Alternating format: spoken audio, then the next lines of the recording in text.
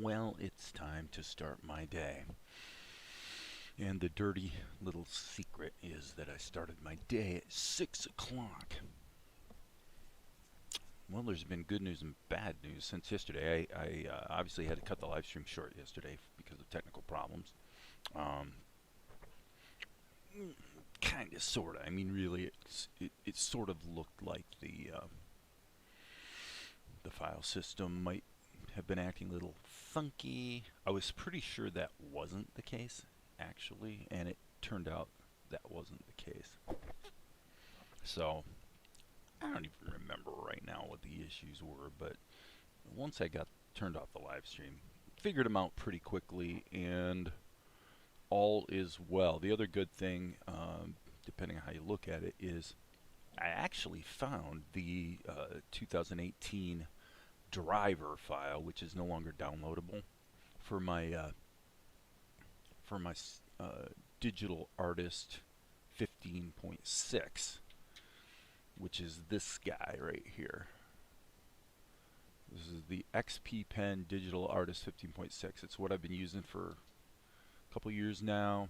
Primarily, I've got a standard old Intuos Wacom tablet as well on my laptop, so I am also pretty comfortable with a standard traditional tablet. But had to something went wrong. I don't know, a month or so ago, and I needed to reinstall the drivers. Well, no big deal. Well, I couldn't find the original driver, so I downloaded the new one. You know, that always gives me a sinking feeling. What I find is, especially when you've got a device where the drivers like work perfectly, which it doesn't work perfectly, but it's close. I'm always thinking to myself that the new drivers are going to be actually perform worse, and I swear invariably it turns out that's the case. What happened in this case was we used to have this issue with OpenToonz and Tahoma. It's really kind of an interesting, weird problem when you think about the way that the tablet driver is intertwined with the software you're working with. But basically, here's the deal. I would draw a shape, let's say. Alright, I'll just draw a scribbly shape, and then just because I'm a nice guy, I'm going to make it look sort of like a character. Okay, so the old version of the driver, of the tablet driver, if I hit the select tool in OpenToonz and then I went to do anything, I could actually, that didn't work. So this, what you're seeing right now, is what it used to do all the time. You'd make a selection, and then when you went to actually do something with the selection, it would lose it. And briefly, I thought that was an OpenToonz or Tahoma problem, and then I sort of figured out that I was pretty sure it was a tablet driver problem. So that means if I'm using the selection tool in Tahoma, I have to grab my mouse. I had pretty much gotten used to that. Like for a long time, that was the case. The new driver didn't have that issue. I could go ahead and use the selection tool in Tahoma and OpenToonz, and lo and behold, I could just keep using my stylus. But there was a price to pay. And the price that I paid was in every other software that I use. So if you look here in Blender, which the current scene I'm working on, I'm doing it in Blender for no particular reason than I want to. But if I take the sculpting tool, okay, you see, and so the new drivers created little subtle problems all over the place, and the old drivers had a subtle little problem in one place. So Chris K is asking a great question. I'll tell you what, dude, I have not downloaded 2.93 yet. Well, actually, I'm going straight to 9.4 if I remember correctly. I saw there's a pre-release, some chatter on 9.4, and I have tried 9.3, 2.93. I've played with a few times. I've played with the palette. The reason I'm using two, just to put this to bed in case anyone wonders, I'm using 2.81a because there are I'd almost have to catalog all the things that once they went to 2.82, a lot of things broke as far as long-standing Blender, just normal ways of working, like selecting things with your right mouse button. I mean, that's weird for most people coming new to the software, but it's been it's a Blender institution. I mean, in Blender, you grab things with your right mouse. I've been doing that for 20 years, so there were a number of things with Blender 2.82 that didn't quite work for me. And so for now, when I'm in the Blender 2.8 plus zone, I'm using 2.81. But anyway, 2.93 and 4 do look good. The reason 9.4 looks interesting is because it looks like they're really working hard to address the issues with hey Darren, they're really trying to address the fill tool. It looks like a lot of attention has gone into making the fill tool smarter. One thing the fill tool in 2.94 does is, and this might have been true in the last couple of versions too, I'm not sure, but it's the same thing you can do in Tahoma, where you do a fill operation over a range. So if you have a character that's fully animated and you've got a bazillion keys, well, it'd be like this. If these were all separate drawings, which they're not, but if these were all separate drawings, wouldn't it be cool if you could grab all these keys and hit a magic button, and when you hit the magic button, kind of like onion skins, you can sort of see a ghost of all of these different positions, let's say. Okay? So you see this ghosting, and you can see where all the lines overlap. You got this dense cluster of lines from all these poses that are kind of close together. But then in this area here in the center, actually let me switch to draw mode so I don't have the big circle.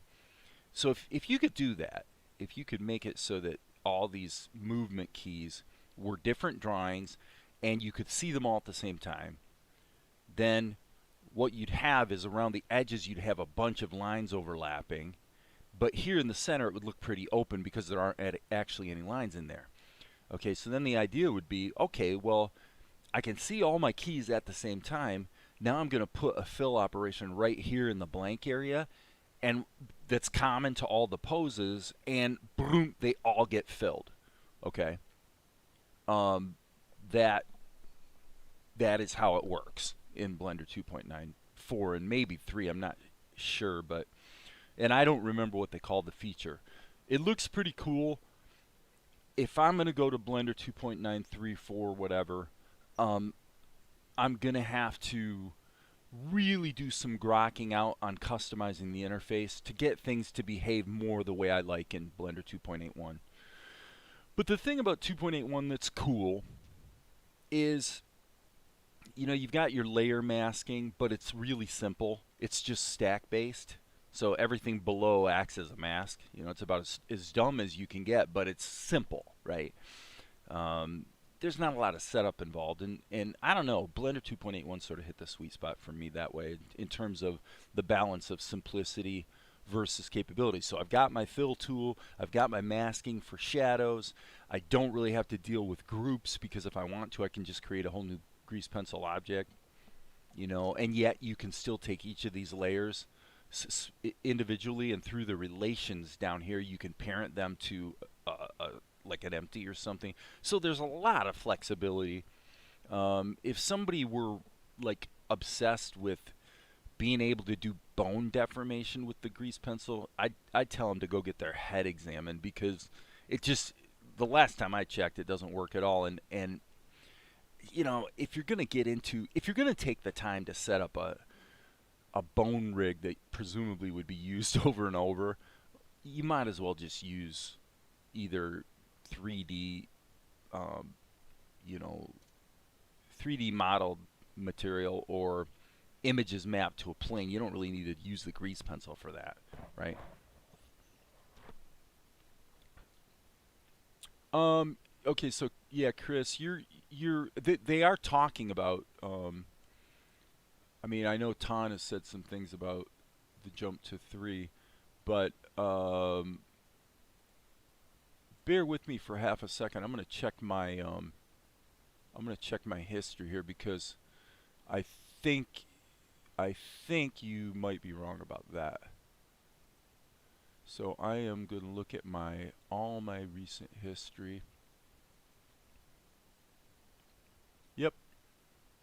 Okay. It is 293. So I'm wrong. You're right and I'm wrong. I thought it was 94. I don't know why I was thinking it was 94, but yeah, it's 93. So there you go. Spank me, baby. Spank me. I was wrong. Okay, so 293. Um, I actually believe I did download 293.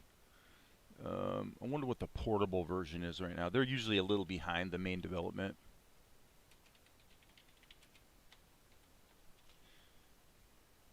But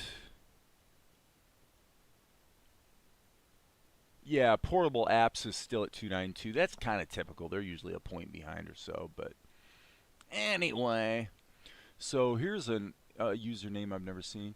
You think using stock OpenToonz is a big dummy move? I think I've started to want a little more power. Yeah, and I want to echo Justin White's question. What is the zoom problem you're referring to in Blender? And since my screen is so boring, I'll just let this play while we chit chat here for a moment as I drink my coffee and get ready for my day. Yeah, what exactly is the zoom problem? Oh, I know what he's talking about. I'll bet he's talking about the fill tool. Maybe. So one of the problems. Hey Claude, don't sweat it. I don't usually give a lot of warning, but at the same time, I'm live streaming pretty much every. I mean, I'm basically the Truman Show. I'm the animator Truman Show, is what it is here because this is just my work. I'm starting my work day. The only caveat being I usually give myself about an hour of thinking about what I'm doing and whatnot before I start live streaming. But so I'm guessing Justin. I'm guessing that the answer to Justin's question would be this. Let me show you what. If I'm correct, I could be wrong here, but this is what I'm guessing the quote-unquote zoom problem is. Okay, so the zoom problem would be this. Let's grab my ink and draw a circle. Okay? All right, now I'm going to grab the old skin color and I'm going to zoom in like this and I'm going to use the fill tool to fill it. Well, look at what happened. Okay? So it's cropped to what can actually be seen. So if you've been around animation software for a while and fill tools, you would think that's kind of stupid, but it's been a situation.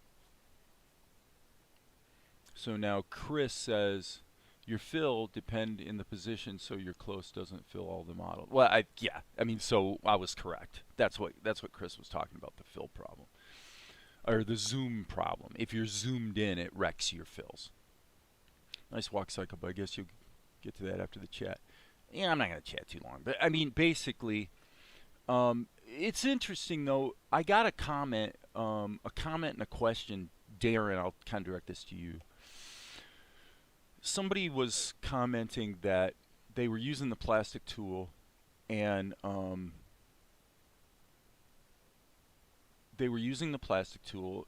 with vector layers and OpenToonz, I believe it was OpenToonz, not Tahoma, because they were commenting on an older OpenToonz video. In the OpenToonz video, it was the animated bowls. So the idea, in brief, would be you draw a bunch of stuff. Actually,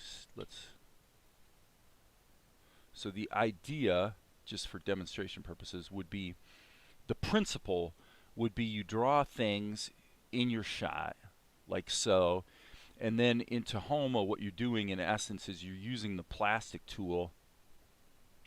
I don't really want a fill on that. I want a stroke, and that's not going to work so well. So let's go back to that. Okay, so the idea would be you got your bones in Tahoma or OpenToonz, and then what you do is now that you've got these bones, you animate them, and you can actually bring these items all together and animate them however you want. So this person was, I think what they were doing was they were doing a rigged puppet style animation character this way with the plastic tool, and they were complaining that it was crashing, and when it crashes, the ply video or the ply, the ply video, the ply object, the ply file, the vector level format file that gets saved would get corrupted as well. My advice to this person was, based on what they were describing, because they didn't post a video or anything, but my advice was don't use the plastic tool. And the main reason, and I know that that's frustrating for people when somebody asks a question and then the answer you get, basically instead of answering your question, what you see this a lot in programming development forums. You post a question on, wherever, and then the answer is second guessing your question, telling you, well, it's, what you're trying to do is stupid in the first place. Maybe you should have done it this way. But in this case, that's kind of what I was thinking, because the problem is that rotation is so tricky with the plastic tool if you're trying to actually rig a complete puppet animation. So you're using the plastic tool not to deform things, but to just move things around. So I told this person to use multiple levels, pay the price in advance, and just put your vector elements on separate levels and do the puppet animation that way. But we'll see what they do. So anyway, enough chit chat. I'm going to do a quick scan. You remember the bowls. I remember. Okay, so Claude had a question up here. Tutorial about rigging a 2D character in Blender with the grease pencil.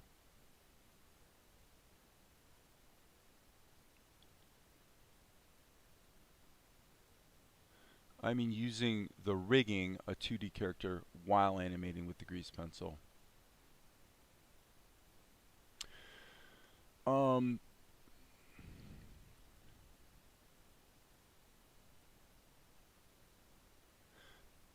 I will say this. I guess I'll just show this. It never hurts to just do stuff to.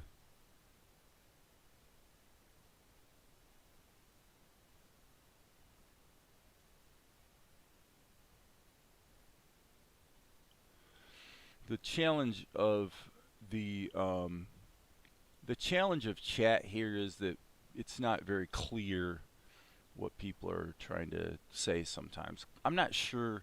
Like Claude, there are basically 3 levels. The thing is that it's a bit hard to believe that you've spent very much time in OpenToonz or Tahoma if you don't know this, because this is about as basic as it gets to dive in and do anything. But basically, there are 3 types of levels. There's a vector level, which creates vector objects. So this is a completely scalable, editable vector object, kind of like what you get in Flash.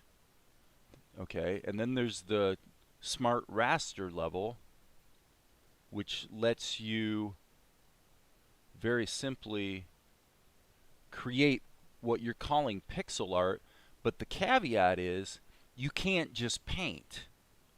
Okay?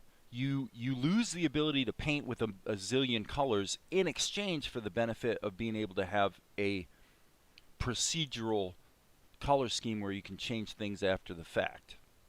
The third type of level is, I think, what you're asking for, which is a standard, it's called a plain old raster level, and that's, whoops, I didn't mean to do that, but I guess it doesn't matter much. But that's where you go if you want to just paint. You just want to paint, you use a standard raster level. That's just like painting in Krita or GIMP or Photoshop or whatever. So I hope that answers your question. If you're going to do it on the level menu, you go level, new, raster level. That's what you want. Now, my comments about the plastic tool, amounted to the following. I'm going to just bake those. Okay, I thought I was going to bake those two down. Yeah, to a sub X sheet so they're on the same level. And I'm going to hit the plastic tool. And I'm going to create a mesh. And as you can see, these two meshes are disconnected. Okay, so the advantage to that is from a rigging standpoint, one thing I can do is I can now, when I animate it, you can see that they're completely separate from each other. And so you could ostensibly create a rig and of body parts, let's say, and then bring them together. And now you animate them just like you would with an animation tool. The reason I don't generally recommend doing it that way is because rotation is really, well, actually not just rotation, but parenting. So the parenting has to be done by thinking about the bone relationship. So you can do this, but you notice how they all maintain their orientation as they go along. They don't rotate. If we add a second bone like this, then as you can see, then the second bone enforces the orientation. All right? But I mean, I guess that works pretty well actually. As long as you don't turn this off. If you turn keep distance off, then what's going to happen is you're going to wind up squashing and stretching things. But if you leave that on, which by default it's on, then you can actually do rotation pretty well. What I find is, first of all, it is less stable than just stacking up layers and using the animate tool. To be fair, it's definitely less stable. But also, if you use multiple layers or levels, then it's relatively easy to get at the animation data if you had to massage it, say, through the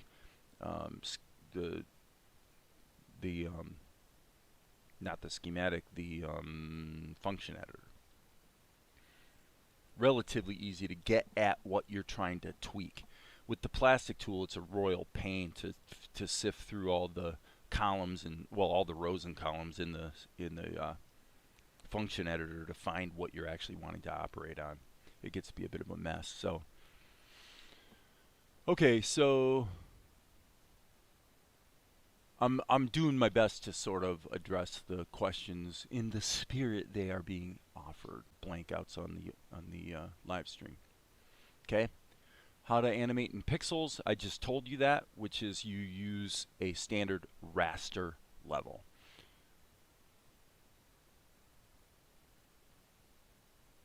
Okay, Darren's talking about some of the bugginess that's been fixed, I assume, in Tahoma compared to OpenToonz. And they're fixing the nightly builds. The one to fix now will be next. Can people export pics?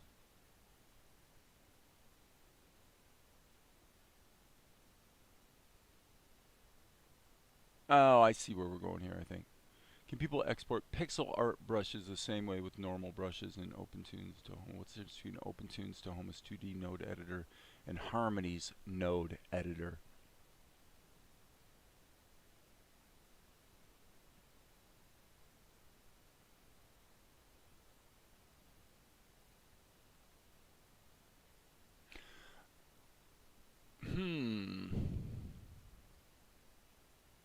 I'm not a Harmony user anyway, so I'm gonna say I get a pretty good vibe of where you're at and what you're trying to do, Claude.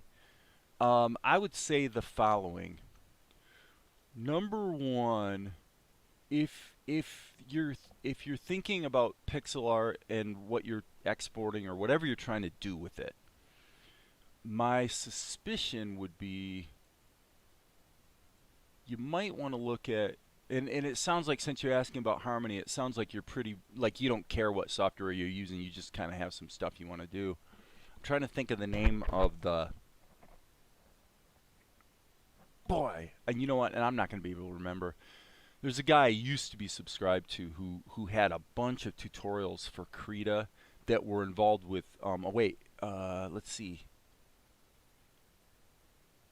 I'll bet you if I look up Godot Krita, I'll bet you that'll take me right to the guy.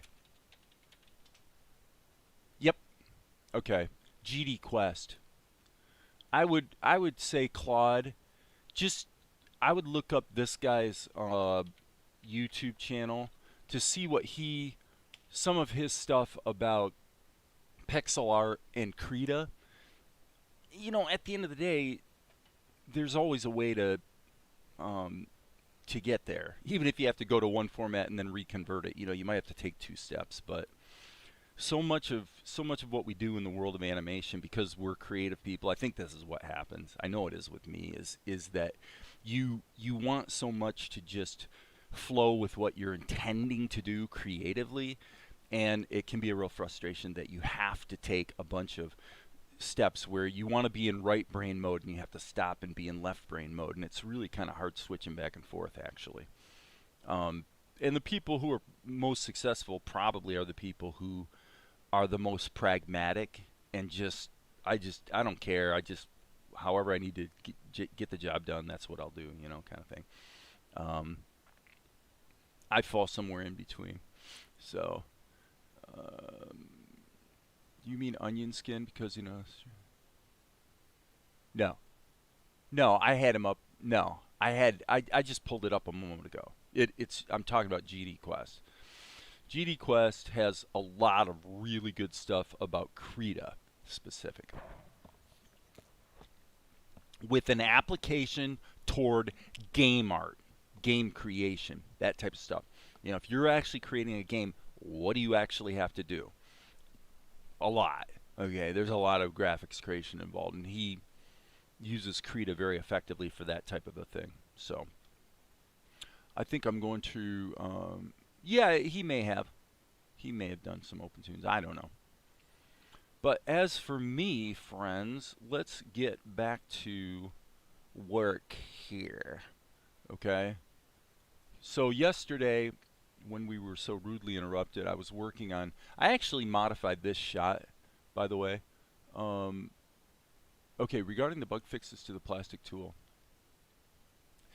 can I just say that honestly, I said yesterday that complaining about bugs is. I complain about bugs all the time. I rant about software development. I'm gonna really be working not to do that as much going forward.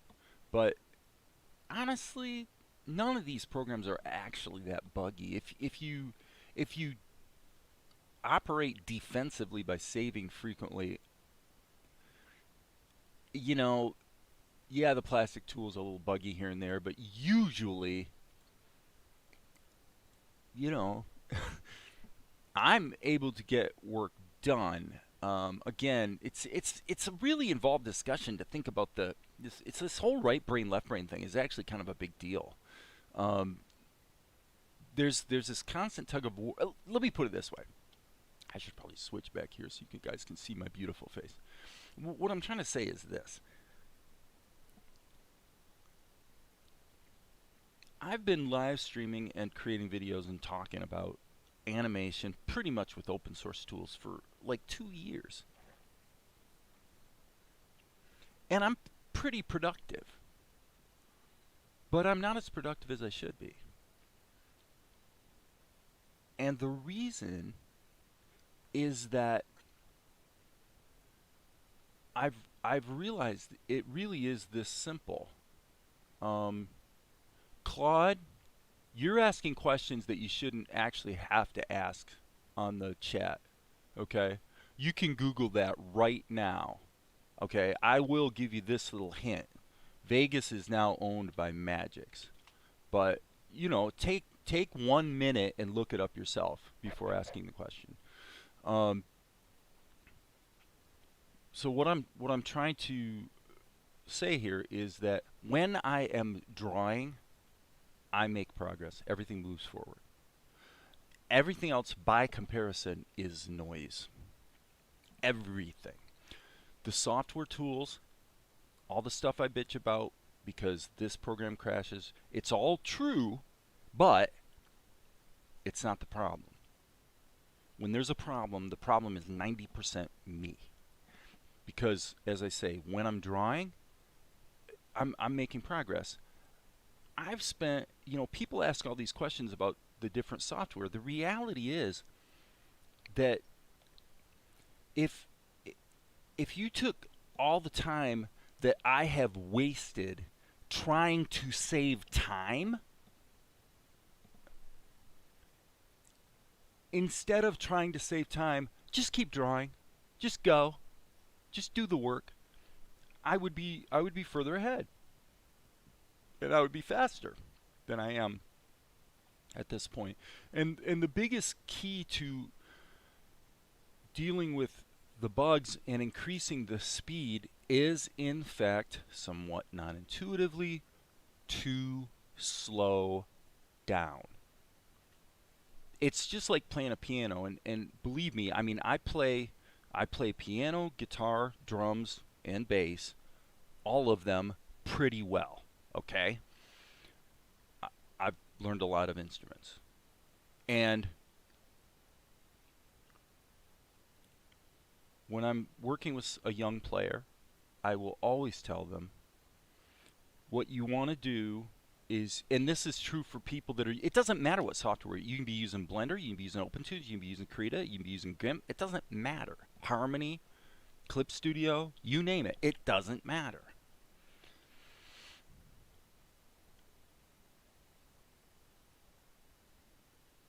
There is a point, I experienced it when I was drawing this guy. There is a point where deep down in your gut, something tells you it's not right. Okay? And I know, Darren, you've struggled a bit with, you don't see yourself as a great at drawing. I mean, I know that. And yes, you do have some things to learn, for sure, but this advice is for you today, too. When you're drawing, there is that still small voice in your gut that goes when it's not quite right. Now, if you took all of the energy and time that we spend taking something that in our deepest gut we know is not right, and then we use effects and we use different tools and we use all kinds of, we jump through all kinds of hoops to avoid facing the fact that what you just did isn't right, it's not good enough, fix it now. If you don't, look, I've got a cartoon here. I'm into episode 2. I have almost 40 minutes of show. I've learned a few things along the way. And much of my time recently has been spent going back to earlier shots and fixing them. The point is, every single time I go back and fix a shot, why did I need to fix that shot? Almost all the time, not 100%, but almost all the time, the reason it needed to be fixed is because there was something about it that was not right, and at the time I knew it, and I blew past it, and you think, and this is why I get mad at my software tools. The truth is, when I get mad at my software tools, my software tool has, in fact, disappointed me. Why? Well, because I'm expecting the tool to do my job for me. And then when it doesn't, all the ego associated with having done a good job is blasted all over the place. You lose that dividend. But what you find in life is there is a clear dichotomy. There's a tug of war between dividends, which come with your ego, versus rewards, which are earned. And the healthiest person finds their reward in the work itself. And they don't actually care about whether, getting a reward ultimately or whatever, So it's important to realize, like in Claude's case, for example, I don't know what Claude's learning right now or what Claude's trying to do in the world of drawing and cartoon animation, but it's probably a safe bet that not just Claude, but anybody here, it's probably a safe bet that if you just learn to draw, and that doesn't mean, all you need to do is be really, really, really vigilant. Start drawing something. Just draw anything. Take 30 seconds right now, draw something. Okay? And now be really vigilant and say, okay, does what I had in my mind, like in this case with the characterization of Mel, pretty much what I had in my mind is what came out on the page. But it didn't the first time. I erased and redrew pieces of at least 25 different little pieces of this. As I went along, I stopped, erased it, redrew the line. And the people who are good, I'm not saying I'm good, okay, but people who are good, that's what they do. They're always fixed. They have a pragmatic view of the work, and they don't take it personally. You know, the problem with us artists as opposed to engineers is engineers are kind of trained not to take it personally. It's just a task, it's just a problem to solve. For an artist, we don't see it that way. We see it as it's a reflection of ourselves. That's really, really stupid. I've been as guilty of it as anybody, believe me.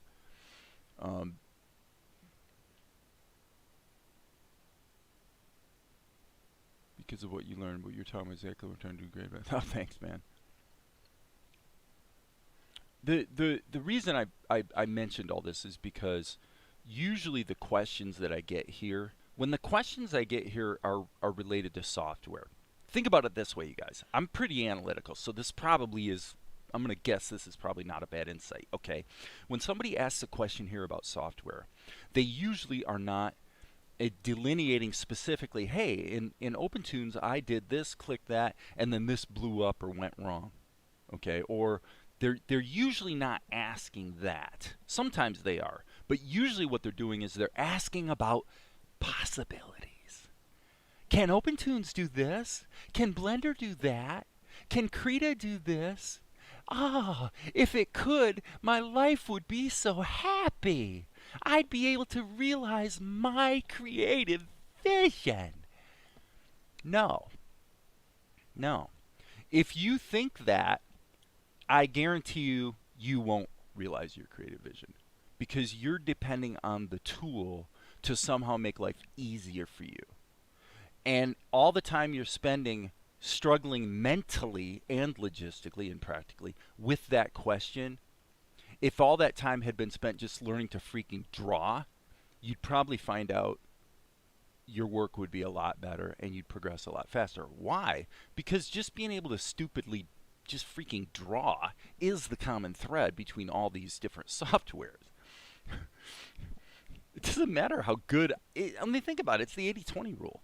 If I move this guy, if he's animated and everything's, it's going perfect, man, look at that, that looks great. I'll just pan the background, it's going to look great. Okay, fine, that's true. What good does that do if his characterization's wrong and it doesn't actually even look like him? What the hell good does that do? It's not good. You can't use it. It doesn't look like your character. I don't care how well he moves. If he looks stupid or if he doesn't look right, it doesn't matter. You're putting the cart before the horse. Am I right? Well, I know I am right on this one. And when you realize that simple, and by the way, to be clear, this is really important for those of you that don't fancy yourselves to be good at drawing or don't believe you will be or can be. When I talk about drawing, I'm not even talking about drawing. I'm talking about being critical of yourself in this respect. Okay, so here's the B key. Or, I'm sorry. I guess what I want is draw mode. Okay, so I'm going to draw...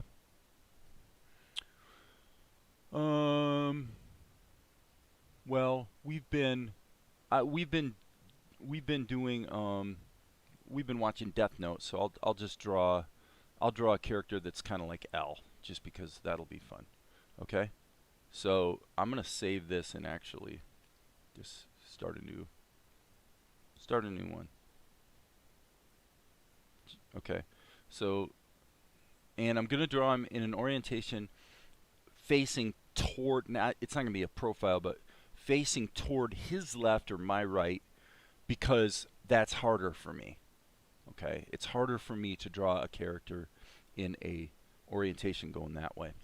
And I think it might be because I'm right-handed. It's probably because for many years I tended, because it was maybe easier or something, I favored pointing in the other direction, you know? Okay, so I'm just going to start with a line, okay? Well, I know with pretty much with cartooning, usually if you start with a circle and then let it sort of turn into an upside down teardrop, you're going to pretty much get the basic structure for any character's face. Okay, and then surprisingly, you're going to want to put the eyes up here when in point of fact they should be closer to here. Okay, so usually what I've if you go to this spot but set the eyes on top of it as opposed to in the middle of it, that usually is about right. So that gives you the basic structure for almost any character. It just does. Okay, so I'm going to say we're going to go ahead and square off the person's jaw a little bit. So I've already erased one thing. I saw a bunch of noise here around the eyes that was distracting me. I'm being very geometric about it. I'm saying this is about thinking. This is about being vigilant. I'm thinking in 3D now. I'm saying, okay, if I was looking, and by the way, the best way to learn this is to actually look at things and draw them. Okay? But, okay, so, you can make quality work with almost any tool, but you have to put in the work. Well, and that was kind of my point. My point is that if you, as long as you're in the mindset of wanting the tools to make what you have in your head easier, as if to say that if I didn't have that tool I couldn't do it. It's just stupid. I mean, come on. What did the guys that were animating for Warner Brothers do? They had to draw everything. There was no software, there were no tablets, there was no undo. Give me a break. And they did some of and by the way, most of the work that has lasted and stood the test of time was done before we even had computers.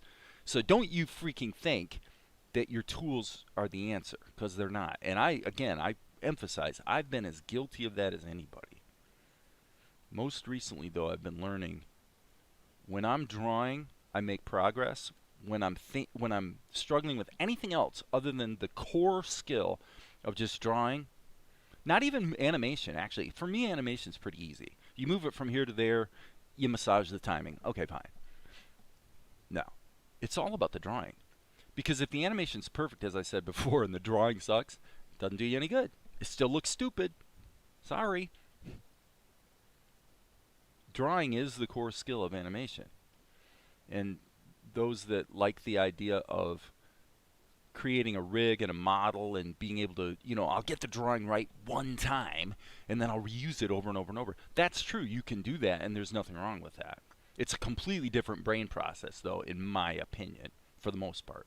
Okay, so what are we doing here? I'm saying all I'm demonstrating right now is the fact that this is a very iterative process. Every little line I'm making here, I'm going to go to the front view, by the way, so that I can flip the canvas. Yeah, see, there you go. I can already see a major problem. This is typical right-handed thing. It's slanted. So what I'm going to do is I'm going to jump into sculpt mode, and this is where using the old tablet driver is awesome, because see how interactive it is. I just touch it, it just works. Everything moves smooth as silk. All the choppiness I was getting from Blender with sculpting was not because of Blender. It was because of my tablet driver, the updated, new, improved tablet driver, which was patently worse than the original one. Absolutely. Okay, so there we go. So this isn't about drawing ahead. This is about what am I paying attention to and thinking about here. And what I'm thinking about is I'm trying to be really, really vigilant, as I keep saying, to when it's wrong. When I'm seeing something that, that doesn't quite feel right. Nope. What I'm finding is if I stop right then and fix it, it tends to get fixed. Okay. All right, so it seems to me this eye is a little lopsided. Okay, the big thing about L, and by the way, I don't know if this looks like L. It would help me a ton to have some reference of him. I'm gonna pull up a reference.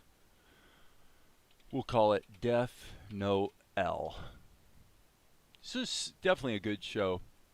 Oh wow. Oh boy, have I botched this in a big way. Okay, so his eyes are kind of round, and it isn't that eye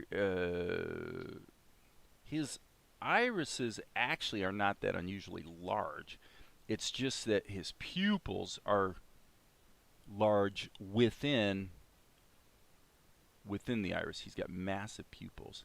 So he looks like somebody who's pretty much been spending all of his time in the dark, basically. Reference material. The quality of my work shoots up really, really fast. Like a lot. Okay, so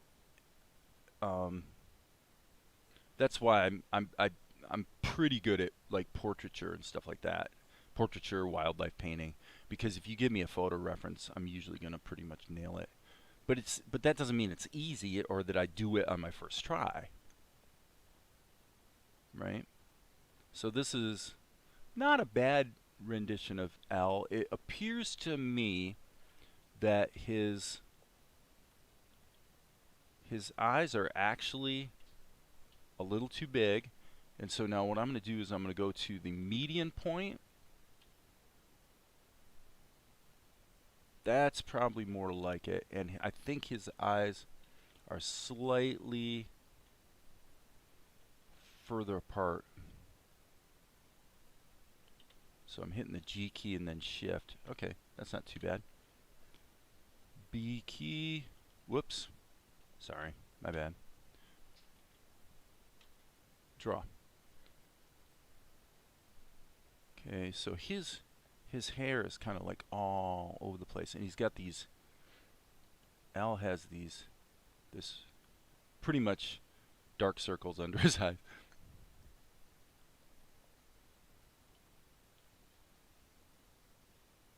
So again, you know, flip your canvas.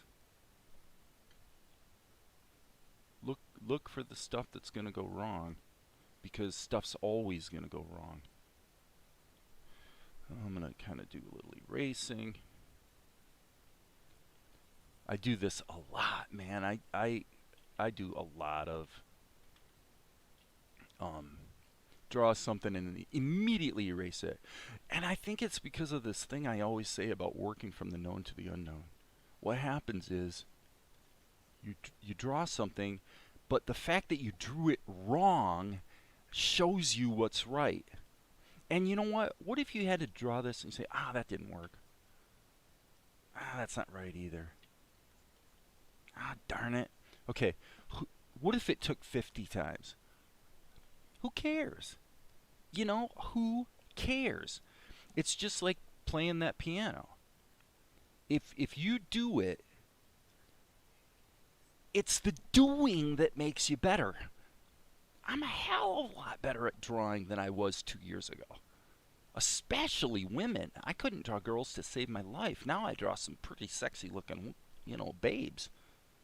I know I do.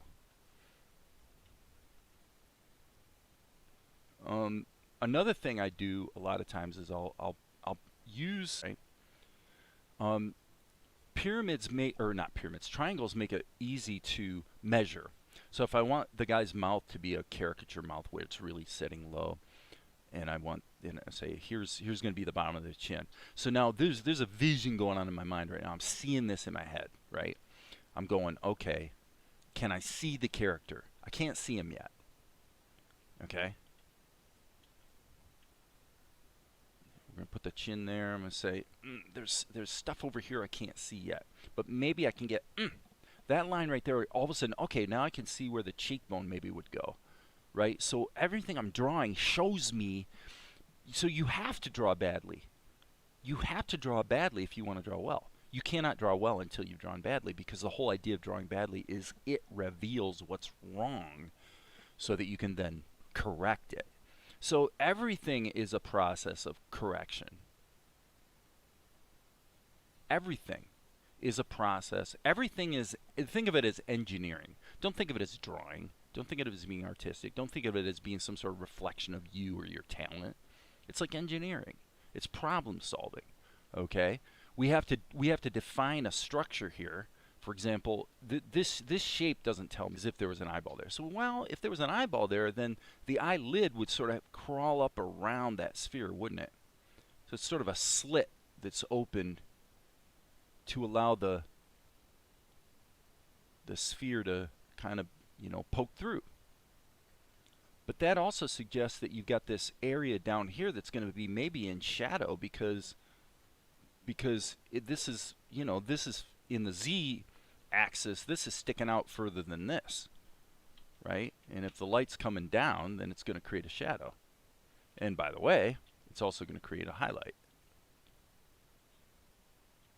So again, erase, erase, erase. There's the highlight right there. So that actually has an edge to it. If you're drawing an older person who's got, you know, bags under their eyes, this is sort of like a slightly more refined version of Asher, actually, from my show. If I was going to make it into Asher, I would have to change his nose. So again, erase, erase, erase.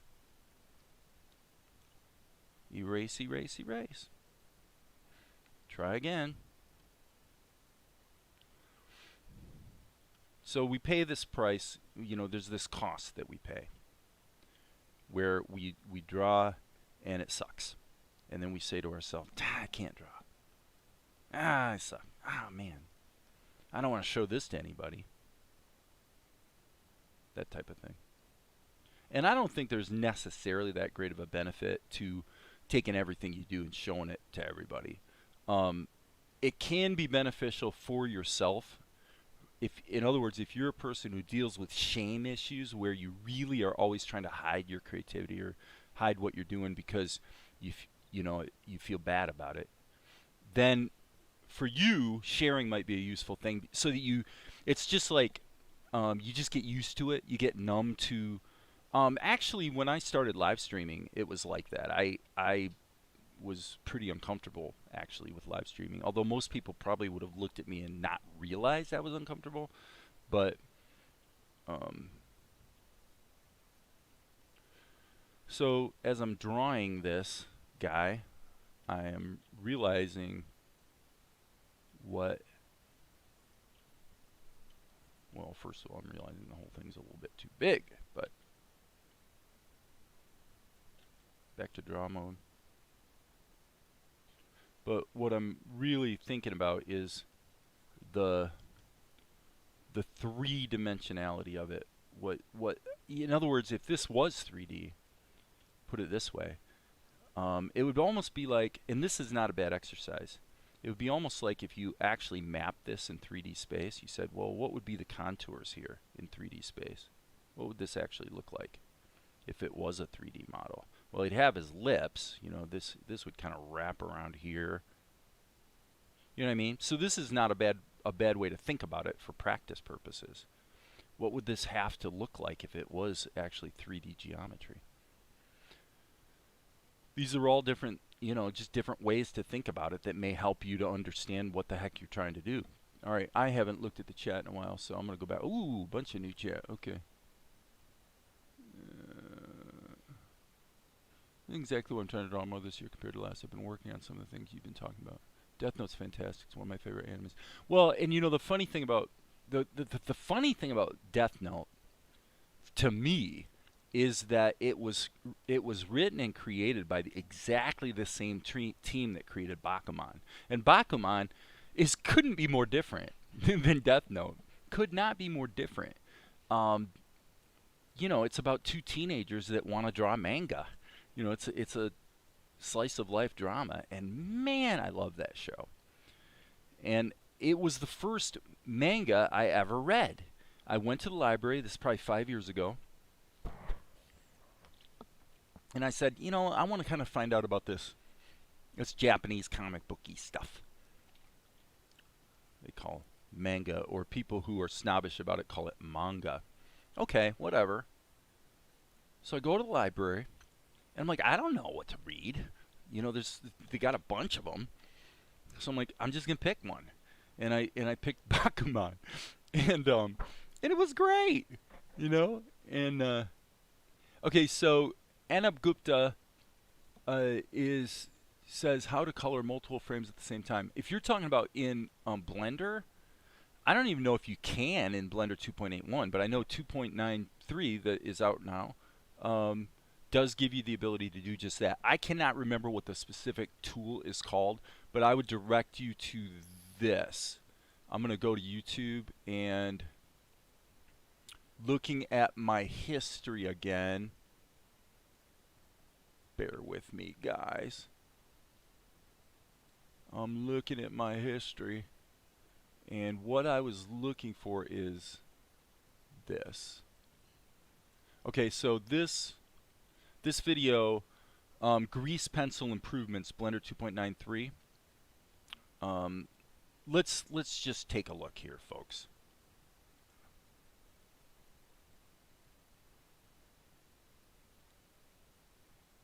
Okay, so no more crop fills. So indeed, they did solve the zoom problem. Now you can be zoomed in, and it's still going to fill them accurately. But what Anup Gupta is talking about, I think, is something they're about to show here shortly.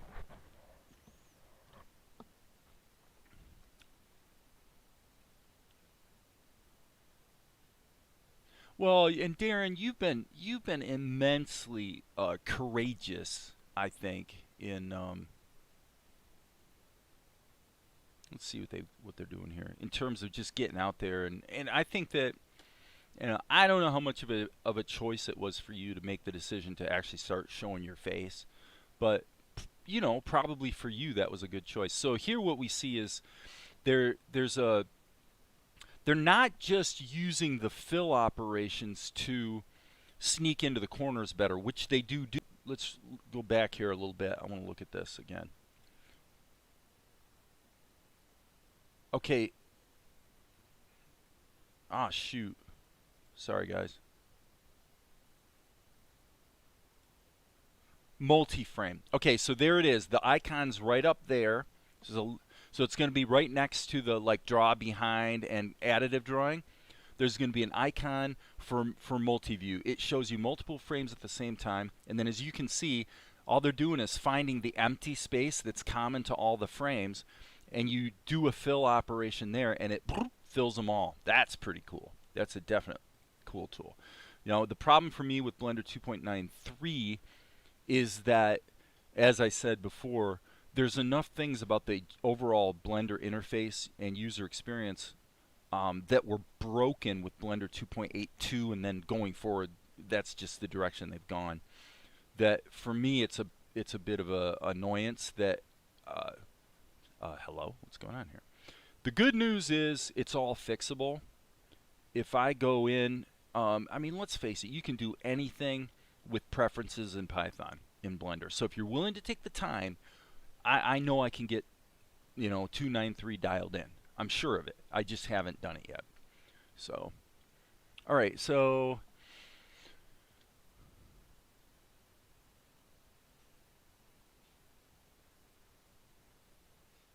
yeah, and that's cool that you're using my characters to test yourself a bit on the drawing side. I would say this. Let me speak to the crowdfunding thing for a moment. Um, the work, you know, what I've done is I have a really mixed love-hate relationship um, with with going out there and asking for support. Okay. Okay, yeah. So as far as being yeah, do what scares you. I think it was a good move. I mean, you're a handsome guy, and it's fun it's like you said the other day about my webcam. You know, it really is a little bit beneficial to see the person. So, okay, so last week I talked about crowdfunding, and I have done a crowdfund pitch video, blah blah blah blah blah. So then what we did was we meaning myself and my beautiful wife Valerie, we we started really looking aggressively at a few things. Mostly this is me, but basically I bounce them off of her. She always gives me good advice. And I wanted to make sure that I was continuing to make progress on the show going forward for two reasons. Number one, even though I'm gonna do this crowdfunding thing, I also want to keep moving forward. Okay. Number two, um, because the work I've done most recently is frankly better than the work I did earlier, then some of these later shots or recent shots will be nice additions to the crowdfunding promotional material anyway, and could be cut into the show introduction, for example. Number three, um, I wanted to test the workflow and see if I can consistently work 6 hours a day and actually get 30 seconds of show done. At this point, I'm not doing a great job. You know, it's kind of what I've observed for a while is it's really easy to knock out 15 seconds in a day. I mean, when I say 15 seconds, I'm talking about this finished, complete show. The last couple days have been slower. Yesterday was a bit of a cluster, you know what, because of system issues, and I pretty much had to stop the live stream. Um, but this sequence of shots has been a little bit more demanding because every single one of them has required a custom background painting. So doing the background paintings and not being able to leverage old backgrounds, you know, so much has been a little bit damaging to the pace. I'm giving myself a couple weeks of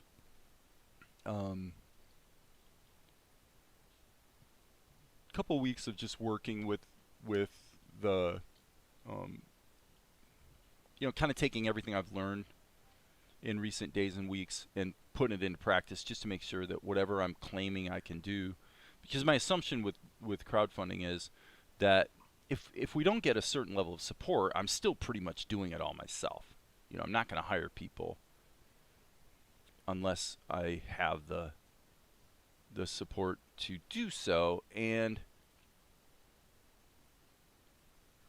so I want to be really, really careful about what I promise I can deliver. It seems pretty clear to me that I can deliver a 24-minute episode without even breaking a sweat in 6 months. Meaning I can write it, animate it, get all the voices together, write the musical score, the whole thing. 6 months, it would be easy. 3 months, it could be done, but it would be really, really tough. You know, I mean, it would be I would have to really be disciplined and really push myself a bit. I've done that in the past. It can be done. I've done entire 90-minute feature films, start to finish. In fact, the one that was the most successful, Healed by Grace. You know, here's a movie that made, you know, a lot of money and has been seen by zillions of people all around the world. That movie, from start to finish, was 4 months. I literally started writing it 4 months later. The thing was delivered. So it can be done, but man, it's a push. It's a push. So. And it kind of relates to the daily pace too. And of course, right now I'm not actually making any progress on my show. So I'm going to open up my shot again. I'm not going to save L. Okay, so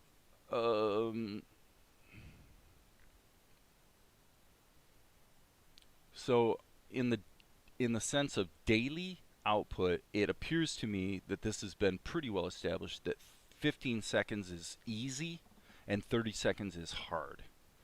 And there's not a ton of in between. Actually, it's kind of surprising how it just kind of goes from really easy to really hard. There's something about that second 15 seconds. You'd think if you just repeated everything you did for the 50 to generate the first 15 seconds, there you'd have your 30, right? Theoretically. I'm going to have to take a break here. Okay, wow, Darren, you got a bunch of stuff here. The reason I drew Ash was because I needed a character to demonstrate different ways to add shadows into Tahoma. Okay, good. Well, and I appreciate I didn't intend to show my face. I found making videos without my face intimidating. It showing my face from O2 is more intimidating. Streaming was petrifying. I bet it was.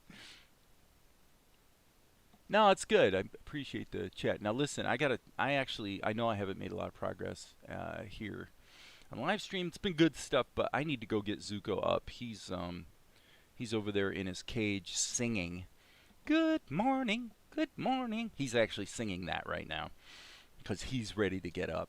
And it is 8 o'clock, so I need to go ahead and get him up. And so I'm going to take 5. I'll leave the live stream going. We'll just let this loop because this is what it's going to be. It's going to be Mel walking. And then we'll just be panning a background. And then there's all kinds of fun stuff that happens with Monkey. So I'm going to go get Zuko up, and I'll return in a few minutes.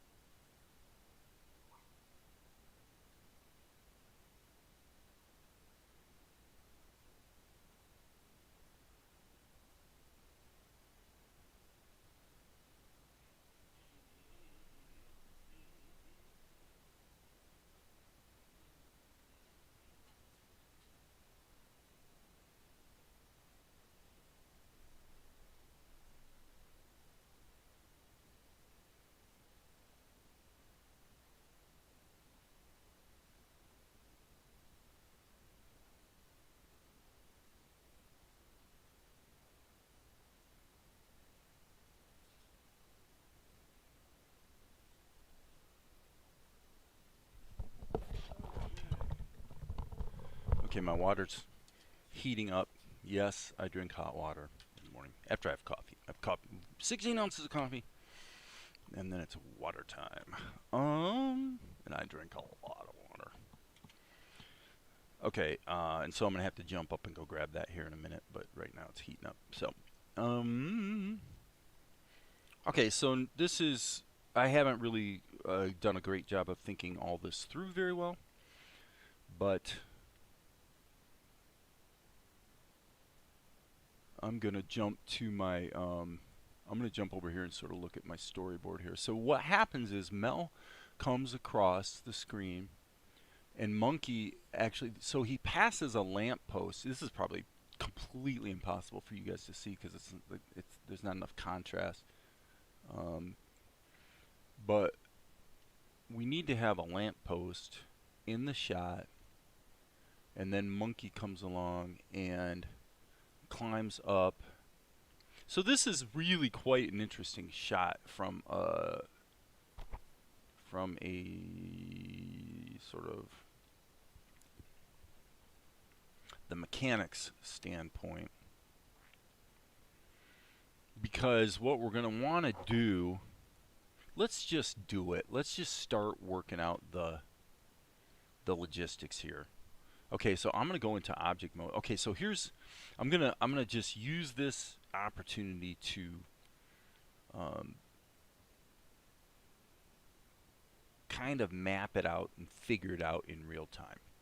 So here's a guy who's obviously walking.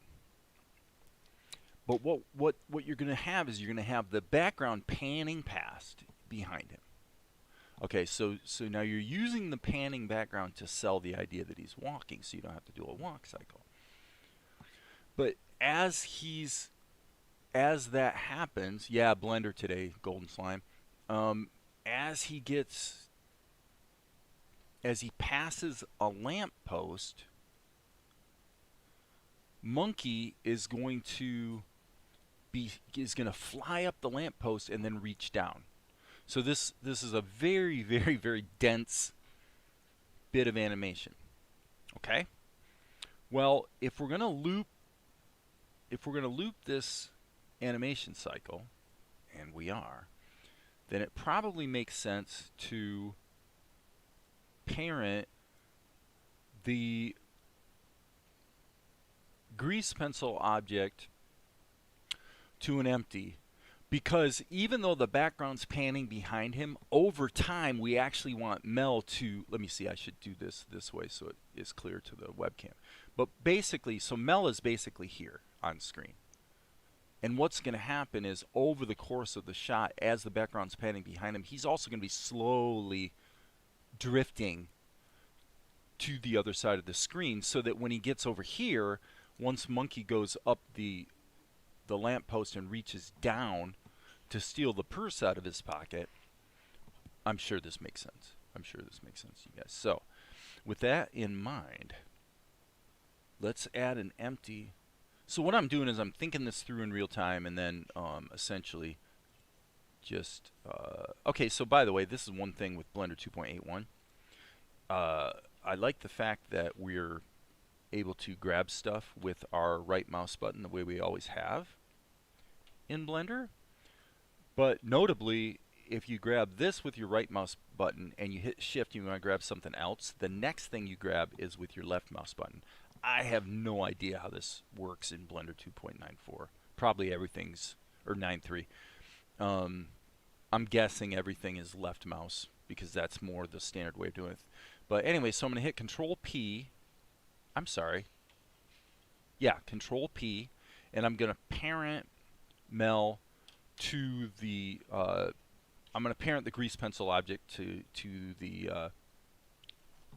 empty. And the reason I'm doing that is that the grease pencil object itself is animated just using, you know, basic transformations. Right? So the bummer here is I don't really have a good way to make a geez, I wish we had a way of making a, I guess we could if we use the action editor, but that's getting into a whole realm of blendering that I haven't really fiddled with. So I think our best bet is going to be to limit ourselves here to a manageable bit of work. Okay, so now he's, yeah, okay. So I'm going to hit Shift D and extend my ending point out to, let's go, gosh, let's think about it. He's going to go, he's probably going to have at least 6 step cycles, I would think.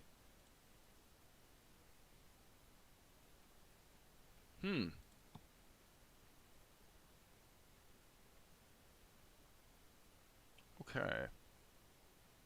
I know what I want to do. I know what I want to do. I've been stupid. Okay. Okay, guys, this is where you're going to get your money's worth here on my live stream if you're into Blender. Okay. And I'm more comfortable with this in Blender 2.79, so forgive me if this takes me a little time, but by gum, we are going to figure this out. Here's what we're going to do. Let's go, let me check some of these other screens and see what we've got. Okay, so we've got our dope sheet, and what this is the grease pencil object being transformed. Okay, you can see that here. Is there rotation going on? Okay. So what I'm going to do is I am going to go to the graph editor, and then I'm going to hit Control Spacebar to make this full screen. So I can zoom right in here and see what I've got. Okay. Channel, and we're going to do an extrapolation mode of make cyclic.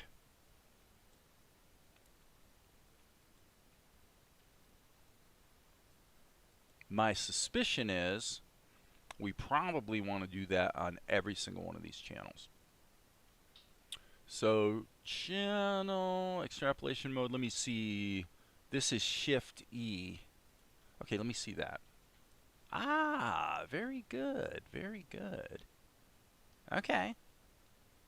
Well, that's cool. So we'll grab this and grab that. Now I think that'll do the trick. Nope, it didn't do the trick. Okay, so he's going up, but he's not going back down again. So now I just have to figure out where the properties are. X location. Let me see what that does. Okay, so that makes a little tiny change. Interesting. Okay. I'm going to just stretch this up, and this is something I've been needing to do anyways, just get a little more cozy with the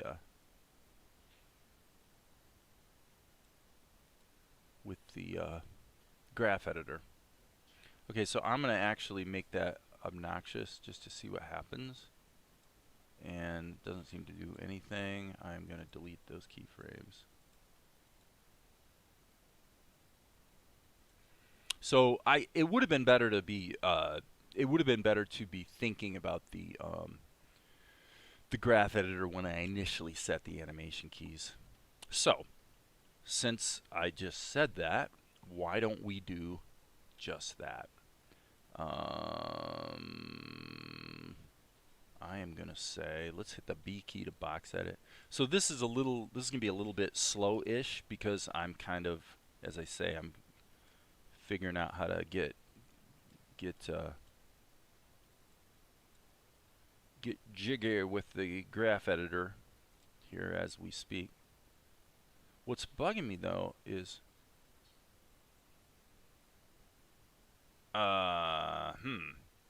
okay. Why don't we? That's interesting. Oh, I see. It's because it's only one frame different. Let's move that out. And then what we need to do is add another key and go like that. Okay, let's see what that does. Not bad, not bad, not bad. Okay, so now we're on the track. This is what we're trying to do. Oh, this is so useful. Being able to make this cyclic has been a useful thing with Blender for many moons. And I used to really like the Blender actually, believe it or not, 10 years ago, the really pre 2.5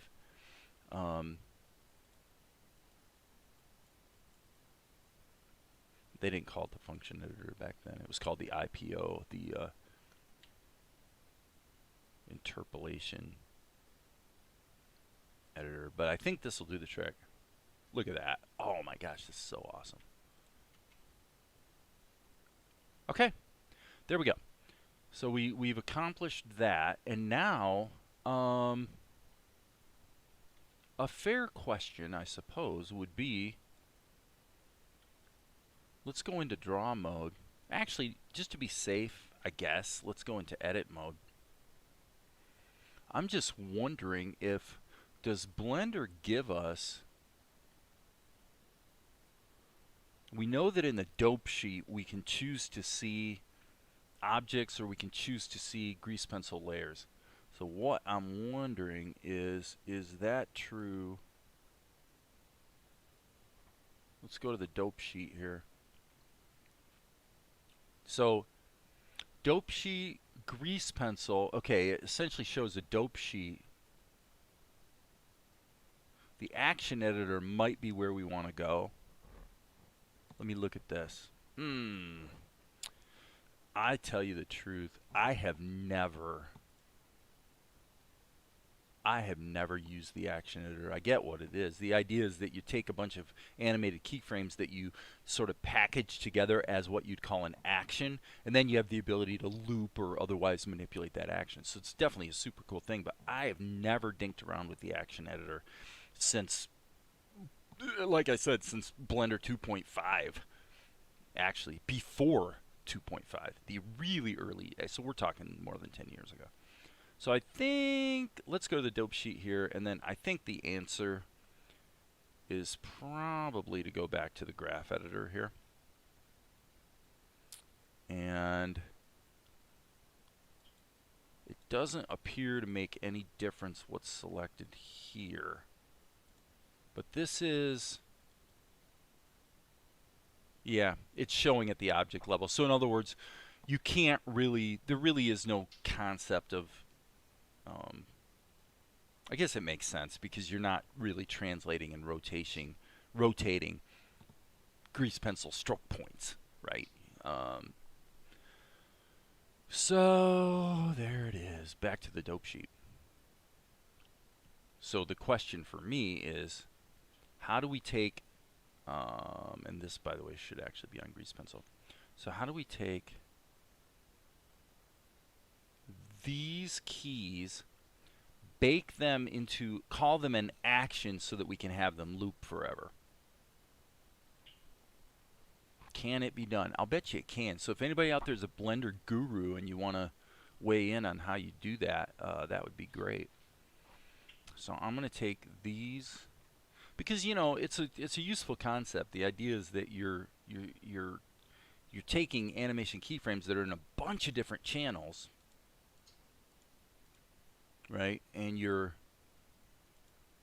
trying to work with them like this, all as a unit. So I'm going to take a moment here and look at the action editor. Channel.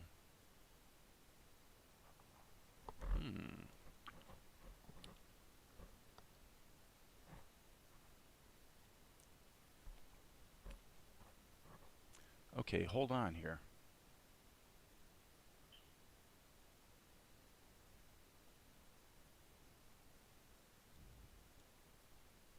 Okay. Okay. The empty action, let me look at this. Okay, the empty action. I don't know why I wouldn't be seeing the animation keys. That's a little weird.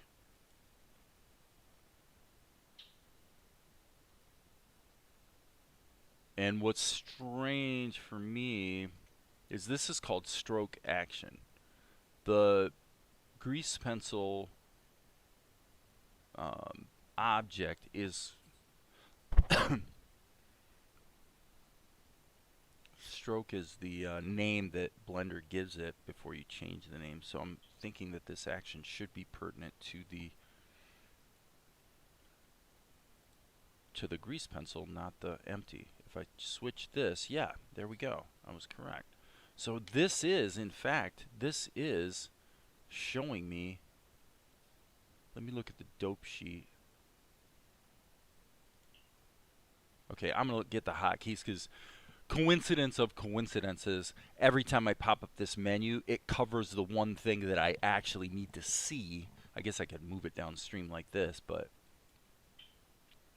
So dope sheet is Shift F12.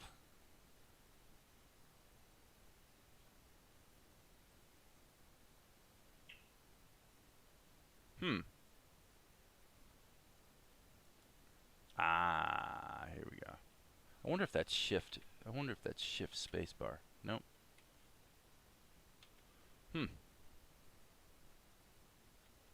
Okay, that's interesting. Control tab toggles you between the action editor and the graph editor. That's useful.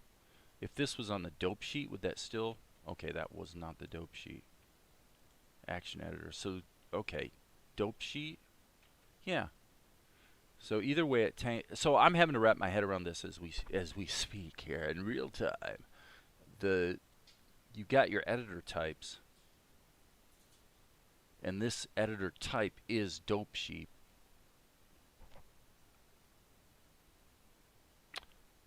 And it's a little confusing. Let me see.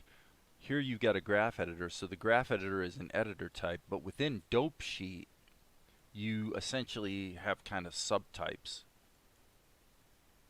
Dope sheet, timeline, graph editor, drivers.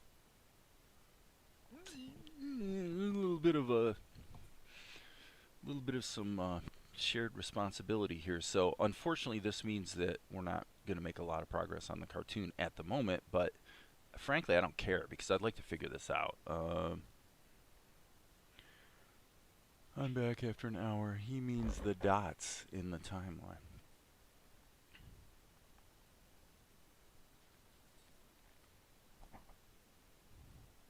So my question is, I may be thinking about it wrong, but my question is, these dots, as Claude called them, they represent animation keys, represent modifications to different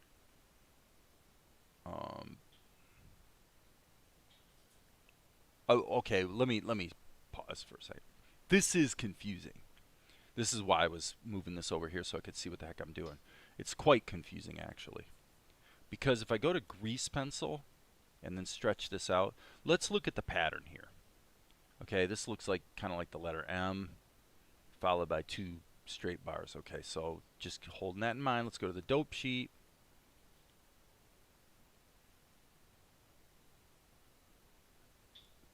Does not appear to be much of a resemblance. Sorry, grease pencil. And so when I go to the dope sheet, what I'm trying to figure out is, it's the grease. Oh, I see what's going on. Okay, sorry. These are the animation keyframes for the grease pencil object itself. They don't have anything to do with the animation of the, you know, different grease pencil layers. So that means that there basically is no way to see these over here unless you go to grease pencil, which tells me, let's look at the action editor one more time. It appears to me, yes, they call this stroke action because it's the translation animation of the entire grease pencil object. So that means that as far as I can see, unless somebody wants to weigh in the chat and they know, there is no way to take these grease pencil strokes, or, you know, animation keys that cause the drawing to change, basically the shifting of his shoulders. There's no way to take these and package them as an action that repeats forever. Okay? It is what it is. Now, this gets back to what I was saying earlier today, actually, which is this. At the beginning of this exploration, what if I had done this?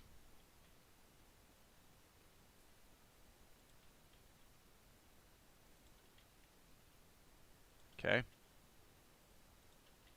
Okay, well that took, what, 10 seconds? And everything that I'm fiddling with actually boils down to trying to find a way to automate and speed up the process of working with this cluster of animation keys. Now, by the way, it's not perfect because the timing's not quite right. Let me just check this. Yeah, I think that's it. Okay, so that's kind of interesting, isn't it?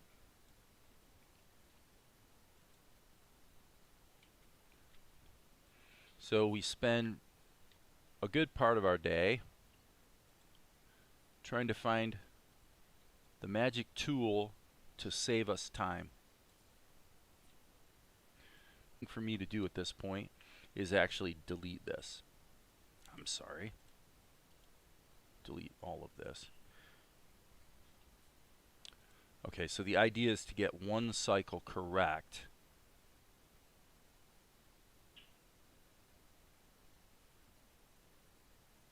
I wonder why. I'm curious about one thing though.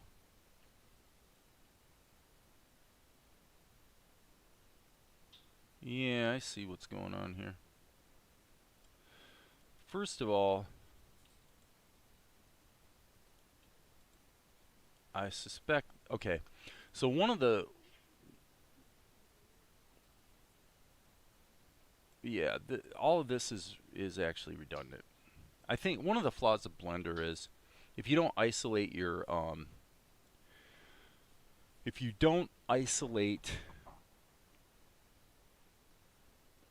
layers while you're animating, by default what Blender does is it puts an animation key in every single layer that's not locked. I'm not sure why. I've never quite seen the wisdom of that one. But what do I know? Okay, so now this should be a little easier.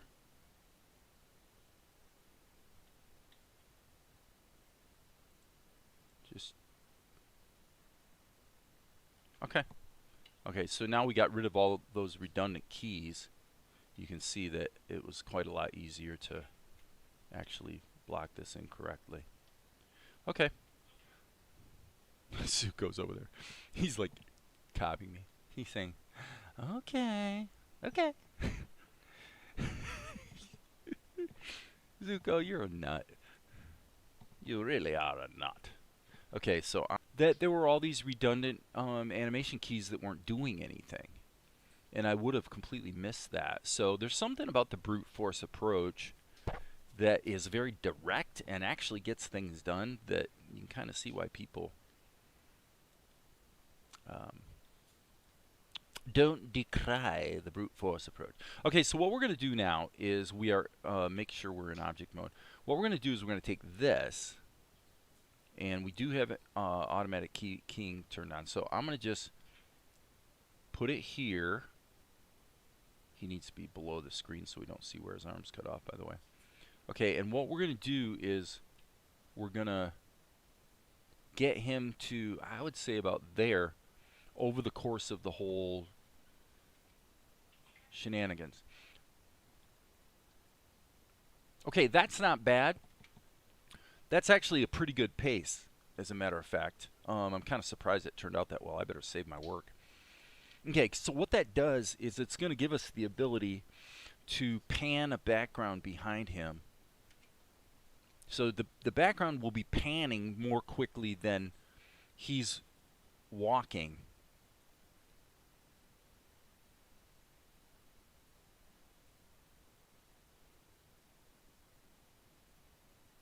This is going to be tricky. This is going to be tricky because what's got to happen is he's got to get about here. So let's just say halfway. Okay. Again, we're just going to keep making this up as we go along.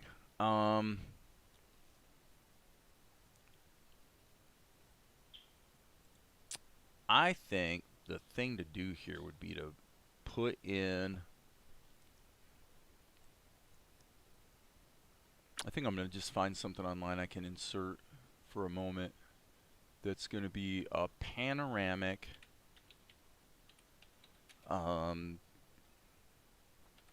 we'll call it a Middle Eastern market. If, you know, is it possible we can find a graphic of a market? So I'll kind of have an interesting visual reference for painting, but also at the same time have something I can stick in as a placeholder for just getting the timing figured out, because I need a background that I can just pan across this situation to show him walking. And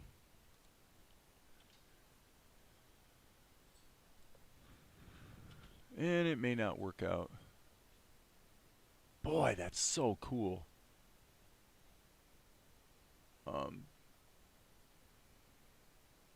The way these, you know, like these market places are so cool looking. I mean, this isn't so horribly different from what I painted the other day on the previous shot. It's just that we need a bunch more junk hanging out the windows and stuff. But it's definitely very cool looking. So, and I'm looking for that rarest of things, which would be a really, really wide panoramic image. Okay, I've kind of found something sort of along those lines. And this might work.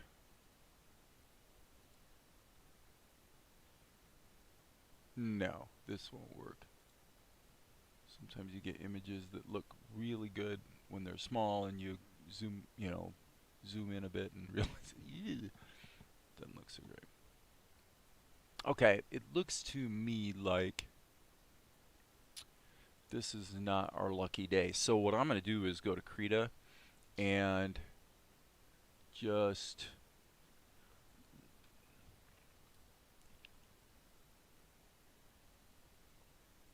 image,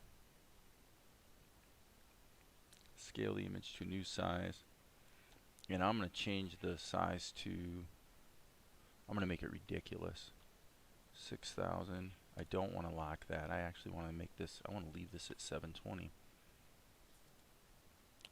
Okay. Let me see, which scene are we on? We're on 421. Okay, so we want to save this as scene 421. We want to save it. So like I had mentioned, the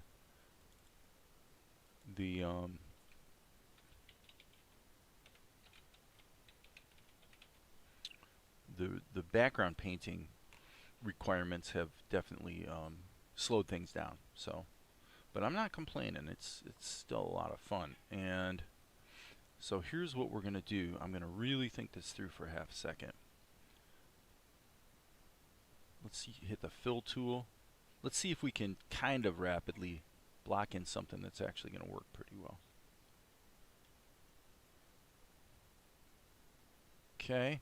Yeah, I mean, it's a little pokey, but fine. Hit the B key. All right. So now, if we were walking past a lot of buildings, then obviously what we would see is, to a degree, the space between those buildings, right? Of course we would. So there's space between the buildings. Okay, this one's going to be a little shorter. This one will be a little wider. And, okay. Now, if you had all these buildings, they wouldn't all be the same color, would they? No. So I'm going to take a real neutral, not too saturated color. And that's actually pretty saturated. But, okay. And then I'm just going to kind of crawl around the color wheel. Crawling around the color wheel. All around the color wheel. So this might seem a little strange, but that's okay. We'll survive. Alright. Alright, so what do buildings... Let me see something here. Let me see what that looks like. Okay. Not bad. So what just kind of sort of worked, surprisingly, was because of my my paintbrush. Because I'm using the paintbrush, so it kind of works surprisingly well. So I'm assuming. Let me see here. There's so much to think about. Okay, so Mel's eye level is going to be at around 5 to 5.5 feet. So doorways would be right about basically 2/3 up. This is where doorways would be. So windows would be above that, and then maybe beside, alongside the doorways as well. So okay. So this is probably wrong. I'm just gonna hit undo. If we're gonna put a window, it probably should be like that, and then we'll give this one like 2 windows. And we'll give this one window, and we'll give this one actually a window that's down here because we haven't bumped into its door yet. Okay, so now what I'm going to do is give this a little bit of color and see if this works. I'm sort of leveraging the fact that this paintbrush...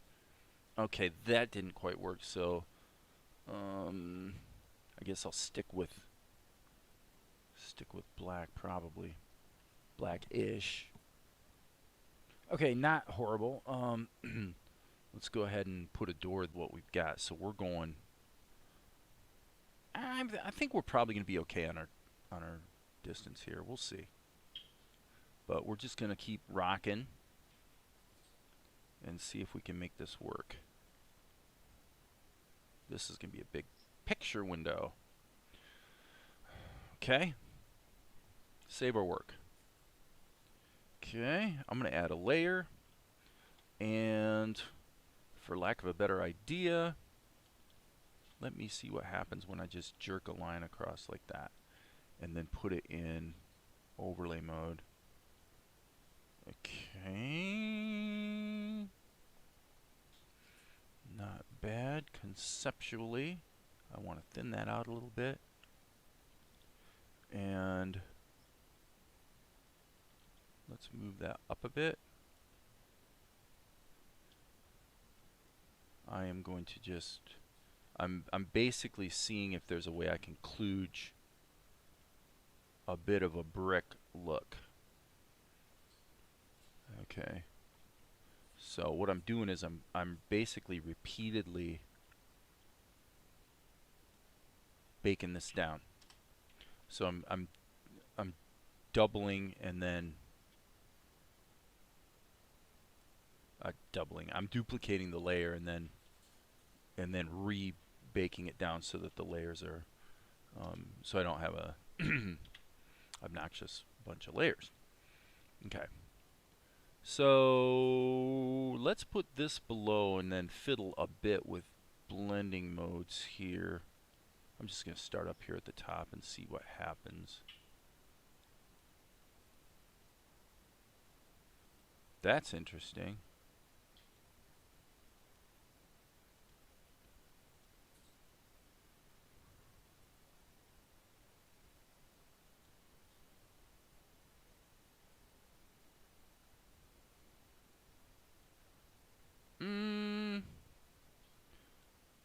I was struggling with blending modes the other day. What I'm trying to figure out is if there's a clever way to make it so that the lines only show through where they are darker.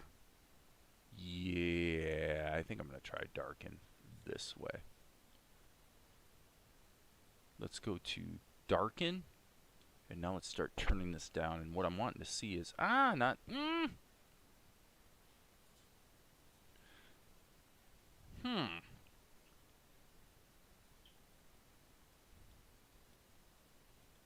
Okay, well let's ramp the contrast here and see what happens.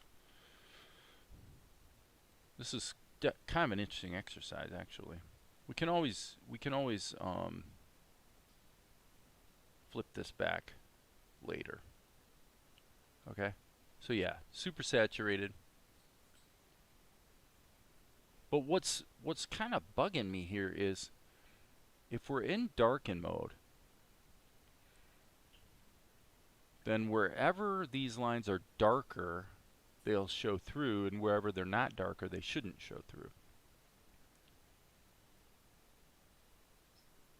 Okay, so what that means is, I am gonna figure this out.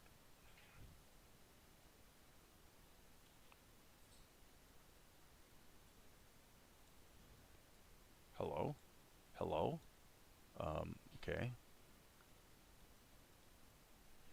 Let's solo this layer. What the heck? Okay. It's the alpha. I'm sure of it. Yep, there's your issue. We need to go like this. Okay, okay. Yeah, clamp it this way. I want to make that really, really dense. And then we're probably going to want to mod the color of it, actually. Okay, so let's just say that's what we're after. What we want to do is make it so the actual color is more like that, I think. So let's tweak the lightness. Seriously, dude? I guess we're raising the low end, so sorry about that. Yes. Yep. That's what we were trying to do. Okay, but does it work is the question. Kind of, sort of, but not really. So that's interesting. But that's what I was trying to do from a blending mode standpoint, is how do I make it so that it, over the stuff that's lighter, you see the lines, but over the stuff that's darker, you don't. So kind of interesting, but ultimately not that useful because the whole thing looks kind of stupid. So that could be a bit of a problem. So we're just going to keep fiddling here. Okay, that's interesting.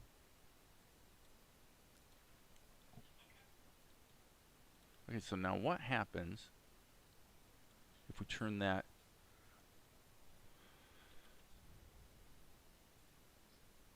Okay, that's okay. Now we're getting somewhere. Okay, I mean, not bad. Okay, I am going to. It's interesting because this is dark over here. Of course, it's not showing through. So I'm going to just keep on fiddling here. You guys will just have to suffer. I'm going to take this and go Control-I. Okay, maybe it's Control-Shift-I. No? Control-I.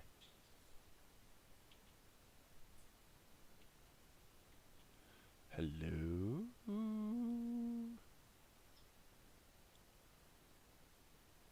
Colors. Invert. Okay. Wow. How is that? Don't you have non-linear interpolation on that movement keyframe? He's fastest. Oh. Tomas. Yeah. Yes. I noticed that too. I was going to come back to it. I didn't mention it because, yeah, you're correct. He's not moving at a steady pace because of the, yeah, that's easy to fix though. This part's fine, but the animation of this, let's see here, this guy, good eye. All right, so this should be, you want to hit the T key, and this should be linear. Okay, so now, now he's going to move steadily across the other reason I didn't fix that, actually, I'm going to leave it unfixed because, okay, undo.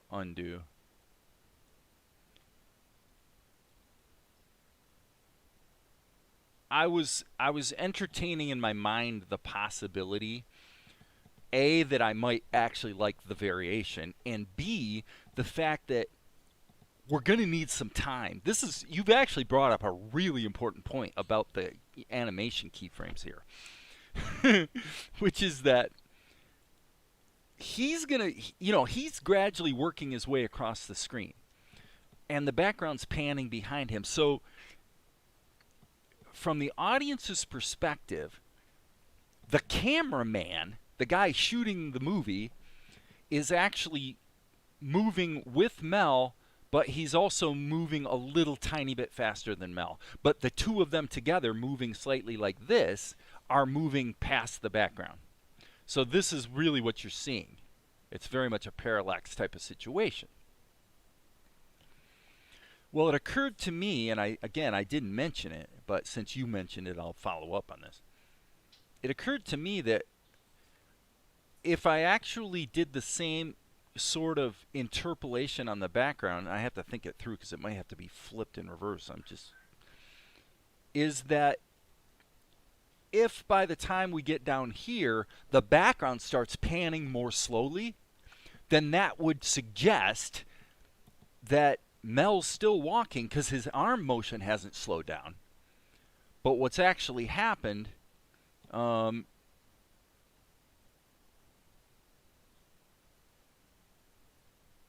actually strike that. Yes. To be clear, if I did what I'm trying to describe right now and not doing a very good job of it, what I would actually have to do is make it so that when he gets over here, actually what would happen is the background would start panning faster. Because what it means is that the cameraman has quit moving. Right now, the cameraman is moving in this direction a little bit more slowly than Mel is. And the idea is that by the time we get over to here, the cameraman's starting to move faster. So he's keeping up with Mel, and so that would make the background pan faster behind him. Why would you want to do that? Well, the reason I want to do that is I need to buy myself some time while Mel is still walking along for the monkey to come up behind him and, you know, steal the bag from his pocket. Now, this underscores the fact that the way I've envisioned this shot may be immensely stupid, because originally there was going to be a lamp post, which means that he's got to be strolling at a fairly leisurely pace. This isn't horrible, but basically right here, let me look at what the timing would have to be. He would have to, right now, boom, he would have to, so let's just say, no, I mean, this actually might work.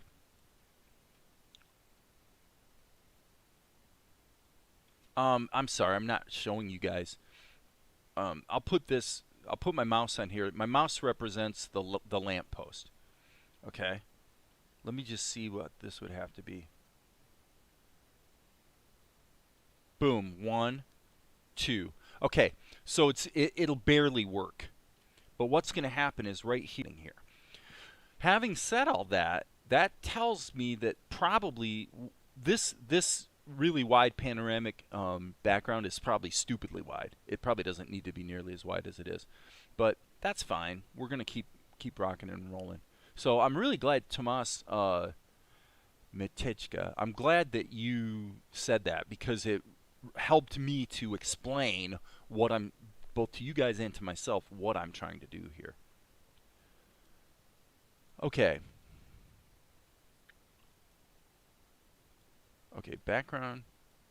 So now, for the record, what I'm trying to do here, okay, I didn't mean to do that.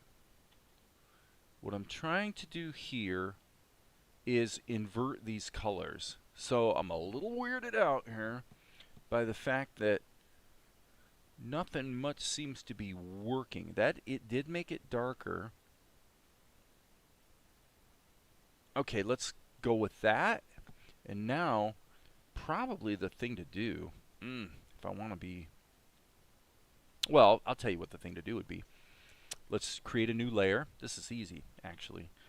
Well, it just goes to show that if you don't think, you wind up being stupid, because I'm missing the obvious.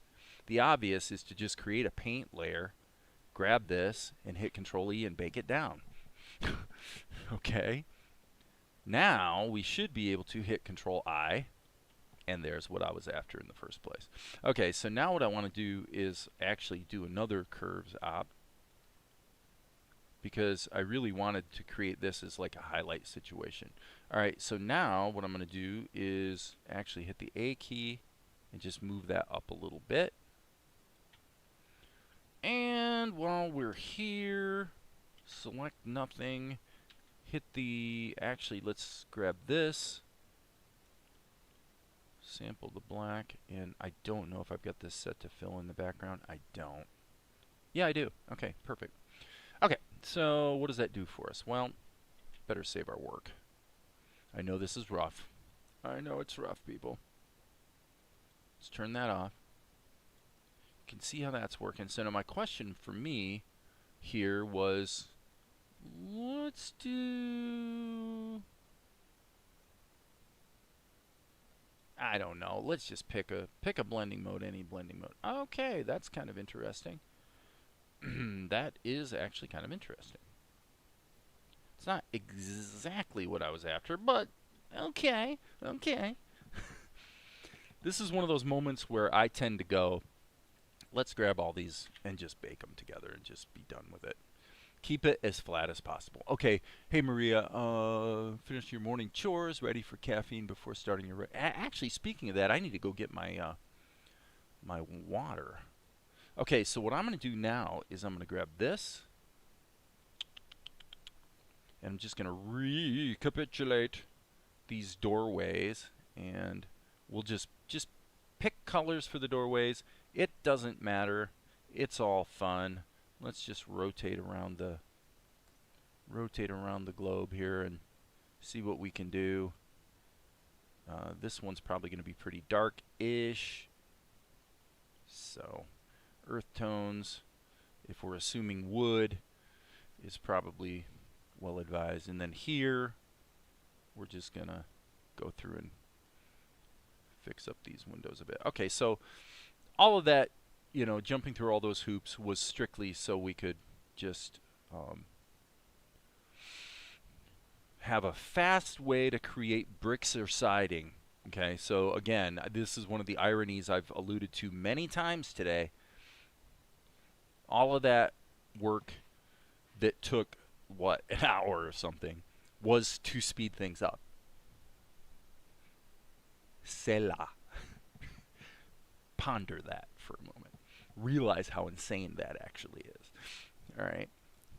Well, this is the recurring theme today.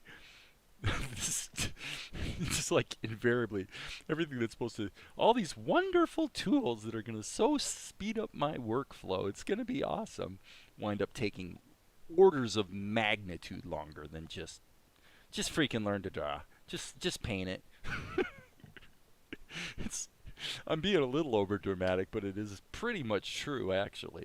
Okay, so now what we need to do is we need to get this. Do we want to do an image? I don't normally use. I mean, let's just do it. Okay, so let's look at the parameters here. There it is. Where are all the parameters for this? Recents, favorites, system, volumes. Okay, so all of the options that used to be in Blender 2.79, like choosing to, for example, use emit mode as opposed to shadeless, things like that. Maybe it's here. Here we go.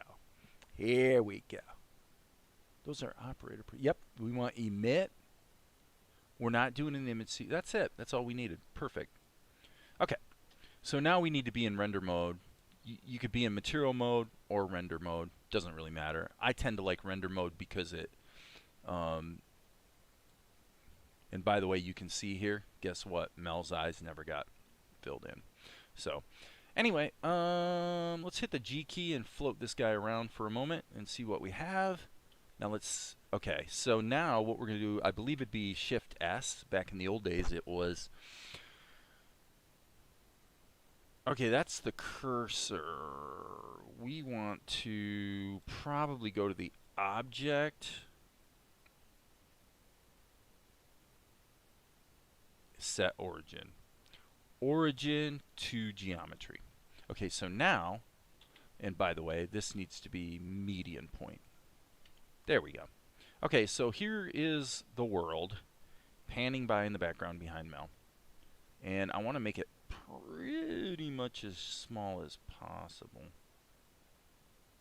Okay, again, this is not the worst thing in the world. In fact, the truth of the matter is, to a degree, it would make sense to actually motion blur it. You know, actually blur it a little bit, so the details probably don't matter that much. But if we look at it in 3D space, yeah, I mean, it could be problematic. So I'm going to hit GY so I can go on the Y-axis and just get the buildings into the background. And I'm going to try, based on the scale of things, just for fun, I'm going to try to sort of make it match the distance that it would really be that he's walking in front of things. So that informs how we scale it up. And we're going to hit GX, go on the X. And now the question really becomes, and we'll come back to the idea of changing his keyframe interpolation to not be whatever it is. It's not linear. But there's some easing involved there. So I'm just going to take a wild shot here. I have absolutely no idea. So I'm going to hit GX and just take a stab. I'm going to say this. I have no idea. I'm going completely on feel here, what I think might maybe work. Okay, this clearly needs to be linear. Okay, so there's that. My goodness, this is actually pretty good. It's actually pretty good. I'm kind of surprised. Okay, so what would happen is, right about here. Boy, oh boy. Okay, so think about this, guys. Think about the parallax of it. If we had a lamppost, the lamppost would be like here, let's say. Let's just do it. Let's put this in here. I don't think from a parallax standpoint this is necessarily going to work, but let's try it this way. Gosh, for me, I'm going to say the easiest, I'm going to go to the top view and just put in a cylinder. Let's just do it. We can always replace it with something else later. But let's just do it the simplest way, which is to, let's model a lamppost, okay? So we're going to scale this on the z-axis, which for me is the vertical axis of my computer screen, so that's unusual. Usually z is going into depth. Usually y would be up and down. I've got it set differently, but okay. So its position, I think we're going to have to fake the parallax, okay, just so we're clear. So I think the sensible thing to do here would be, if you guys can follow me on this, is I'm going to Control P, I'm going to parent the lamppost to the background. Okay. Now we figured out around here, let's just put the camera back in here, that it's right around here that we want the lamppost to actually be in the shot. So if we go back to frame 0, it appears to me that if we hit GX and move this back to roughly here, so this lamppost is kind of between these two buildings. Okay, again, we're totally making this up as we go along. Okay. That's interesting.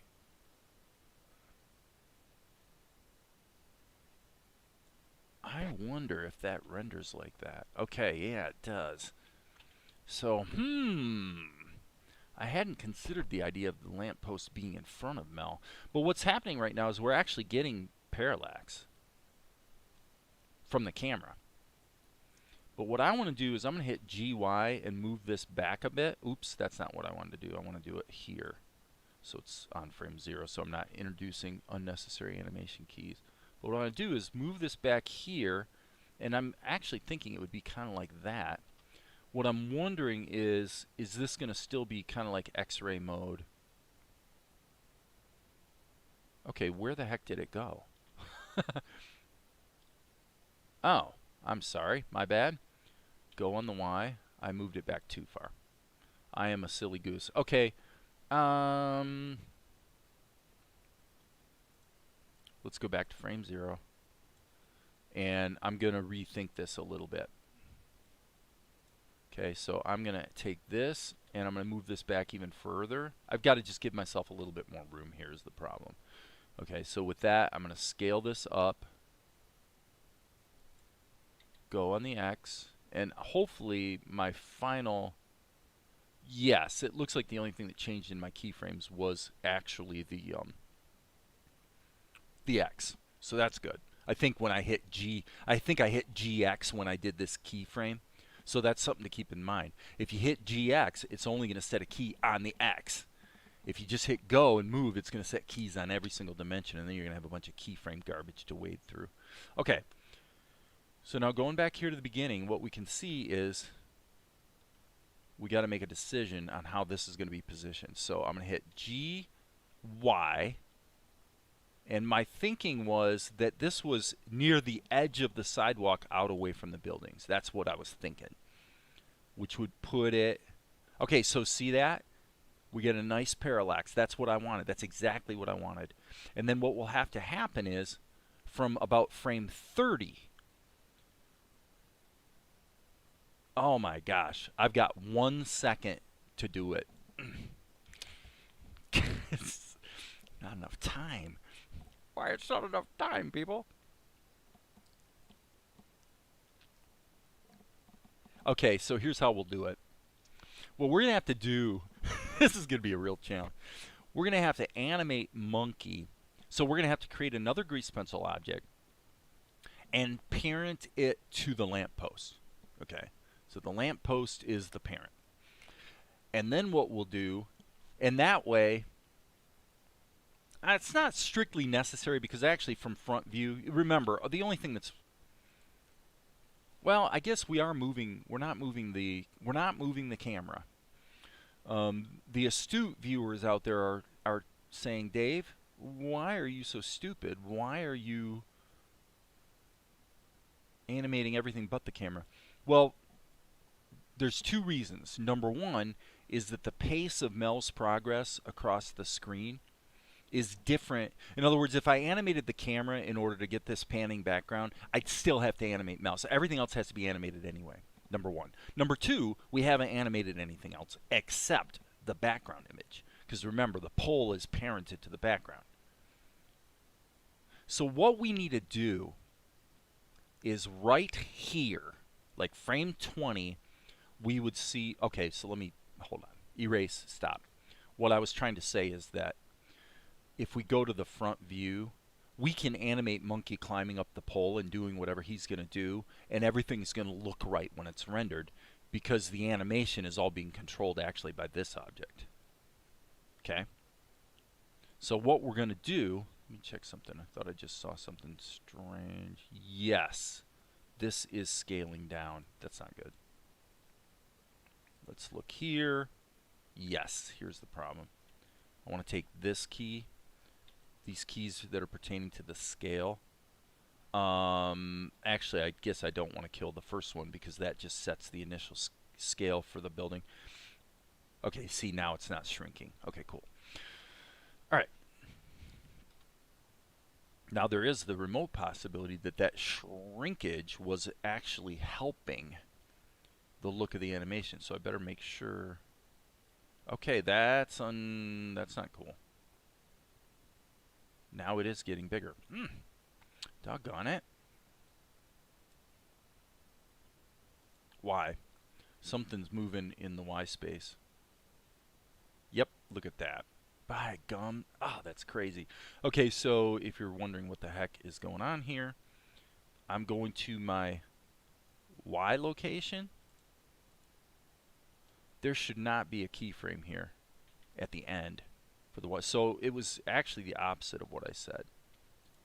The initial, when I set the keyframe, I actually accidentally set keyframes for each of the dimensions. The only thing we want to have change is the X location. It's moving across the screen, so it's the only thing that needs to be animated. Z location does not need to be animated. Is it? No. Yes, it is, actually. Right there. That needs to be gone. Not a bad step, by the way, to take. To just go through and, as far as I can tell, there is no rotation at all. So I don't know why those keys are in there. If I deleted these, it does look like this shows 90 degrees, so I don't want to delete the initial keys on frame 0. So hope this is all making sense for you, but now things should look right. Okay, so what we have to do is we've got to have monkey, and Mel is so focused on his task that he doesn't even notice. That's the way we've got to play this. Because what's got to happen is between frames 20 and really 32, he's got to get up the pole, so we could really start on 10, up the pole, flip around, reach down, grab. Boom. Yeah, it's doable. It's doable, and it's going to look cool. So let's make it happen. All right, file, save. Okay, so let's go back and deal with a couple things first. Let's go to front view so we're not dealing with all the animation of the background. I mean, it's still going to move, but Okay, so what we want to do here is go to our fills layer, and this should show grease pencil. And it looks like, yeah, it's kind of unfortunate. Okay, so what is going on here is we're going to have to, this is where not being able to create animation loops, sorry guys, a blenderism. Selections in Blender are always additive, and it is almost axiomatically always true that when you go into edit mode to grab a hold of something, that you actually, that there was already something previously selected. That's what just happened. I did a box select around all these keys here, not noticing the fact that this one here had already been selected. So what you typically want to do is hit Alt A and unselect everything, or select something that you definitely know you want to select, and then hit your box select. Okay. So why did I do that? Well, I've got a color's eye, unfortunately. So let's go to fills, materials. I really don't have a white, so now we're going to learn how to do that. We're going to go, we're going to go plus to create a new material slot. We have not created a new material, we've merely created a slot. And then we're going to create a, we can either hit new to create a new material, or we can select one of the materials that's already there and then modify it. So I'm going to select this light blue color, but then I'm going to immediately hit this button, new material. So that made a copy of it, and I'm going to call this whites of eyes. I'm not going to call it white because actually it's not going to be exactly white. It's going to be close to white. So we're going to crank it up here and then down just a little bit. And then what we're going to do is go into draw mode, shift spacebar, fill tool, fill. Okay. Not quite what I had in mind. I'm going to hit control and just draw this one manually. Okay. And now this will be kind of interesting. I am going to lock unselected.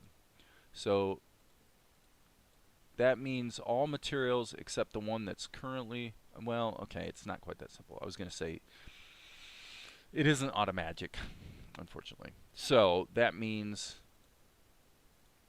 if you guys don't know what I'm talking about, what I wanted to do was lock all the materials except the whites of the eyes so that I can select the stroke without accidentally selecting any other strokes of any other colors, copy and paste into another frame. Hope that made sense. So if we are going to hide others, oh, that hides them in the interface. Yeah, that's useful actually. But it's not what I was looking for. So I am going to lock unused. Now that's what I thought. That pertains to what is not currently being used in the art show all. So I had this mapped in Blender 2.79 to the Control Star key. And then with my layers, it's just the star key to isolate the current, whatever's the current one you're working with. This actually doesn't seem to have the capability to do, it can do everything except what I want to do. Because if the bit closest I can come is to lock all and then manually unlock this one. Yeah, okay, fine. So now I'm going to jump into edit mode and hit Control A, or I should say just A, and as you can see, it copied, or it selected only the whites of the eyes. So now I should be able to go to the next keyframe here and hit Control V, paste it back in, and then, obnoxious as it is to have to do all this, I'm going to now once again unlock all. And so now what we're going to do is repeat what we did before, which is duplicate Gonna hit all, A for select all, Shift D, A key to select all, Shift D, and we're just gonna repeat that. So as far as I can tell with grease pencil strokes, that's the only way you can loop an animation. Whereas with the overall animation of his body, we were able to actually do extrapolation so that you only had to set the keys one time and then they loop forever. I wish we could do that with grease pencil strokes. Maybe there's a way. I can play classical gas on guitar. I'll play classical gas for Claude. I don't know the whole thing or anything, but hang on 1 second.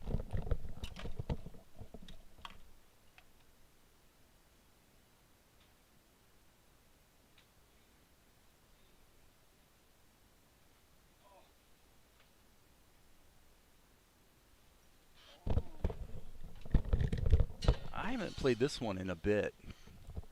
So let's see what I can do here. I'm going to have to remember it. I'm going to have to remember this. Sounds like we're in tune.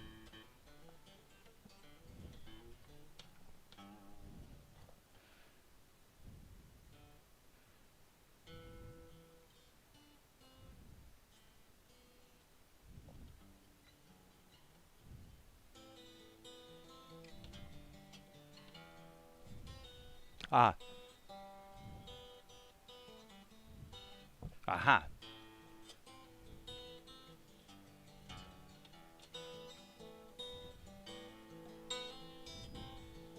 Rats.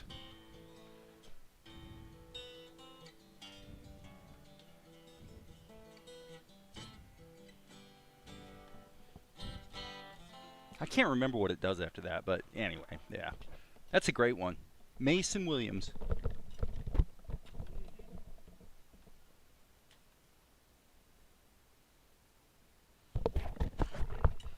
That was actually produced by Mike Post. Mike Post, the most prolific and Mike Post is the most played musical artist in the world, actually, because he scored so many TV shows that at any point in time there is music of his playing in at least 2 places at all times. Somewhere in the world, his music is being played in at least 2 places 100% of the time. But Mike Post, so he made his fame scoring TV shows in the basically in the 80s, working with guys like Stephen J. Cannell and Steve Bochco. You know, but before he was doing TV scoring, he was producing records, and Classical Gas by Mason Williams was one of them. So the whole middle section where it goes that was all Mike Post's idea. Mason Williams thought he was nuts. Like, what the heck are you doing to my song? And my opinion, in hindsight, Mason Williams was right. I think it really harms the song. I think it really takes it out of its style. It's the worst part of that song, in my opinion. But that's Mike Post. That's Mike Post for you. I don't know what he was thinking. I love Mike Post, but that was not one of his better decisions, in my opinion. Okay, so let's deal with Monkey. Classical Gas. All right, so it seems to me that my best option here is, in fact, to add a brand new grease pencil object. Blank stroke or monkey. Now that's an interesting idea. Let's add a monkey. Okay, so it never occurred to me to actually steal the Blender monkey for my show, since I have a character named Monkey. But what we can do is we can use the Blender monkey to block in the timing of what we're trying to do. So this is great. This will be fun. and kind of stupidly easy. And frankly, it probably gets us started. The colors are actually okay. The colors are actually not too far off the mark. So what I'm going to do is this is really going to be a challenging thing. I want to get the basic size of Monkey's head about right compared to Mel. Let's see. Okay, so Monkey is basically lined up with the lamppost, and that's because I moved the cursor. So, um, let's go to the side view and let's put Monkey here so that he's actually in front of the lamppost. Okay? And then in the x-axis, I want Monkey to be basically here. Now, why do we have an extra key? Okay, so classic problem.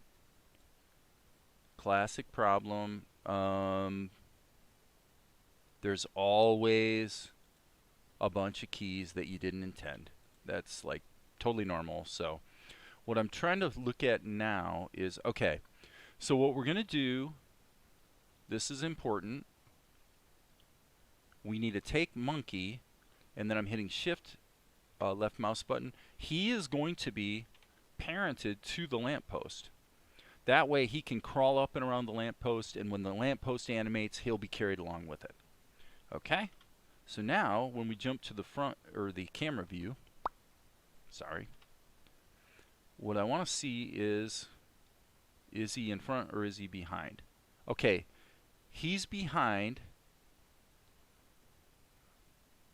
I'm gonna actually just go ahead and start blocking in some keys here and see what happens. All right.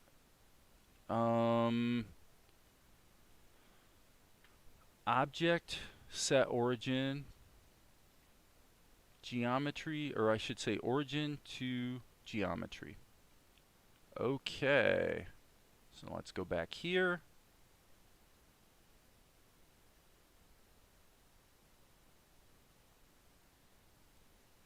Okay. So now what we're going to do is have Monkey stick his head out here. Whereas here, he would be down on the ground. So I'm going to make these distances kind of accurate to what they would need to be so that it forces the movement to all be about right. And then all we have to do when we animate Monkey is actually animate his movement in place. He can just do pantomime in place. Okay, so now what I want to do here, actually I like that. I'm just going to have him scurry up the pole, reach his hand down right there. Okay, so the only thing here is what I want to find out is, you see how he's behind, so I'm going to hit GY. Okay, that works. Okay, so that's good news. That means that Blender Blender 2.81 anyway is dealing with the grease pencil in 3D space correctly, and it doesn't have that weird X-ray artifacting going on. I think it does in the sense that, yeah, in the sense that we can see through things, but at least when it renders, everything is where it's supposed to be in terms of Z ordering. So here we should have Monkey somewhere behind the pole, I think. Yeah. Okay, so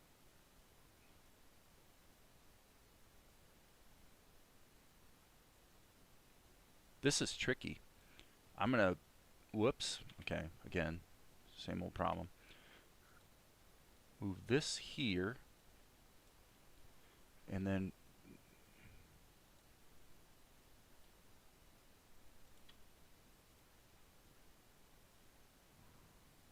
boom. Yeah, this is going to work. This is going to work, people. I'm digging it. So I hope you weren't too disappointed with my very, very, very brief bit of a little bit of classical gas. Definitely a great song. Look at that. That is awesome. I really like the way this looks. This is actually exactly what I had in mind. Okay, that one made me laugh. I think maybe though this should be a little tighter.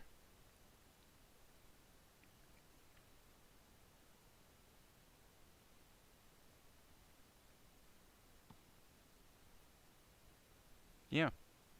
So he's going to reach, and I think if he's going to go down like this, I think he should be groping a bit, right? So I'm going to go like that. So he's having to stretch. And then boom, we're going to cut to a close up of monkey. Now, we probably should be a little careful here because we've got the problem that we talked about earlier with the interpolation here.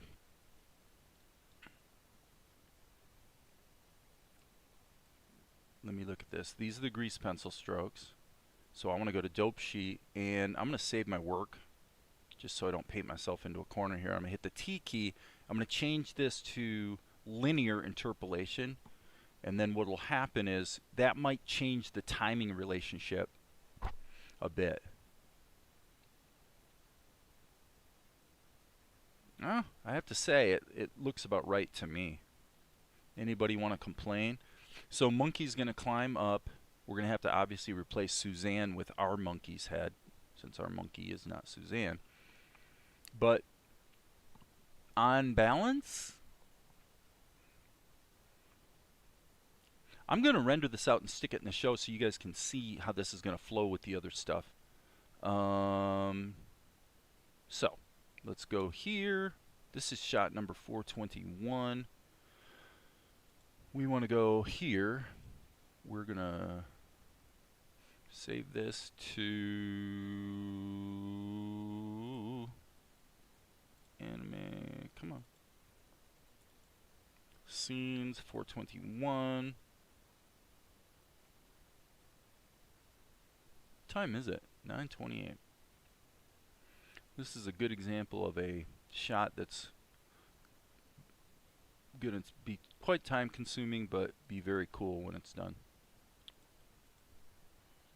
And I'm getting a lot of that right now because there's a lot of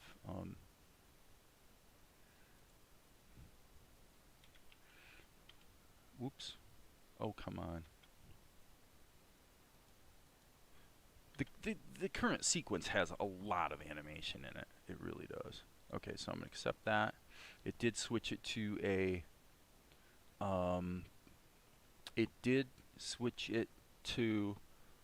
an underscore instead of a period.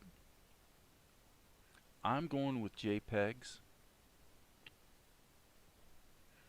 And let's save this.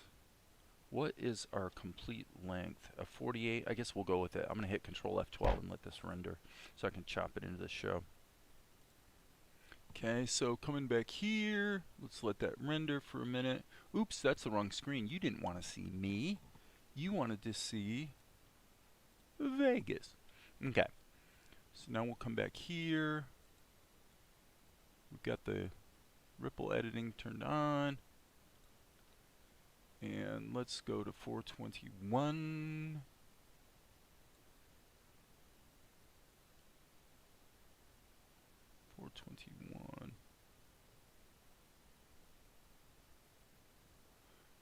Where are you, 421? Okay, we'll take this sequence at 8 frames a second. And we're kind of in the wrong place here in our 421. There it is. We will turn off resampling. Okay.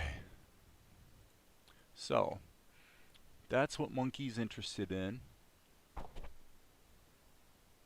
Mel sneaks off. Luca's a bit deadpan.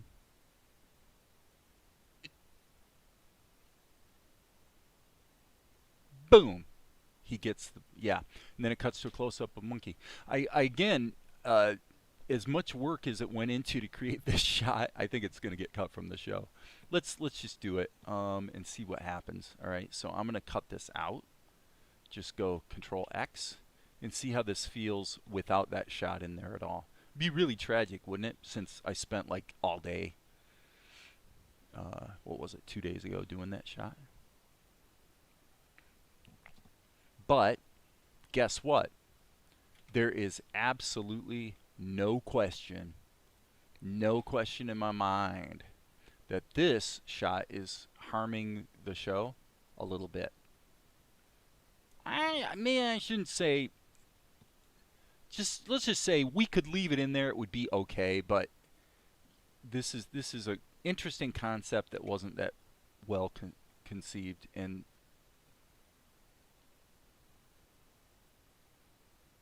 suffice to say that if you took it out, the editing or the storytelling visually would not be harmed at all. So why do you have it in there? You know, that's the question.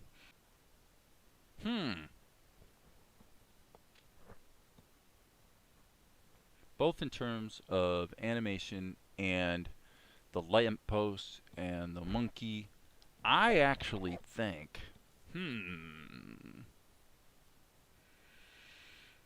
well, we'll try it. We'll try it.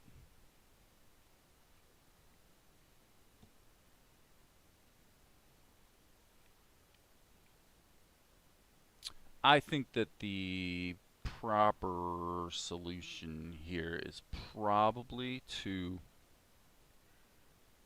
add yet another grease pencil object and just animate the monkey completely separately. Just ignore everything. Go right down here. Forget the camera, forget everything, and let me see. And then parent it to the other one. So I'll go ahead and do this as a monkey, only so that I have the colors I need, because those colors really are pretty good for our monkey. So I'm going to go here, and what I've got to do here is just, and it doesn't matter what scale I do it at because it's just going to get resized anyway.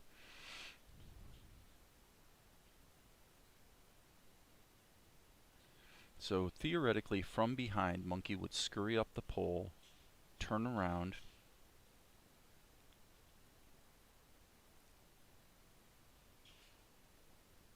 well, he's actually behind the pole. Better take a look at that. I guess what we'll do is grab this skin color and let's just go ahead and, oh, come on, I didn't mean to do a fill, you knucklehead.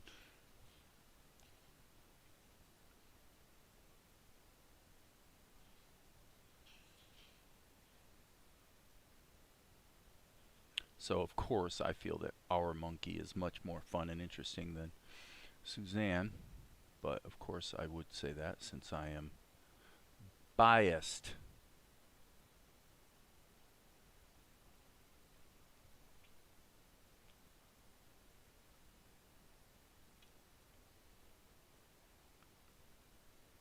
Okay, not sure why, since this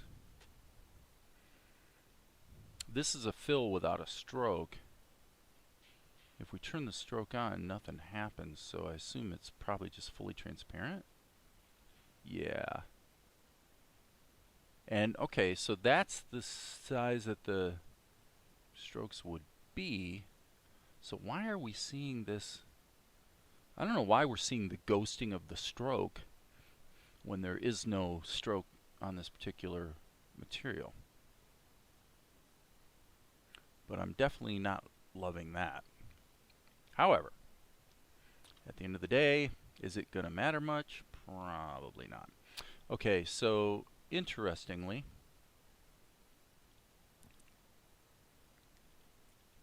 yeah, he's way the heck down there, isn't he? Okay. I'm going to say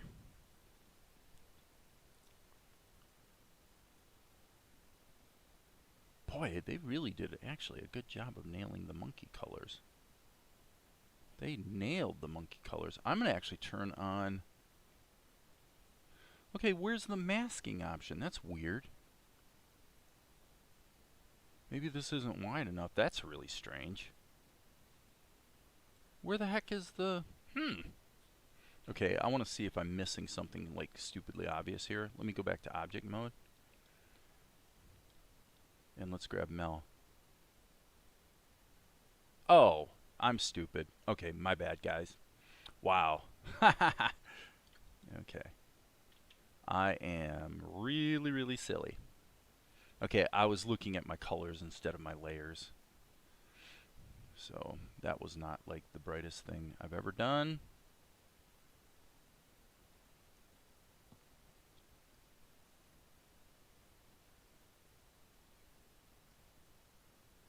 So I'm going to go ahead and...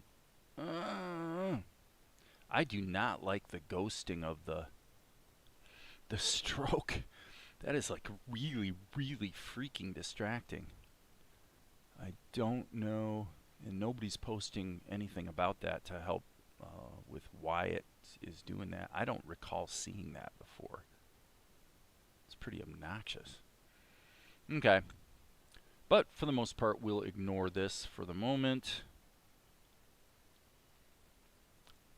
We'll just try to ignore it.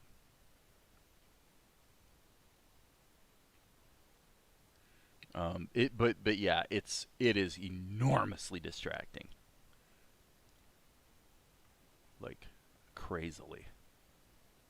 Makes it really difficult to see what the heck you're doing.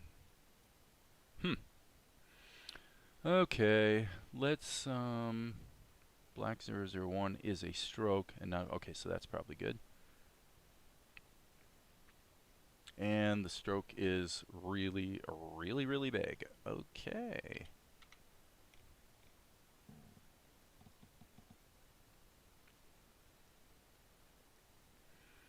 I am going to...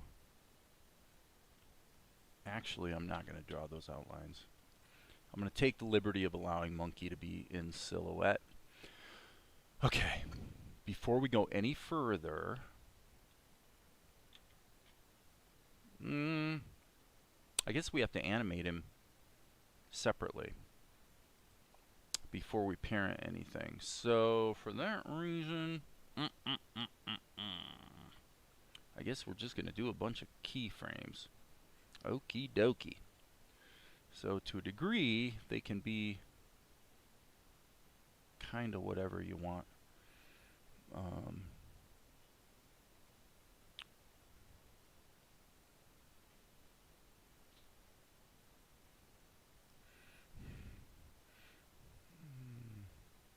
I'm completely winging this, by the way, guys. Lamps were used by ancient people in a variety of ways, both indoors and outdoors. Well, I appreciate that because Valerie really skewered me about that. She's like, dude, they're not going to have lamps trying to light up the streets back then. And I'm like, I don't know, Val. It seems to me, I mean, if in the ancient world, why wouldn't they have like either oil lamps or something? I mean, they wouldn't have electricity, but noblemen used lamps to light their paths when they or their guests were out after dark. Soldiers used them to light forms. Fishermen are believed to have used lamps on their boats when going on nighttime fishing excursion, and when out to sea, galleys had oil lamps hanging at the stern to indicate their positions to one another. Makes sense to me. Definitely. Okay, little bit of a step backwards here. Let's step backwards. I think the way we're doing this, it seems to me that the best solution for Monkey is just to break him into pieces, so I'm kind of feeling it. So I'm going to move this to a new layer, and this new layer should be called Head. Did it work?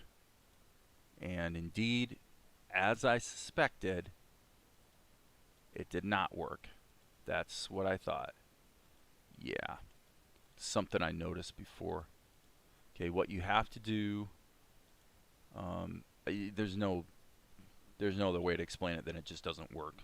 What it's supposed to do does not work. I don't know if it's currently fixed. So you have to create the new layer first, and then I believe we can move it over to the new layer. What was supposed to happen is,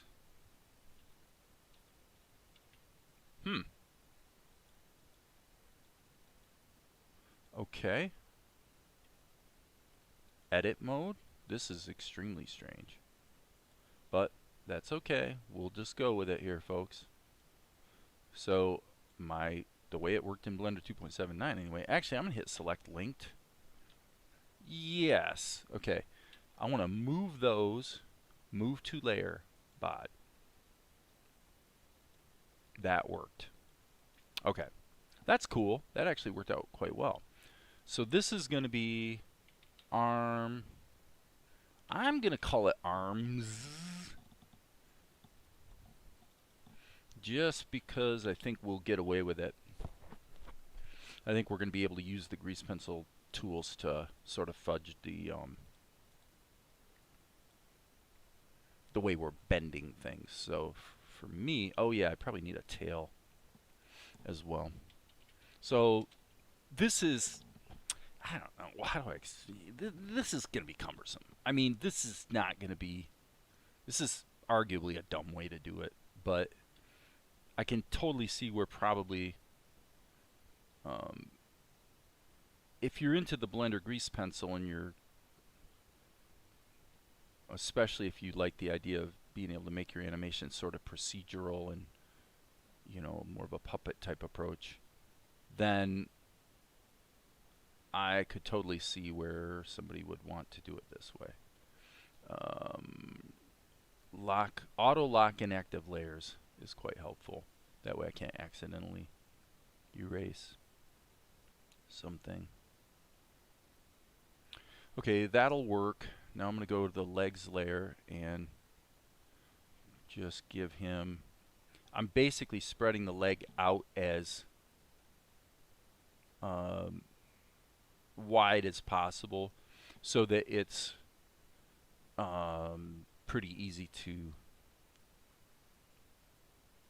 bend and change into a different pose. So in the arms layer, I'm going to just make a straight, well actually I shouldn't make it straight. I need to really actually bake the joints in so that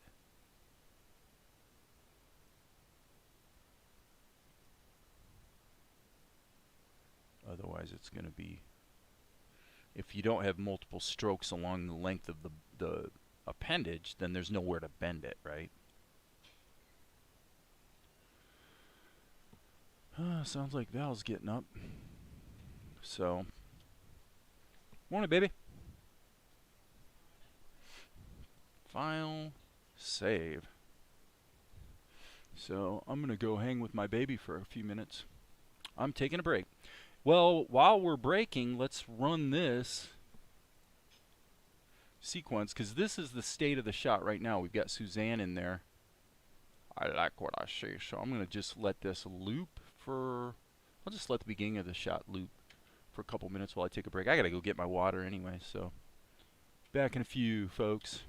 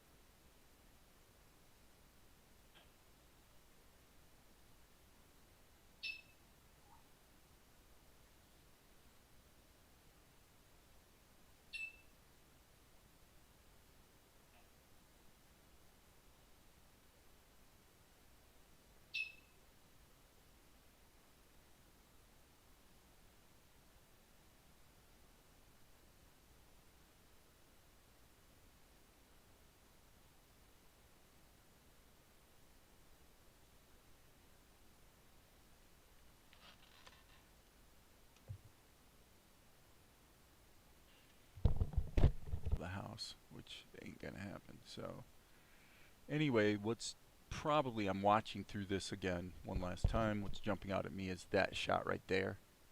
I'm like 99% sure that thing is being cut from the show. Cut it from the show. Ruthlessly chop it out. Pretty sure it's not actually that useful.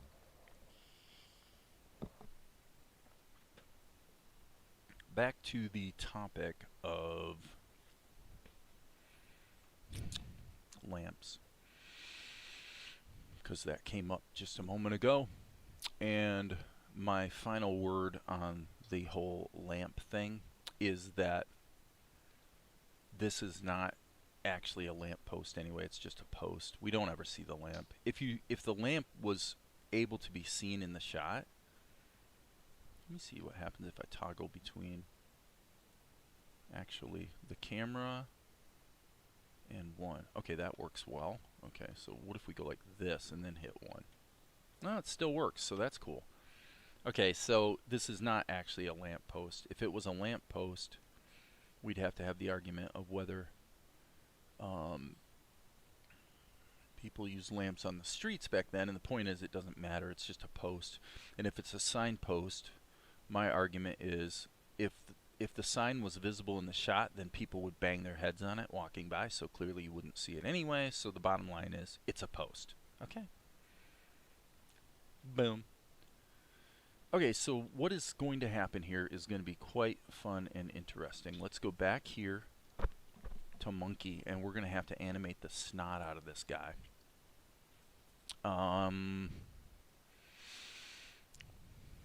If we want to be really, really, really smart about it, I'm going to go into object mode and confirm. Sorry about that. Yeah, okay. Cool. So what I wanted to do was confirm that the cursor is in the same position as the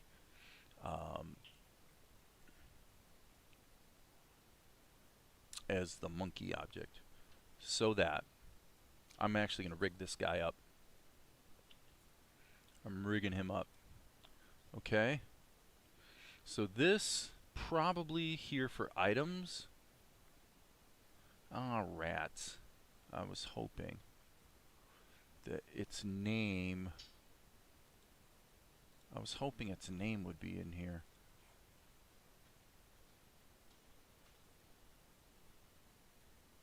View, tool, item.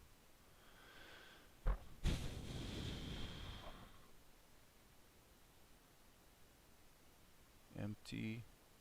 I've got to find its properties. What I'm looking for is where's the stupid name for the item? I'd like to name it.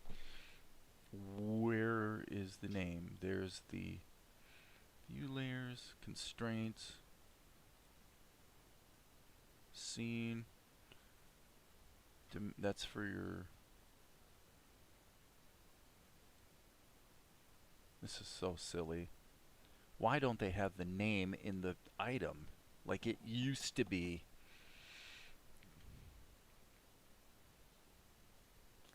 Wow. Okay. I'm going to ignore that, and I'm going to do this the goofy way. I'm going to duplicate it here, basically put one there. Okay, and I'm going to do the parenting right now.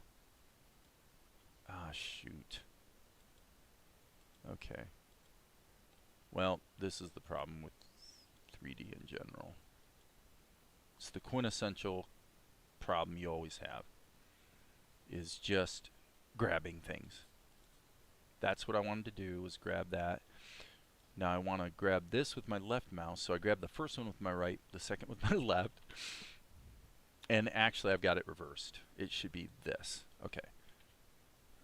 Okay, so this is the parent. All right? Now this I should probably put here so the head is kind of where it needs to be. That was easy to grab. So now what I'm going to do is I'm going to duplicate this here. And I'm actually looking all over my screen right now. I'm just trying to see if anywhere on my screen do I see something to indicate the name of the object? That would be enormously helpful. And I don't, unfortunately. Okay, so I have the initial object. And by gum, I'm going to have to really, really remember what the heck I'm doing here. This is going to be definitely tricky. Because if anybody out there, there's only 6 people watching, but doggone it, if anyone knows, where the hell do I find the name? Just want to find the name of the object. Maybe it's here in the object properties. Object. It's really, really crazy. I mean, this is like a good example of where Blender 2. Recent versions of Blender are so much clunkier than old versions, because it's like, just seems like a pretty obvious thing to do would be to somewhere just see what the name of the object is so that I can change the name. Wow, that's so stupid.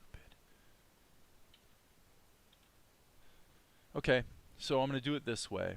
I'm going to grab the monkey, go here, and then in the relations, I'm going to parent. Maybe I can do it with the dropper.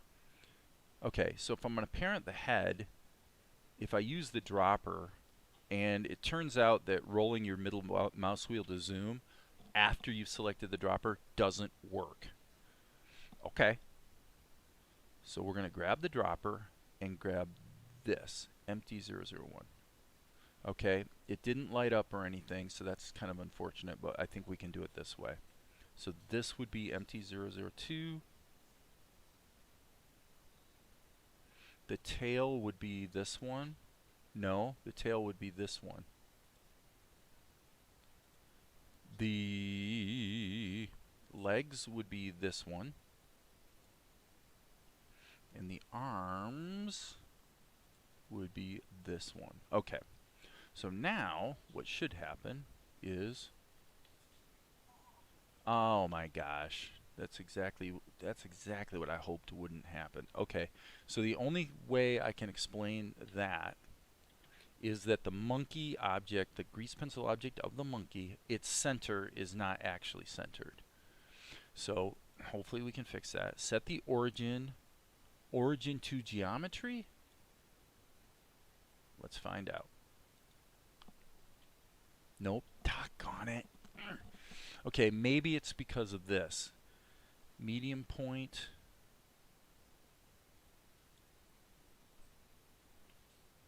Let's see what happens if we rotate the monkey himself. Okay, that's interesting. So we hit rotate and nothing happens at all. Okay, this is where we're getting into seriously annoying territory, where nothing is working in a way that's even slightly close to intuitive. Not at all. Okay, why would you take a grease pencil object? I don't even know what surface project means. Oh, that's for where the grease pencil strokes land. Okay, so what we've got here is we grab the grease pencil object. If we go into edit mode for that layer, that works. That works. If we grab this and hit rotate, it does work in the sense that it's parented to it, but its origin is, it could be anywhere. It literally could be anywhere. So things that used to work very intuitively don't seem to work at all, because that's the whole grease pencil object, right? I'm looking around the screen to see if maybe I can find, maybe for some reason that actually makes sense, Blender put the origin for the object like way up here, because it's, maybe I know why. It's looking at the origin of Suzanne, I'll bet. Okay, I'm seeing this really long line across the screen. Suzanne rotates as expected.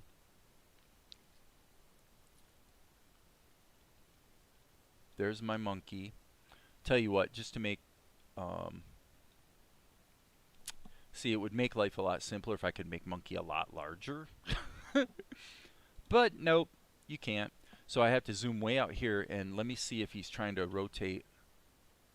And he won't rotate at all. So I'm rotating him on the y-axis, and quite literally nothing happens. So this is what, you know, if anybody wonders why I don't actually spend a lot of time in Blender, this is a great example of why.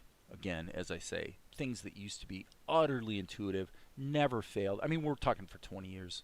You know, of course, if you just set the origin to the center of the object, that would be set right here somewhere, right? Of course it would. But nope. I just don't have a clue what to do here. What if we move the geometry to the origin? The origin, and then we got an error. That's interesting. That's very interesting. Set the origin. If I say so here's what would have happened for 20 years in Blender. This is what would always happen. It would make perfect sense. If you set geometry to the origin, it's going to take all the geometry that you drew, and it's going to, wherever its origin is, it's going to move it all over there. Now what we get is just an error message. And by the way, you can't read it. So down at the bottom of the screen, let's do that again, because what's happening is we're getting an error message. Okay, so look right here. Grease pencil object, this set origin option. Okay, so what we're getting is we get an error message that can't be read because it doesn't actually fit in the space that they put it, number one. And number two, it stays on the screen for about 5 seconds and then poof, disappears. Okay, so that's getting into the realm of how do you get to be any stupider than that? It'd be tough. It'd be tough. How do you get to be dumber than that? So you've got an error message that tells you nothing and can't actually be read. In order to explain behavior that is patently different than the way Blender has behaved for 20 years. Okay. Okay. That's what we've got. That's what we have to work with. So if we hit the G key, it'll move. If we hit the scale key, okay, that's interesting. Okay, so it appears to me maybe we're not in object mode. So when I hit the scale key,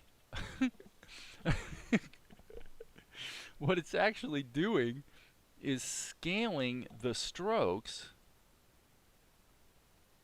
It's scaling the thickness of the strokes from object mode. Oh my goodness. So again, I'm back to where I've been so many times, which is if I had done this in Krita, this whole scene would be done by now, because I would have just said, well, suck it up, dude, you just need to draw the monkey 5 times. Oh boy. So I set up for this rig, and the rig cannot work because rotation doesn't work. I don't get this at all. I've never seen. I'm just sorry, guys. I'm talking this out to myself, trying to figure out what the heck's going on here. This is where the people say, "Well, maybe restart Blender." Okay, I'm gonna restart Blender.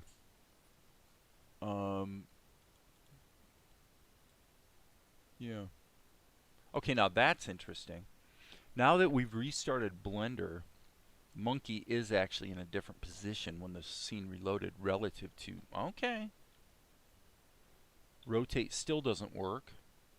Just confirming that we're in object mode. Can't get up any higher than object mode. Scale doesn't work.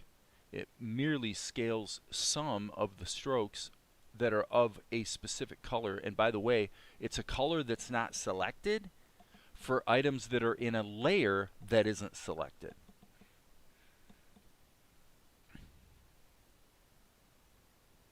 Yeah, this is a little freaky.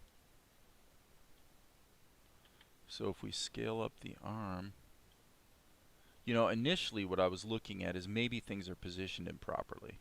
Because normally if you have stuff that's not, like, if it's not right over top of itself, in other words, if the empties were on this plane in depth space, and I didn't realize it, but monkey was actually over here somewhere, then this would kind of make sense. But essentially, we're out of business. Essentially, at this point, we're done. We can't go any further because the way, at least for me, what Blender's doing is beyond bizarre, and I just don't know how to deal with it because nothing about it is working the way it's always worked. So we're going to delete all of those empties, and we're just going to go ahead and size monkey up. And now all the rotation. Okay, so that's interesting too. Okay, so what just happened? So what that means is that an animation and setting up a rig, nothing we're seeing today is behaving even close to what I would expect. I'm going to take a little chance here. Actually, I'm going to hit Z a couple times. I'm going to go ahead and add those empties back in. I have a bizarre suspicion. All right. This can be moved back to here. So that's somewhat functional. I have a suspicion. This is absolutely stupid and insane, but I'm going to guess it's got something to do with this. I'm going to switch this from cursor to tweak. Whatever tweak means. Okay. It's still got the... Let's just zoom way out and see what happens here if we rotate. Okay. So it appears to me, if you can see here, it appears to me that for some reason the center of rotation is placed somewhere down here where we haven't even ever done anything in this whole scene. There's nothing that's happened way down here. And, interestingly, the further out we zoom, it doesn't matter. The actual range of rotation appears to stay about the same. See what I mean? No, maybe not. Let's see if we can see the whole circle. There it is. And when we get to there, it disappears.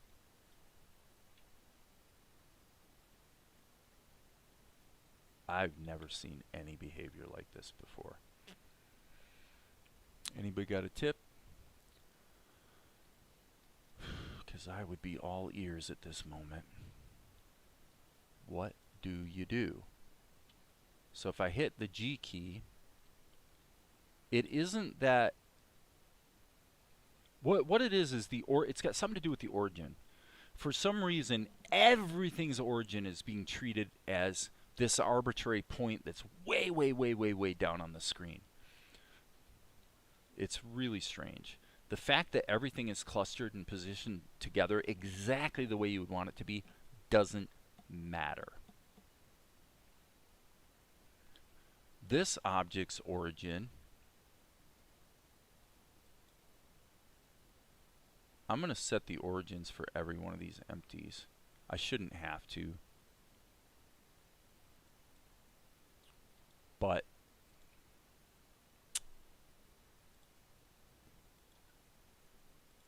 it's really, really discouraging to just, and you know, as usual, it's like I said at the beginning of discussions today, just draw. Because everything I'm doing, I've got so much into this now, I don't want to just give up the shot and just say, man, you know what, all that work gone forever. All useless because all of a sudden the tool has, surprise. You know, it's the question you would ask yourself is when would this ever be a desirable behavior? Ever. Under what circumstances would that make any sense at all? And the answer is none I've ever dealt with. In many, many, many, many, many, many, many, many, many, many years of dealing with CGI, and specifically with Blender, I've never seen something quite this amazingly dumb. To be fair, I have seen it in Blender 2.8 Plus, actually. But if this was Blender 2.79, we wouldn't be dealing with any of this stuff, so... It's like a big mystery we have to guess about. you would think it would have something to do with the origin.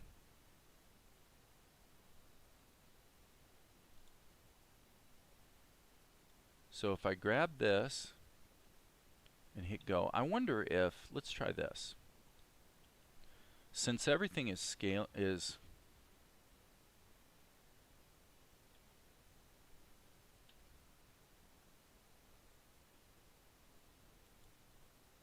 what happens if we move it first? And everything, okay. So all the child objects are being scaled or rotated away from the currently selected object.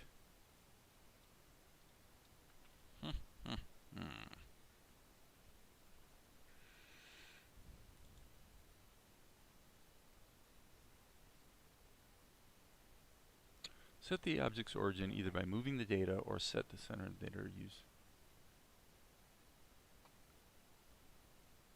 In all my years, pretty much everything I've ever wanted to use as far as origins has to do with, you're either taking the geometry of the thing and setting it to the origin, or you're basically doing a calculation here where you say, well, okay, what is the geometry, which in this case would be this volume here, this area.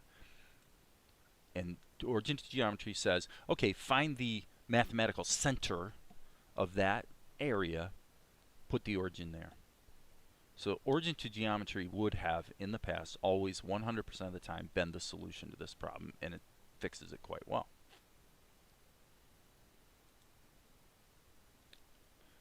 In this case,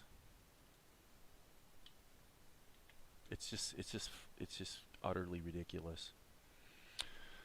So what are we gonna do? We're gonna chuck monkey? Yeah, we're chucking monkey. Okay. I'm gonna actually delete everything here. Get rid of all of it. We're not even gonna do it. We're gonna do it in I would guess probably just do it in Krita. We'll animate the monkey in Krita, bring it in as an image map to planes, and that's that. Because once again, I gave it the old college try. I made a very serious effort, and Blender has let me down again, which has happened many times with the 2.8 series. And certainly nobody's weighing in with any ideas or answers, so that's it. We're screwed. Alright, so therefore we're going to do what works. We're going to create a scene in Krita. We're going to draw all the monkey's keyframes, all in sequence, and then we're going to just animate it. So we have to basically animate him in place. So this is going to be the monkey.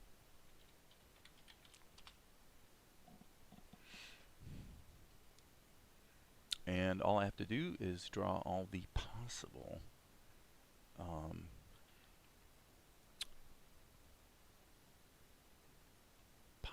poses that monkey might employ in this shot. Okay, so now you say, well, wait a second, Dave, what are you doing here? Why are you drawing everything in black? Well, I'll show you something. Okay, so there's monkey's head. File, save. I'm going to go ahead and do the puppet animation thing. And I'll just pick a different color. Okay. We'll make that his body.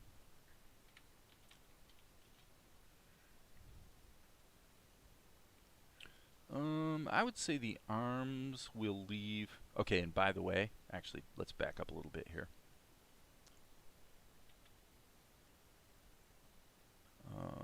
I'm going to shrink this down. It probably needs to be about like that. Golden slime. Yeah, me neither. Like I said, that we're not talking about a situation where, you know, I'm just like this newbie who has absolutely no concept of what the software is even supposed to do, or, you know, because that happens. Nope, this is G key. No, this is quite literally decades of using Blender, and it always works a certain way, and Blender 2.8 works in a different way. So what do? It could be, it's possible that everything we were seeing is perfectly right and normal, and that's what it's supposed to do, and I just don't know what I'm doing. It's possible, definitely.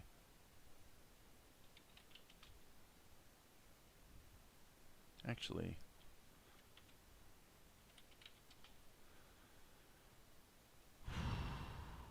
or it could be, a lot of things. So the only reason I'm doing this way is just for the heck of it, really.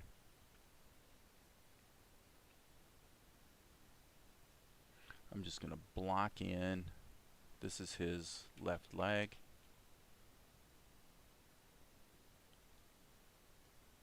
This is his right leg.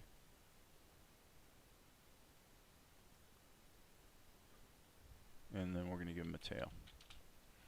So, it's just the idea of moving quickly here and just getting it done. You know, whatever we have to do pragmatically to get the job done. So, all right. So, file, save. Okay, so now let's get these things ordered correctly. This is his tail, by the way. So the tail should be on the bottom. Boop, boop, boop, boop, boop, boop, boop, boop. His right leg would be below the body for sure. The left leg would probably be above the body.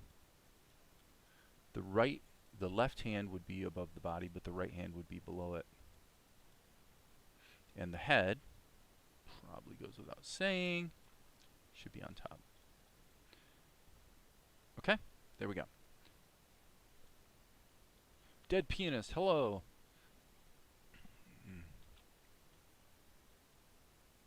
So that's pretty much his anatomy. Okay, so now why did we use these simple colors? Well, because I didn't want to bother dinking around with trying to get the right colors going. So now what I'm going to do is hit the G key, the freehand path tool, but I'm going to put it in alpha lock mode. And now we're going to go through and boom, there's the color. Up, there we go. Okay, and we're just going to go through and do this across the board. Sorry, where is it? There it is. So because it's alpha locked,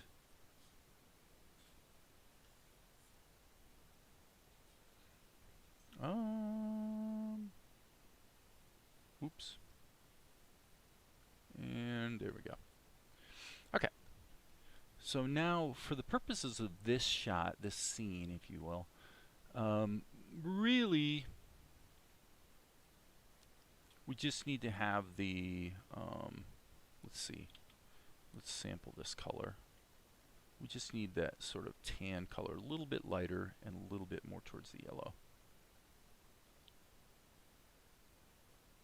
And so we're still alpha locked, which means, as you can see, that gives us this. And then on his body, because we've got a rig going here, we should be able to go like that and have it work. Okay, so that worked. Now on his head, again, we're still alpha locked. Let's just go to black. We're going to keep our colors here simple. Nope. Got to zoom in here a bit.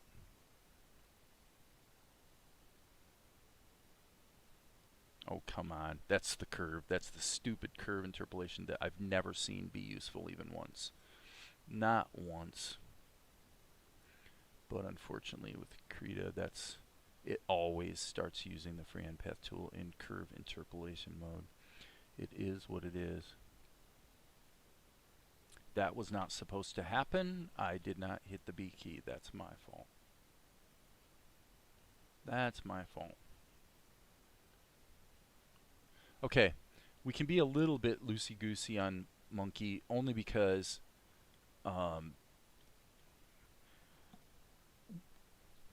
actual scene size, he's going to be about like that.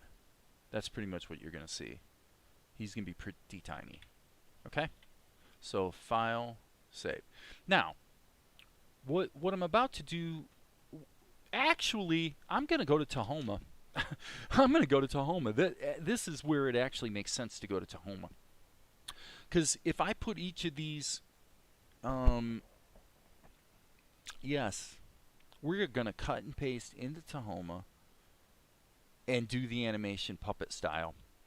And then we'll render it out and bring that in as an image sequence into Blender, and it'll be relatively cake to make it all work.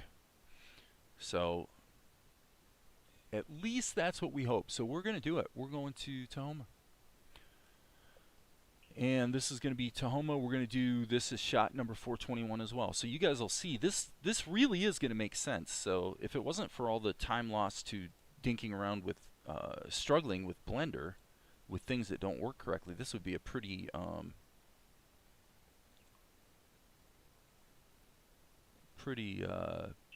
productive session, frankly, because there's a lot of interesting problems that we're having to solve here in terms of how you want to do this animation.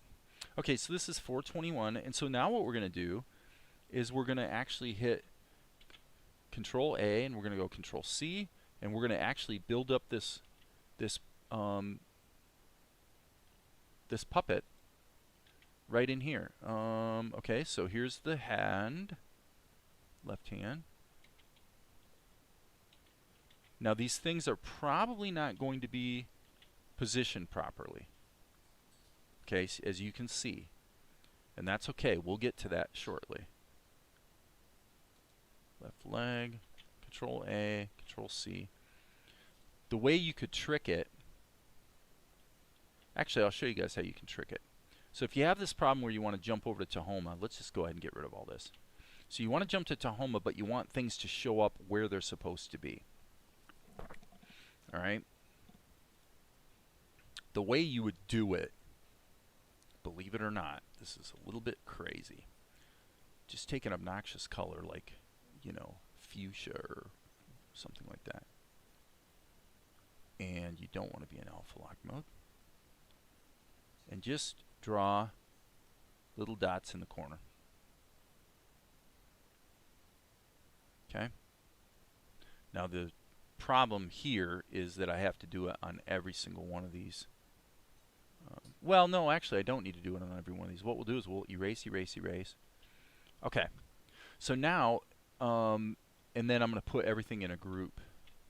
Okay, I can cut and paste from the group. So now by having this in here, I'm sorry. Okay, I did make a mistake, so I'm going to fix that now.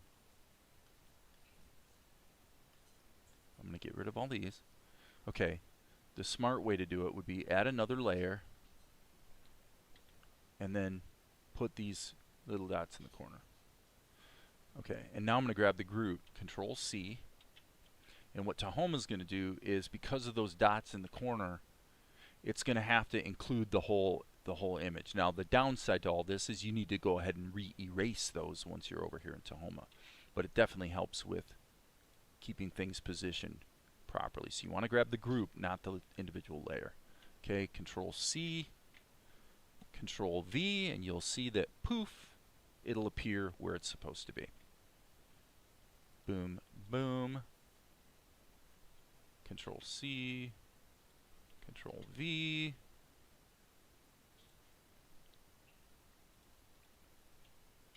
Control A, Control C, and then this one needs to be behind the body. Control C, Control V. That needs to be behind the body, and finally the tail. Control C.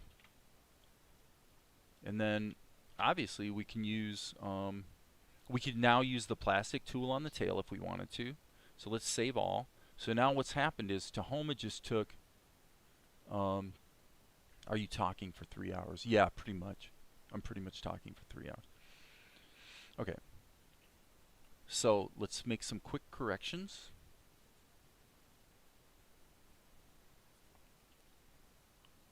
Let's zoom out a little bit. Okay.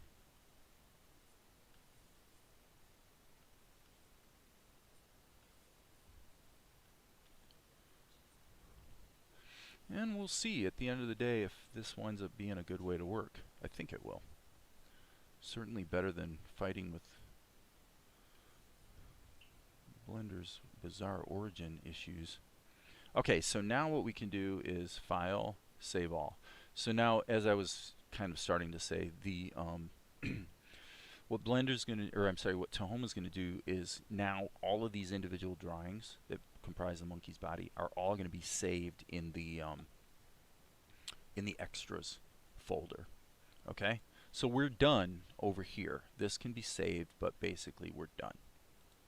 Okay, so now the question becomes, how do you do a puppet rig in Tahoma? Easy peasy, actually. Easy peasy.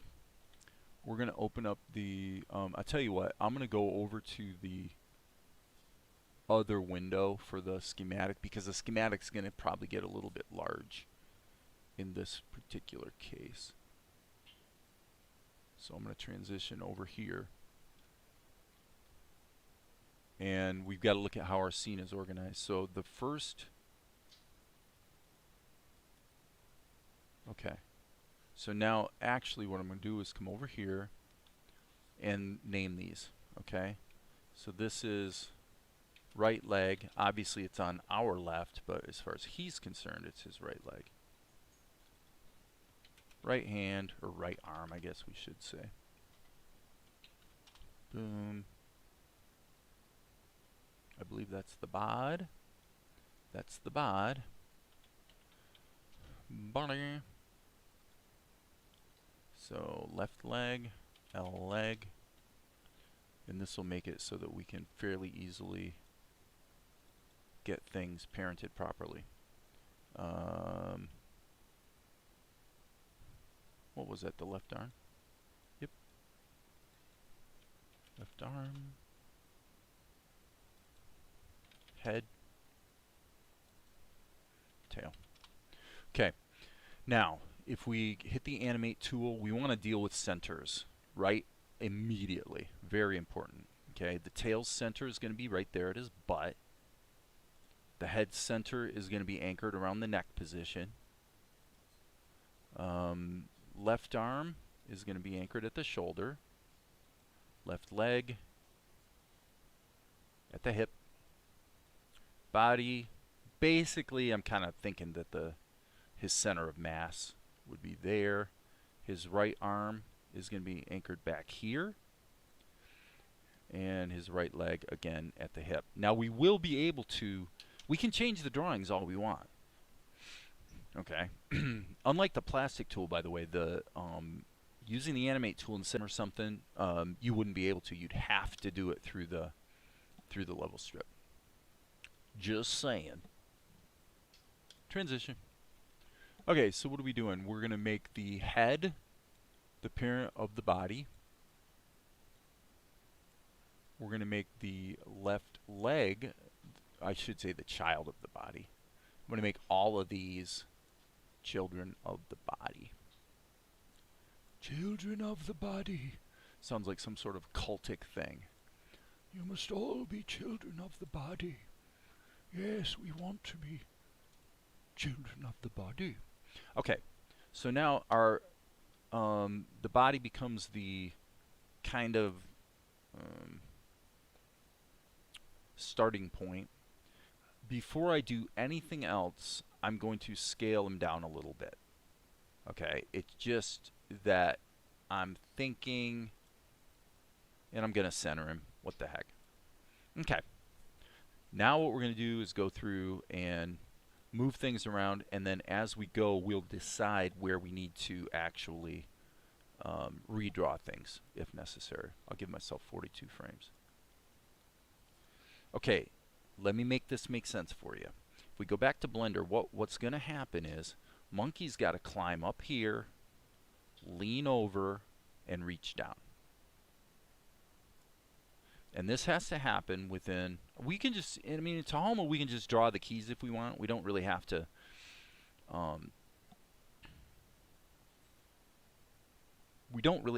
worry about the timing as much as the poses, but, so he's going to climb, climb, climb. I'm thinking His arms will be out this way and his legs this way. So it's going to be very much just a scurrying up kind of situation. Our entire shot goes from 0 to 48. Okay? Probably the best solution here would be to just follow that. Let's just do it this way. Get that down to 48. So all we're doing here is we're drawing the way Monkey's going to move. We're not actually moving him around. We're just changing his body positions and poses and stuff. Okay? So, what's that going to look like? Well, basically we're going to be in rotation mode. Right? So you can see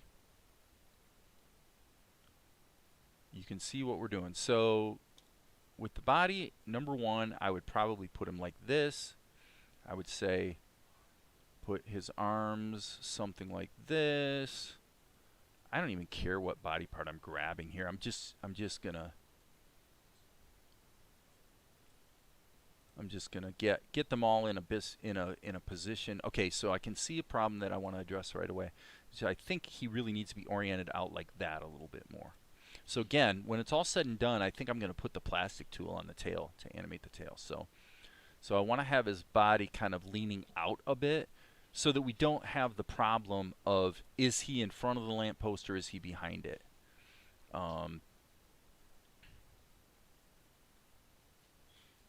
And frankly, for that reason, actually, it probably would make more sense to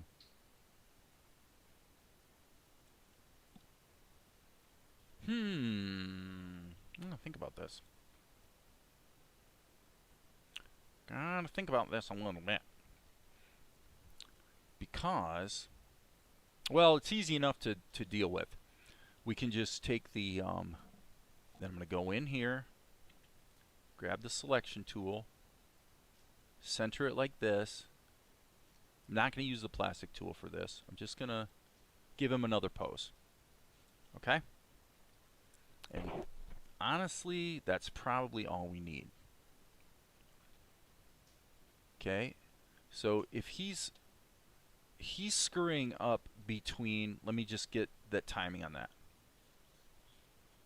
So between essentially frame 10 and frame 20, not even 20, frame 10 to 16, okay? From frame 10 to 16, he's got to scurry a lot. So we're going to leave this as his initial position, and let's go to frame 10. All right? Now, from frame 10, his right arm does not need to be visible. So I'm going to delete those keys so that we can't see it. His right leg does not need to be visible. Now, the animate tool is still doing what it needs to do for us in terms of its positioning and all that kind of stuff.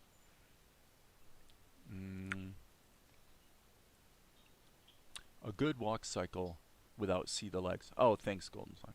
Okay, so between 10 and, by the way, little boo-boo here, this is actually supposed to be starting at 10, not 11, which of course means down here we need to stretch that out. Okay, so we get to frame 10. The important thing is I'm sorry, I was wrong. Actually, I'm just going to go like this and delete all of those, frankly. Till we get to... Until we get to the end of the sequence, we're not going to really need the other leg and arm because they're on the other side of the lamppost. Okay, so let's go to frame 10.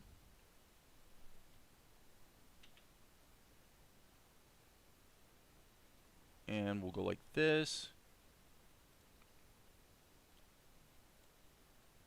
I'm really going to just wing this.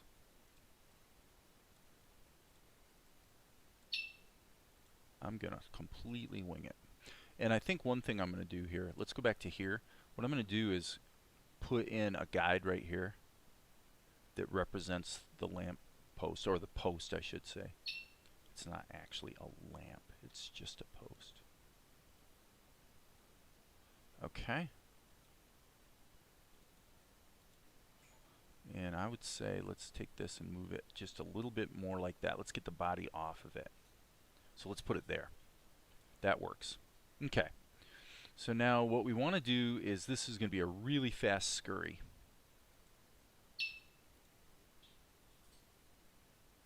Up to 16. Okay, so that's what we have. So now we're going to go here, and let's just deal with the legs one at a time. And by the way, yes, that gradual change is not really acceptable. So I'm going to take all these guys. The only reason the first 10 frames are even in the scene is just to keep it synced with what's going on in Blender. That's all. Okay, would it be worth adding the post in Tahoma so you can more easily place monkey's hands and then export the post and monkey from there? You could do it, but it doesn't matter that much. What matters actually is the right hand, from my perspective, the right hand edge of the post, which is this line, this guideline I put in. As long as I can see that, I know the post is about this thick. I mean, I could add another guide here to represent the other side of it, kind of thing, but basically that's really all that's about. Okay, so I'm going to allow the tail to come down.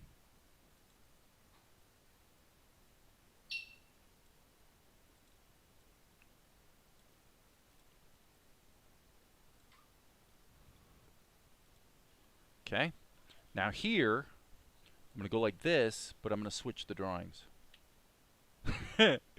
Right?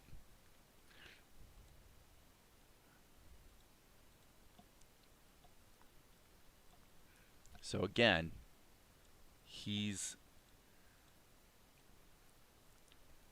this is all going by real fast. Okay? So essentially what we're going to have here is a three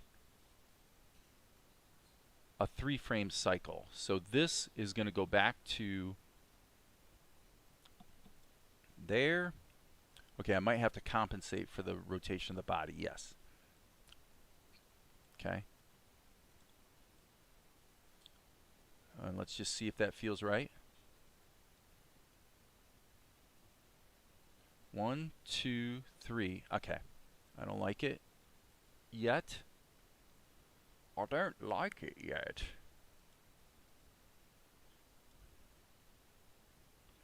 All we have to do is get these 3 frames right. If these 3 frames are right, if it feels right, we'll be able to repeat them and it'll work. 1, 2, 3. Okay, it seems to me that the head would go back up. Okay, and what I'm going to do is I'm actually going to set the start marker here and the stop marker here and loop this. Okay, so now the tail, I would say here we can go ahead and interpolate it. We'll see how this feels. I don't know. Yeah, and really the tail does need to have some plastic. So let's deal with the tail right now, because the tail adds a lot of character to what's going on here. So I'm going to hit the X key, create a mesh. There it is. Then what we need to do is delete this. We need to do 2 things. Let's go back to the schematic. This is kind of important to get this all dialed in first. Okay, what we have to do is take the tail mesh and parent it to the table, so the tail is no longer part of the rig. We got to get the plastic tool set up before animating the tail actually, and so this animation here has to go as well. We'll come back and that'll be really easy to redo, but now as you can see the tail is lined up with the mesh properly. And what we're going to do is we're going to parent the mesh level to the body, not the tail level, because the tail is actually parented to the mesh. Hope that makes sense. So we're going to build the skeleton, and we're going to do this in the simplest way possible, which is give ourselves a couple of extra bones just to be nice, but basically we're just going to create this sequence. Okay? Now, we'll go into animate mode, but before we go any further, we're going to hit the animate tool. We're going to set the center of it. I would say actually set the center of it here, and then change the position to here.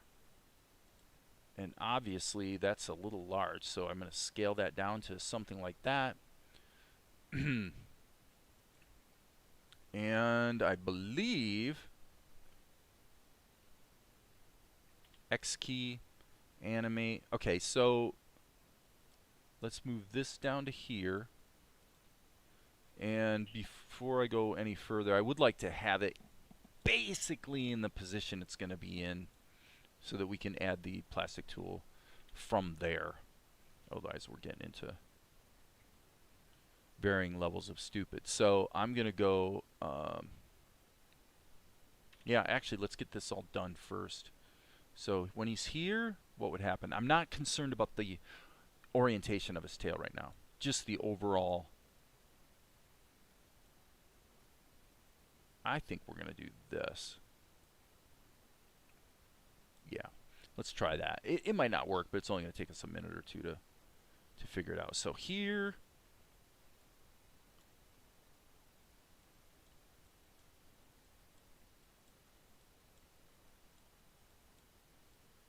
get it? And I mean, we can do whatever we want with this, you know. I mean, you're just having to do forward kinematics where you're sort of thinking in reverse about, because every move you make affects the other vertices, obviously. Okay. Okay, this is actually completely the opposite of what I intended. Sorry about that. And that's because I was on the wrong frame, actually. So with this much of a difference, it could be that it's going to be jumping around too much. So we'll see. Let's go from here to here. I wonder if turning on the onion skins would help. Yeah, there we go. We'll put on the onion skins so we can kind of see what we're doing a little bit better. So there's our final position is out there, and our initial position's there. So this one in the middle is a bit wacky. What I would like to see is I'd like to see the tail whip around and change orientation, though, like that.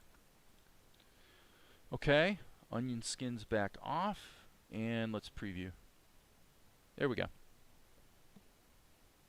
No IK. Actually, not really with the I'm responding to Dead Pianist. Actually, yes. With the plastic tool, no. We don't have an inverse kinematics with plastic tool, but with all of this rig, okay, and so let me see what happens here. This should cause us to have to change the initial position. Yes. Okay, that's where I went wrong. Okay, my bad. That's okay. That's easy to fix. What we'll do is we'll get this rotation down kind of at its starting point. We'll just modify this initial keyframe to get everything positioned properly. I forgot about parenting it to the body. So okay. And what's going on here? Do we have a rotation key there as well? Oh, I know what I'm doing. I'm inadvertently compensating for what I did with the plastic tool. So I'm guessing probably that. Let's see. Unfortunately, I'm going to have to do the worst thing possible, which is just compensate on every single key. That's too bad. 1, 2, 3. 1, 2, 3. And now we've got a problem. So yeah, right now I am introducing problem after problem. What I'm doing is I'm just creating multiple layers of stuff I'm going to wind up having to fix. So I'm hitting undo and I'm watching. Okay, what I was doing is watching the other screen to see where I undid to the point where the the tail is no longer parented to the body. So my bad on that. We will have to live with that little hiccup. Okay, so this cycle looks pretty good. And so what I'm going to do now is I'm going to grab these. I wonder if I can grab, yeah, it looks like I can. Sort of. Alright, so I'm going to grab these keys, Control C, and I'm going to go Control V, Control V. Alright, so let's stop this here. Perfect. Kind of. Oh boy. Yeah, that is really unfortunate. This is I'm not explaining what the problem is here. Basically, what's going on is that every once in a while, because of the way things are parented and stuff, as you can see right there, the tail is jumping out so you can see this little divot because it's actually not lined up properly. The idiot's way to fix that is the simplest way to fix it, which is just go like that. But now what you've done is now you're going to have to go through the whole thing and keep creating little keyframes like this to compensate for the problem. And frankly, in this case, that's probably the simplest solution. Just go like that, and if you see anywhere where it's really lined up kind of stupidly, then the most important thing would be once we get here to frame 16 or so, we want to make sure, let's see here, this is 16, so all of these really need to go. Okay, and then basically make sure that the tail is where it belongs once we get to 16, because from here on it's going to be animated more going forward, and it would be nice if we could just leave it be. Okay, so Dead Pianist, I never answered your question, but the answer to your question is that when you set up a rig like this in Tahoma where you have levels parented to other levels, then the answer is yes, you can do IK. All right, so if I come down here and I switch to the not the plastic tool, but rather the skeleton tool. Okay, I never use the skeleton tool, but you can. If you use the skeleton tool, in this case, the skeleton's already built. Okay, and in my experience, and if Darren's here, he'll probably agree with me, is that setting up a skeleton, a parenting relationship between levels, using the skeleton tool is like really confusing and difficult. Whereas if you just come over into the schematic and just parent things to each other the way you want, you know, hopefully you've named your levels, then it's actually easy. You set it up, and then in the skeleton tool, you just go into inverse kinematics mode. And now in inverse kinematics mode, I can grab whatever I want to grab, and the frankly, to tell you the truth, this is not doing inverse kinematics, which is a little strange. The head is parented to the body, so when you move the head around, it should drag things around with it. But so I won't belabor that because it's not worth dinking with.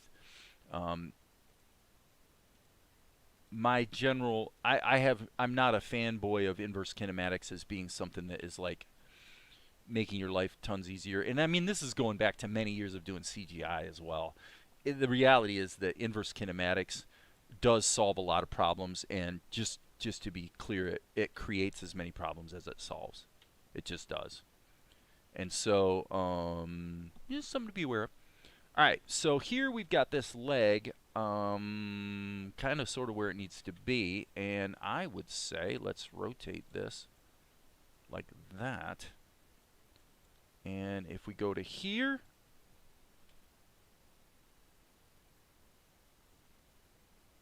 okay, one little caveat here. What I'd like to do is take his body. Sorry, that's his arm. I'd like to take his body and squeeze it up close like that. So basically, my concept here would be that we're gonna deal with the tail last. Okay.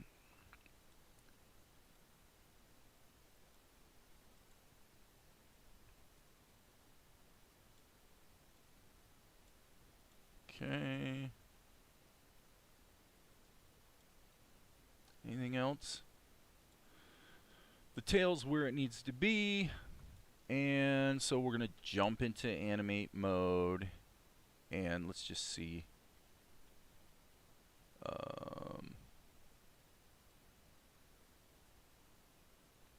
Yeah, I think we'll whip the tail out one notch right here. Kind of like. Okay, and by the way, on frame 16 I said we wanted to use the animate tool to make darn sure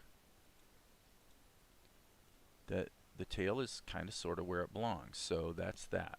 Alright, now we hit the X key, and like I said, what I'm going to do now on frame 17,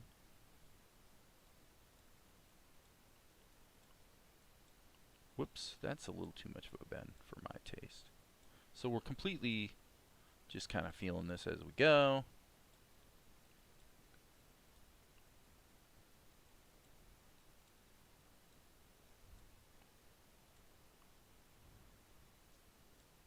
Boom, boom, boom, boom, boom. Control C, Control V. Okay, that gets us through to roughly 24. Climb, climb, climb. Nice. Climb, climb, climb. Okay, I like it. So we're going to have to take his whole body and animate him climbing up the pole, obviously. But now, if we come over here to Blender, we went from 16. We got him there by 16. We'll see his tail wagging.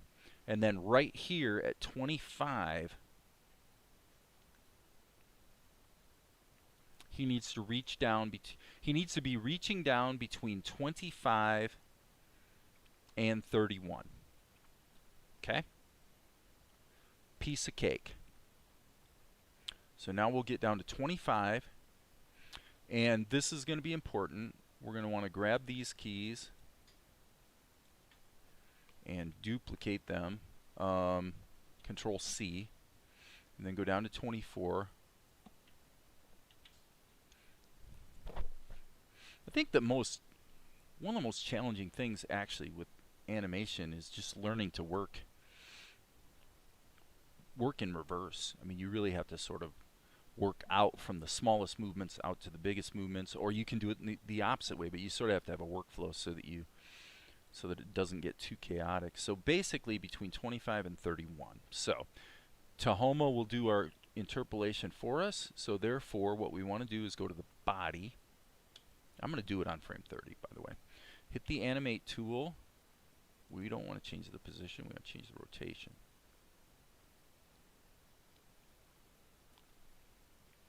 Okay, okay. I'm gonna stick with this. I am gonna stick with it. Because, yeah, it's not gonna, I don't want to change this position. And the leg, didn't really foresee that, so maybe we won't turn the body out quite that far. But yeah, you know what, we're gonna have to.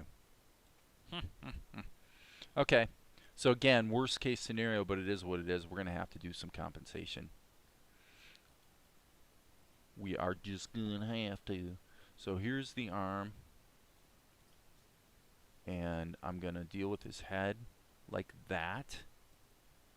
His tail, unfortunately, I'm going to actually hit the animate tool and we're going to put the position like that so that we can also have a keyframed position here. I would say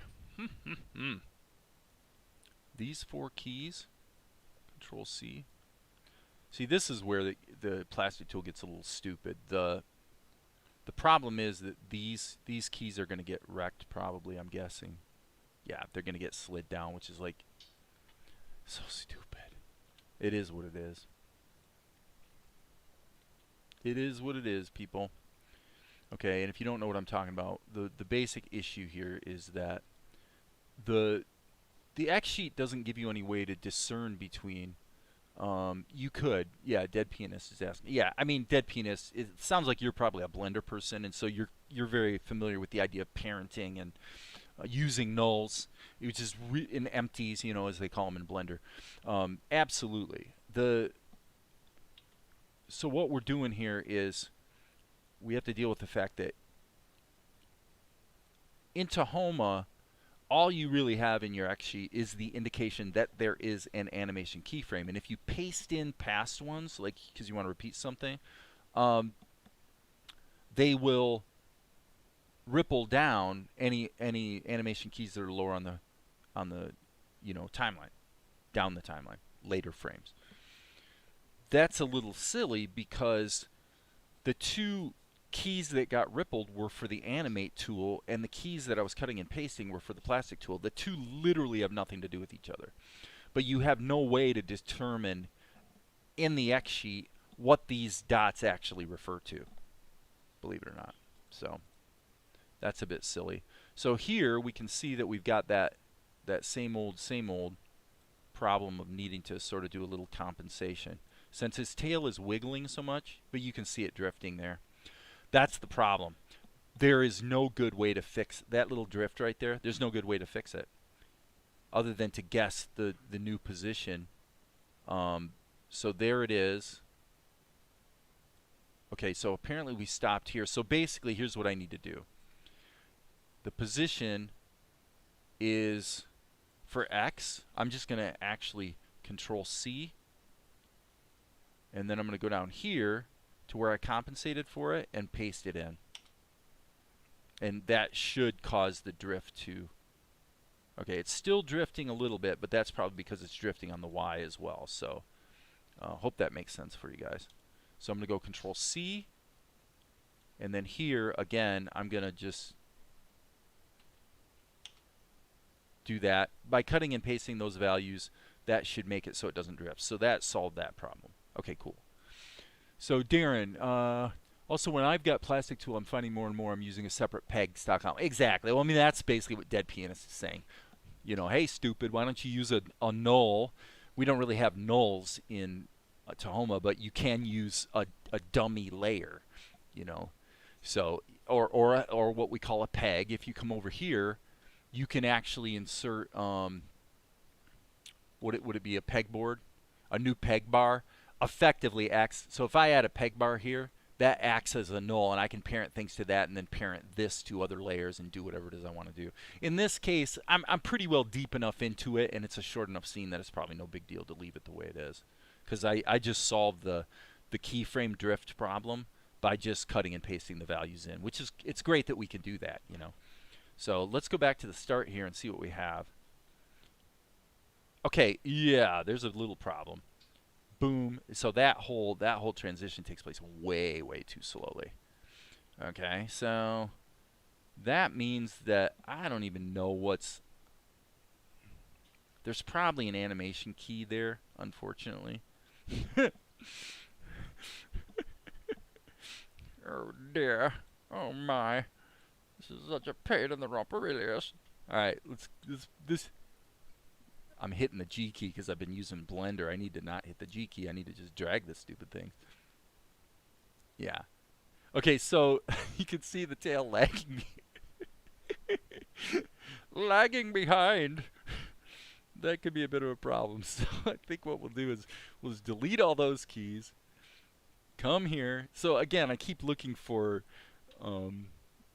I'm looking for that magic frame that can sort of be a clean reboot, a clean restart place.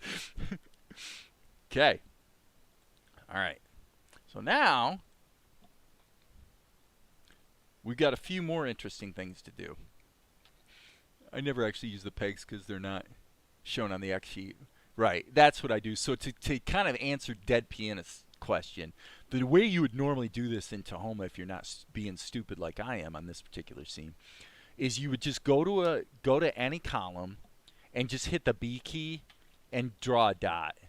Okay, and then you can even erase it if you want to. But what it does is it creates a new blank level, and then that level in the schematic can be used like the peg bar. And the advantage that gives you, in fact, I can even do it right now. If I do that, what I could do, actually, I'll try this.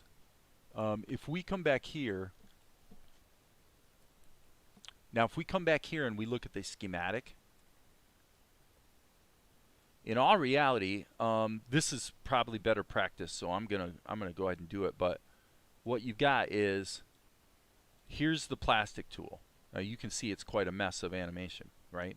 But what we're actually concerned with here is not all of this. The plastic skeleton doesn't matter much.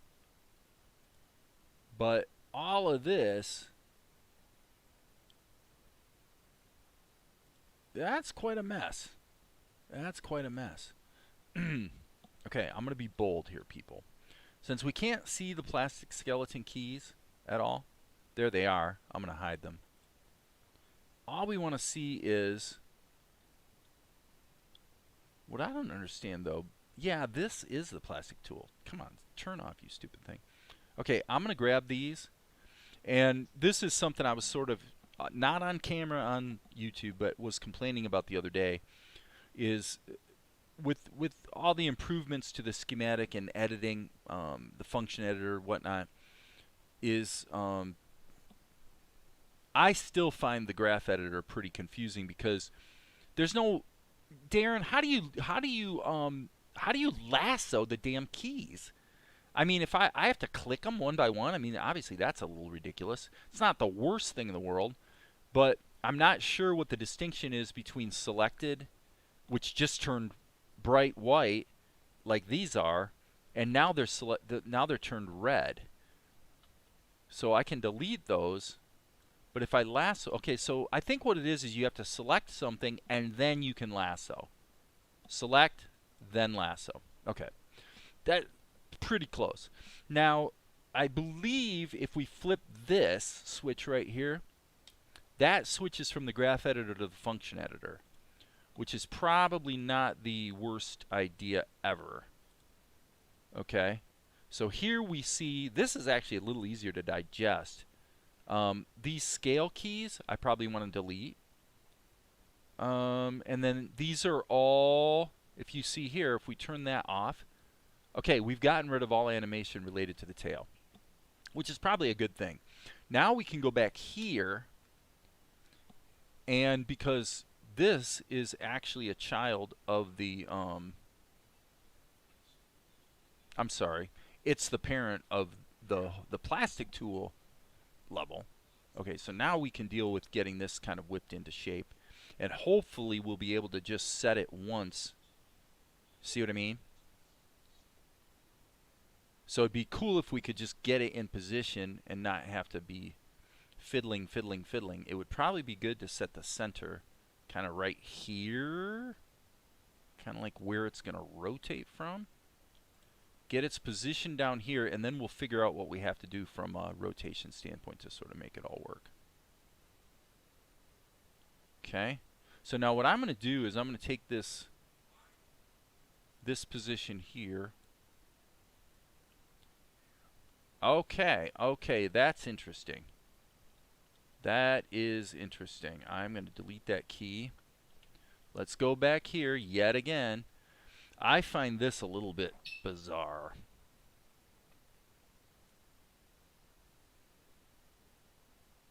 Right there, the rotation seems to be behaving exactly as I expect.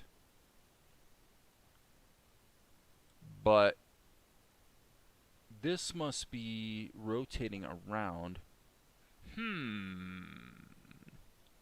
Yes. Okay, so what I think is happening here is the rotation that it's inheriting is relative to the center of the body. And that's why the tail, it's not anchored to his butt. Let's put it that way. It's not anchored to his butt. It's anchored to his body, and the center of the body is actually right about here. So that explains it. So there really is no way to we're going to have to add these compensation keys. So it's not a big deal since they're all localized in a single layer. But you can see when the body jumps around, you can see how the position relative to the body is pretty much whacked. It's whacked. So I'm going to just suck it up and go ahead and put in some position keys. Zuko's over there going, okay. I'm going to go back here, and I have to make a educated guess on the rotation, unfortunately. Not too bad, actually. I guess it was not the greatest educated guess because... Okay, and now here we've got position drift. So what I'm going to do is go Control-C, Control-V. But this is actually... Well, everything we're seeing today is the quintessential problem with rigging and puppet-based animation, as opposed to just redraw the freaking drawing. If you did everything I'm doing here with just multiple drawings, the whole thing would have been infinitely faster. So there's a seductive benefit to the idea of setting up a rig and then you get all this reuse. But in practice, what we're seeing today are always, it never fails. I mean, this is what happens. There's some real drawbacks to you know, listening to the siren song of saving time or reusing assets. Sometimes it works. It often doesn't. Just saying. So here we've got a little bit of a move from this problem, which is his leg actually is going to have to be slightly compensated for there. Okay, so now let's get on to a couple other things. Save all. First of all, I like the idea of giving this guy an eye blink. So I'm going to go D key, duplicate, go here, and we're just going to go in and paint this. So let's grab that, hit the R key to sample the color, B key to just color this, paint it out. Alright, and then sample the black. I'm going to make it like that just to see.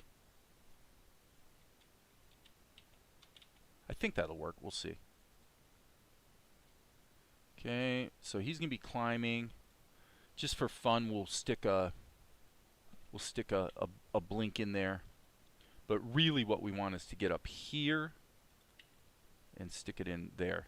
Now if it turns out the drawing looks stupid or something, we can always change the drawing. You know, that change is going to propagate. So jump, jump, jump. I would say right about here. I'm going to add another one. Boom, baby. Yeah. Okay.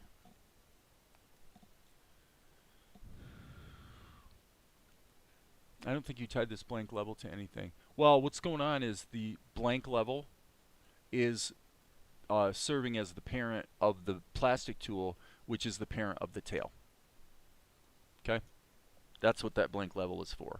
So all of the animation keys on the blank level are strictly to basically compensate and get everything positioned properly. And it would...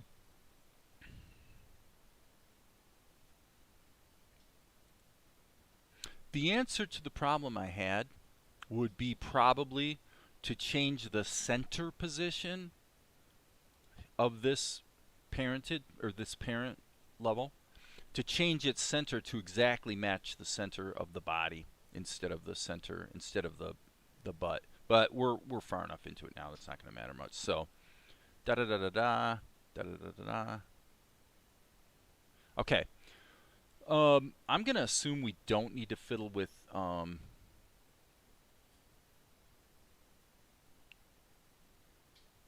shadows for this. So I'm going to go over here and I'm just going to add a few more See, as the plastic tool, I think I'm going to hit Control C, Control V, because I have a suspicion that it's going to interpolate if I, whoops, Control C, Control V. Okay, we're at 31 here, so let me see where this is. 31. Okay, so we could be losing his. Let me just say this. Between 30 and 33, his arms have to stretch. I'm not even joking. So, it is what it is. I'll go ahead and add this animation, but then between 31 and 33, we've got to have a stretch.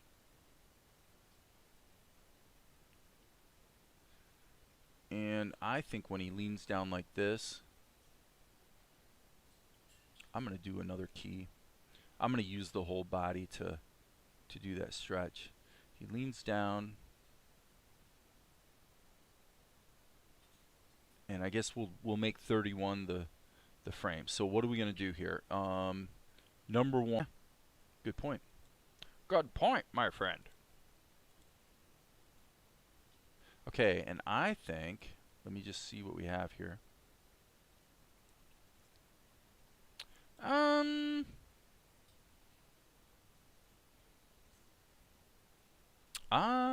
going to say I want to lean him forward even more. And so I'm going to take this and just keep it stuck to his butt. Okay. So yeah, quintessential problem. Quintessential problem. Oh my god. Okay, so what's going on here? It's the old global keys problem and this and that and the other. What's going on is that, again, we only see in the column that there's animation. But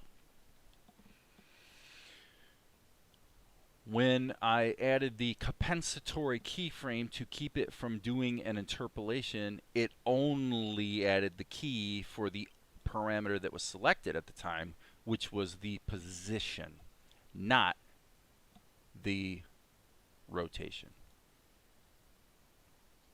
So I'm going to go Control C, Control V, and that worked. And that worked. Okay, so that's more like what we were trying to do. Okay, so now we come up here, and how we managed, frankly, to get everything completely out of sync between the body and the tail, I don't know. And you know what, to tell you the truth, at the moment, I don't care. I'm not going to think about it because I know I'm going to be able to fix it, even if I have to do it by brute force with a keyframe on every frame. That's okay. This is such a short scene that that's not a very big price to pay. That's a very small price, in fact. Here you can see it's positioned properly. Here, I mean, if we're going to work in reverse, we just go like that, like that, like that, and then here we're going to probably have, yeah, I mean, I think we're okay. So now the question becomes is, should his legs bend? Boom. Right here? I think so. So I'm going to go ahead and I think I'm going to go boom, bop, see, bop. Yeah, let's do it here. We'll just keep everything on kind of even frames. So there's that.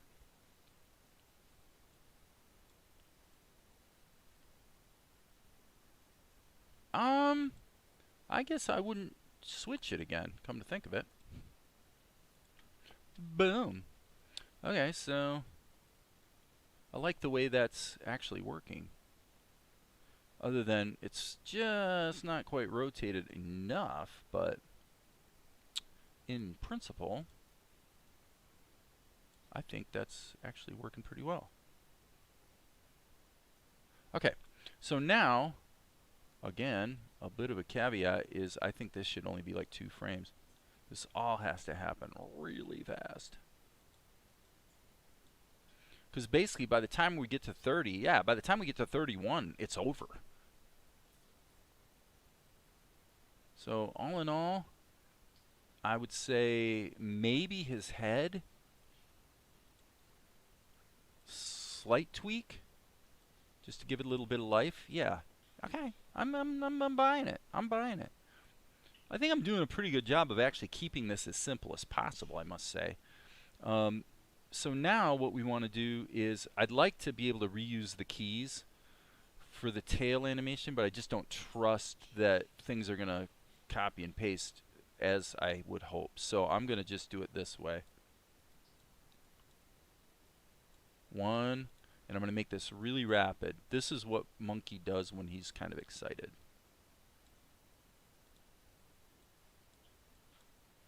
So again, forward kinematics, we're just doing it the old school way.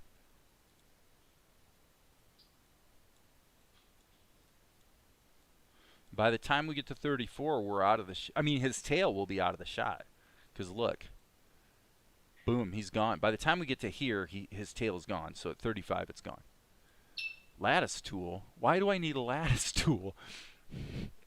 Dead pianist, come on. The plastic tool is essentially a lattice tool. I mean, that's what they're doing, is they're putting a lattice around the frame, or around the drawing, and then you're essentially manipulating the lattice with the nodes. So I would call that a lattice tool, actually. Control C, Control V. Okay. All right. In all these years, I've used a lattice tool, like in Blender, for example, like twice ever. And I usually use it as what in the old 3D Studio Max days, we would have called that a world space modifier. So what you're doing is you're saying, you're not using a lattice to manipulate something.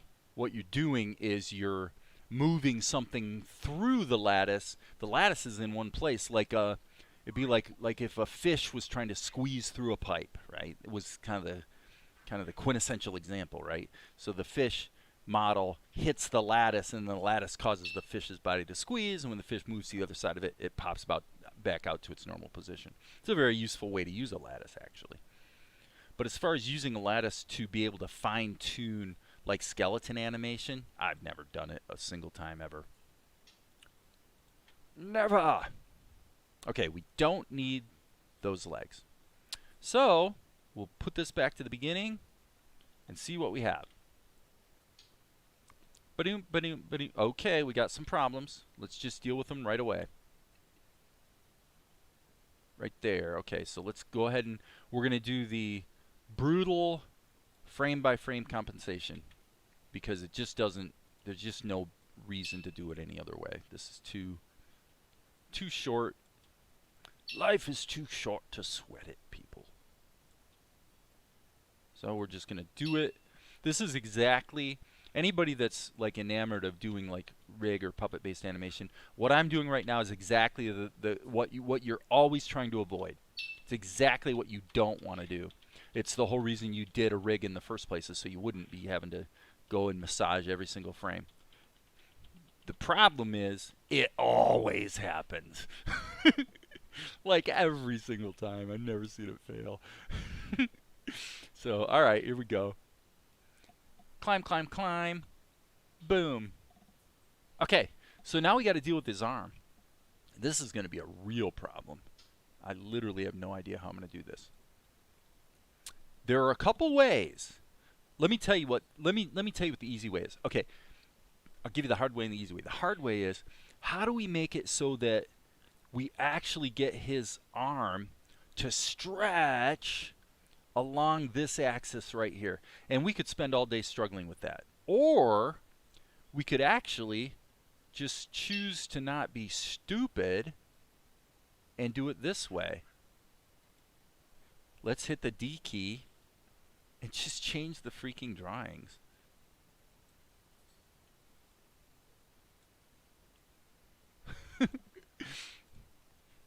Are you feeling me?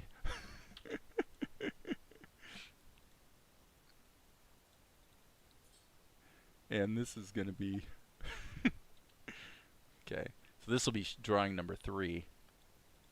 But this is where a hybrid approach is very useful.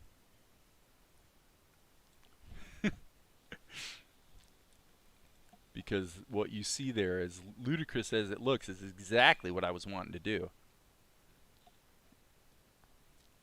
And by the time we get to the end of that, let's see, let's hit the B key or something so we're not.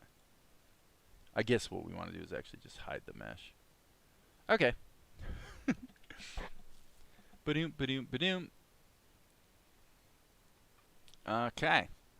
And presumably, once we get to here, boom, it's over. The scene is over. We're going to cut away. So here, what we're going to have is right about there. In the show, we'll be editing away, and we won't really see the monkey's arm either if we position it the same as Suzanne-ish.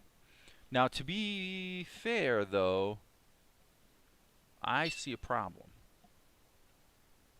Okay, on frame 14, monkey's up there, but actually this whole sequence,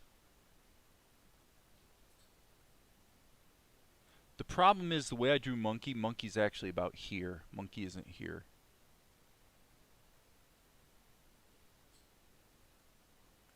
So that means 1, 2, 3, 4.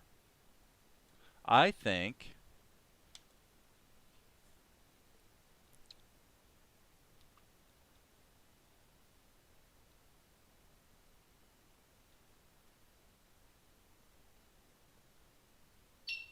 now obviously we can put it wherever we want. What if, I'll tell you what I'm doing, but I think it'll probably be worth it.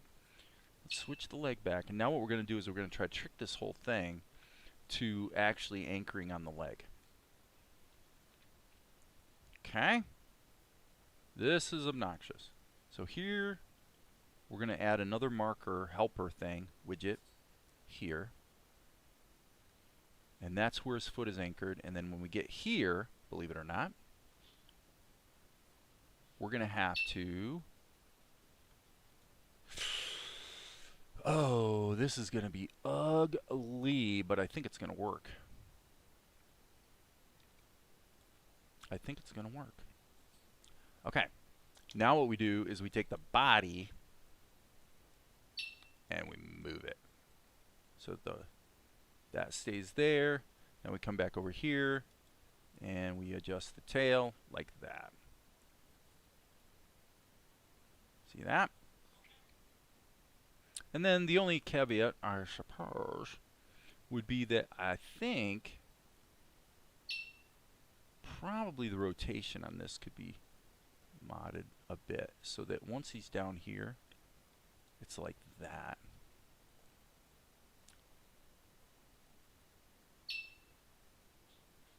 I think that'll work.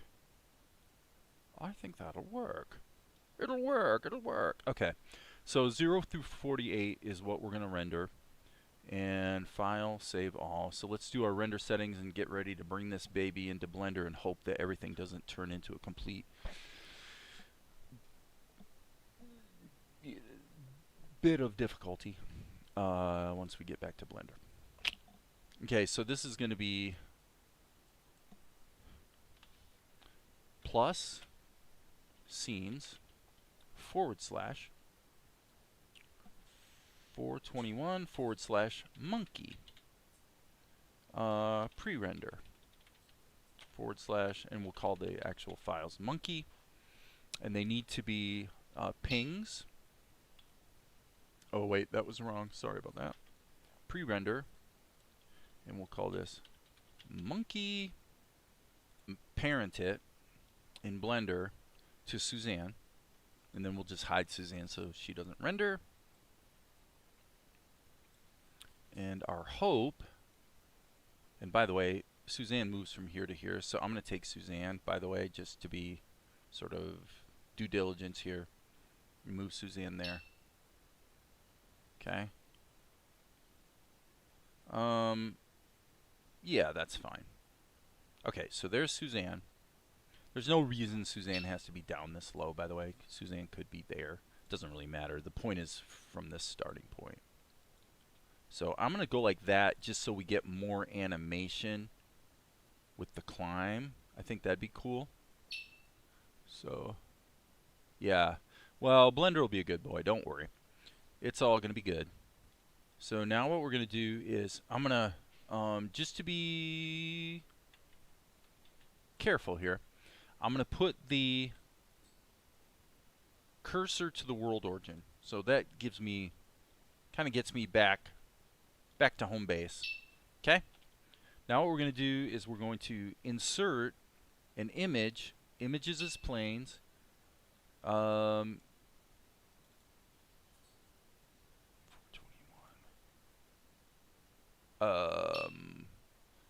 Why we're not seeing the new folder is a bit of a mystery, so we're going to have to go in here and, as so often is the case, figure out what went wrong.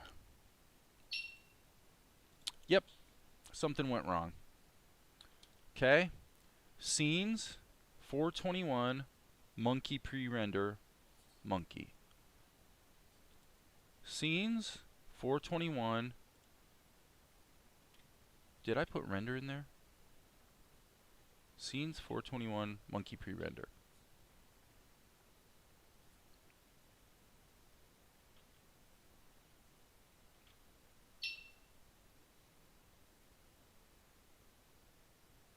I am totally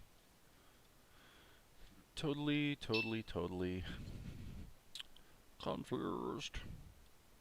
But as usual, this is why I will pretty much guarantee that tomorrow I will be back to just sitting in Krita drawing, because this gets to the point where it's like you just, all the hoops I'm jumping through just so I can save time. Why did you do all this puppet animation that's taking, what, 6 hours now? Well, 4.5. To save time. At the end of the day, if you think about it, what did we actually do here? What we actually did was we drew basically 1, 2, we basically drew about a half a dozen drawings. That's what we did. That's all this is. It's a half a dozen drawings. Question is, where is Tahoma saving this? Scenes, okay, and of course it disappeared off the screen before I could read it. Okay. I'm just gonna, we gotta slow down. Slow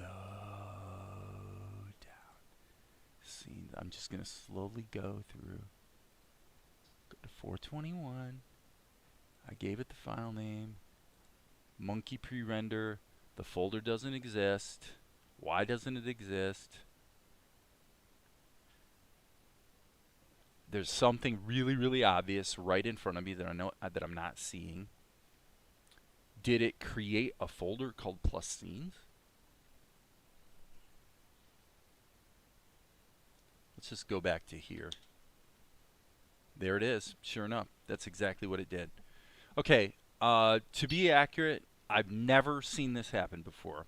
Every other case where I've typed plus scenes, the way Tahoma always tells you plus drawings, plus extras, plus whatever, has always worked. Today is the first time it hasn't worked. But it looks to me, is there a scenes? Here's the scenes folder. And now here's a plus scenes folder. What's a little bizarre is that despite having created a folder called plus scenes, all the other subfolders and the location of the renderer isn't in there. Is not in there. Okay.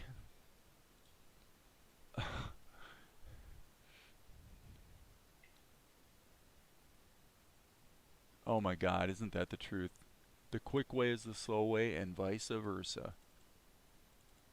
Okay, and bizarrely enough, just to show you guys what's going on here.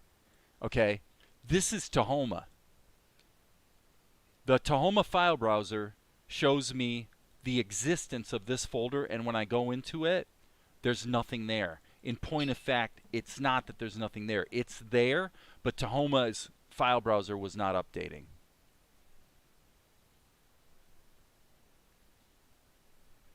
Okay. All of this, all of it,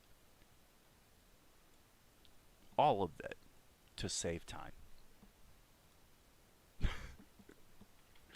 So now I'm cutting the monkey pre-render folder and putting it back to where it's supposed to be because the software apparently doesn't understand what a file path is. Okay, okay. You know, it's what happens. It's what it does. I'm with you, baby. It's the way it's going to be. So stupid.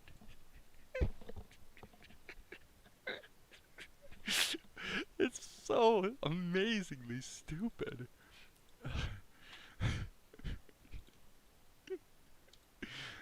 Don't rant. Don't rant.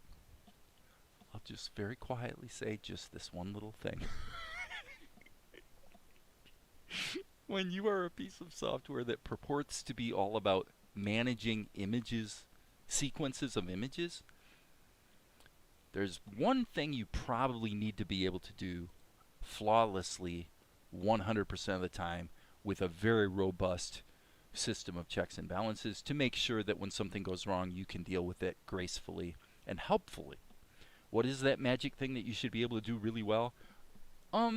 Deal with files, open files, find files, name files, assign paths to files.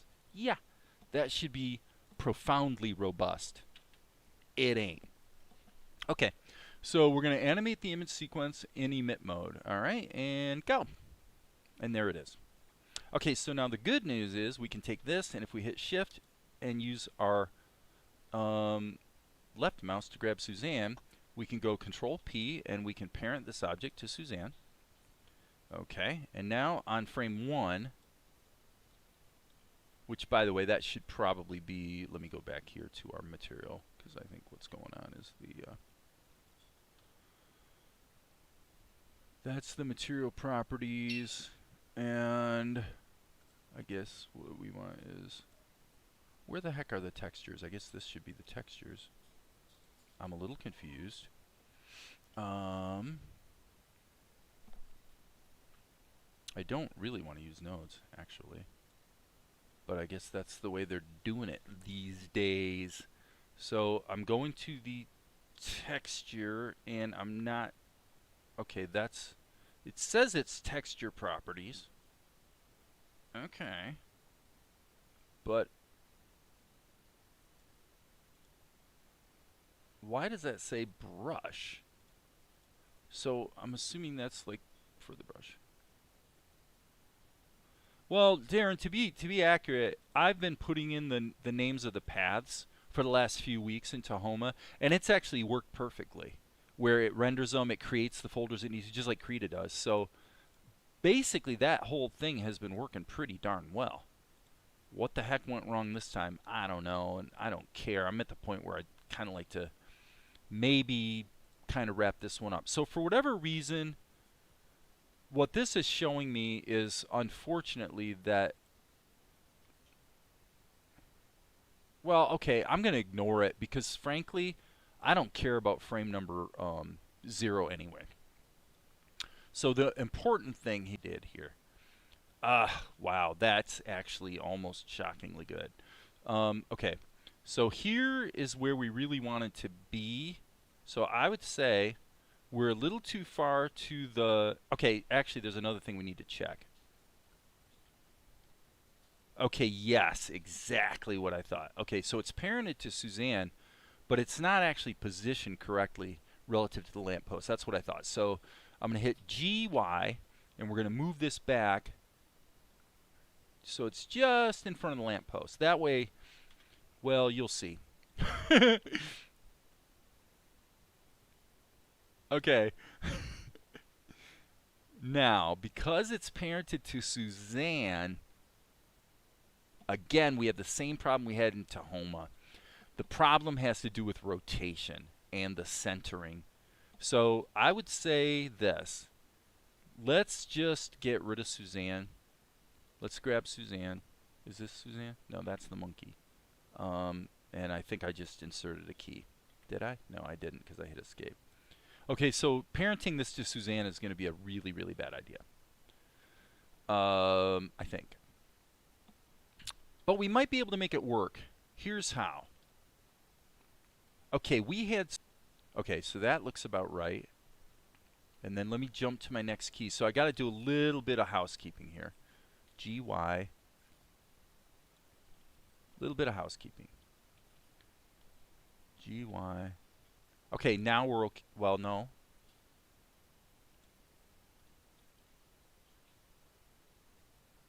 Yeah. So what we want to do is we want to have Suzanne be in front of the sign the whole time. So the simple solution to that actually is going to go to go to the Y location and frankly my suspicion is that we can just delete all these keys because then Suzanne will be in front of the lamppost the whole time, and as you can see that's exactly what happened. Okay, so that's good. Now what we want to do is a couple little magic things. Number one, let's grab Suzanne again. Okay. Okay, and now we're going to snap the cursor to the active object. Then we're going to grab this and we're going to snap the object to the cursor. And that forced it to be in the same position. Now, that means if we grab a hold of Suzanne, you can see that we're going to have a little bit of a problem. But now if we just, on frame 1, we go GY and just, there we go. Okay? So now what should have happened is because we translated this to be on Suzanne, what should happen is that we shouldn't have the rotational problems because they both got the same origin, I think. Let's find out. Nope, we still have the problem. Yeah, because Suzanne's origin is way the heck down there. So that means we're going to have to do the same thing we did before. We're going to have to do some nasty compensation. But that's okay. The world will keep turning. The next step, I would say, is look at our timing here. Everything really needs to happen a little sooner. So that's easy in Blender, thank goodness. We can just go back here, and let's just scale our keys so that everything just happens a little bit sooner. Okay, that was too much. So let's split the difference. Whoops. We need to put our cursor, or our playhead, I guess, at 0 so that we're scaling from there. Okay, and then what's going to happen is here we're going to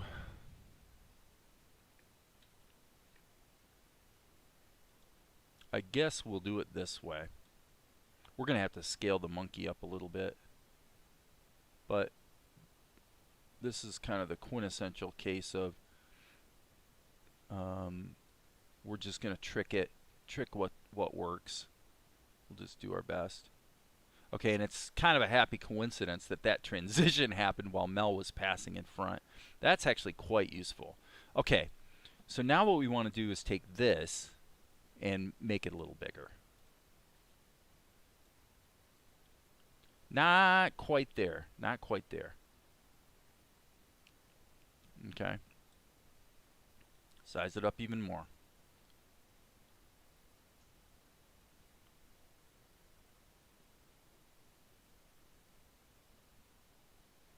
Okay. And now what I'm going to do, even though I really don't want to, is I'm going to start inserting keys for position, for everything, because I know I'm going to have to do some compensating.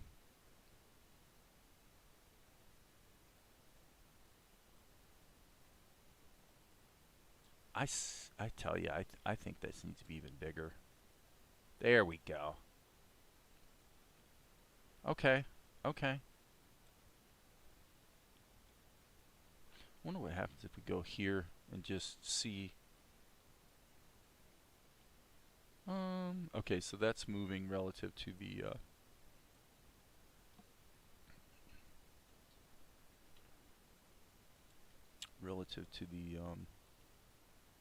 background, I guess. Okay. I'm going to rotate this and hit the G key. So again, I wish I didn't have to do this, but the good news is that with at 8 frames a second, you can kind of get away with a little bit more because everything's just a little bit choppier looking anyway.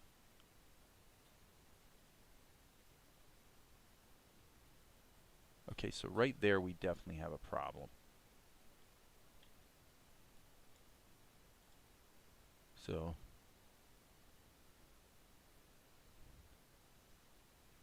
okay, so once he gets to there, what he's really doing is this.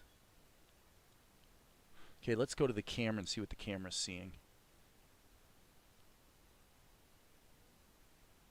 Not bad. Boom. And then that's where the shot ends, and then we're going to be cutting to a close-up where Monkey celebrates the fact that he got the goodies. Okay, so now the question becomes, do we want to do a shape key? And I think we should. So I'm going to go hit the W key. Okay, actually, let's jump into edit mode.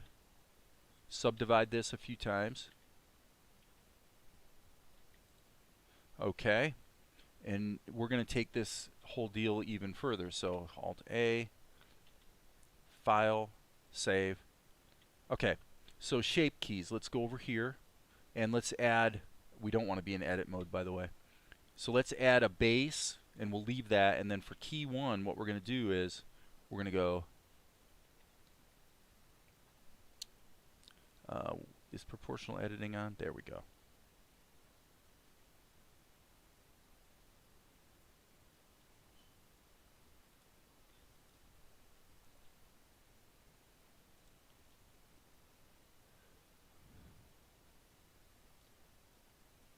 Come on.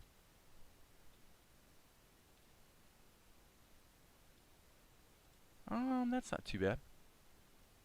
Okay, value. Okay, so what we're going to do is we're going to go about here and just hit the I key over top of that, and then here we're going to animate that out, stretch even more, and hit the I key again. So all that does is just give us that little extra stretch. Okay. Now, with that said, we need to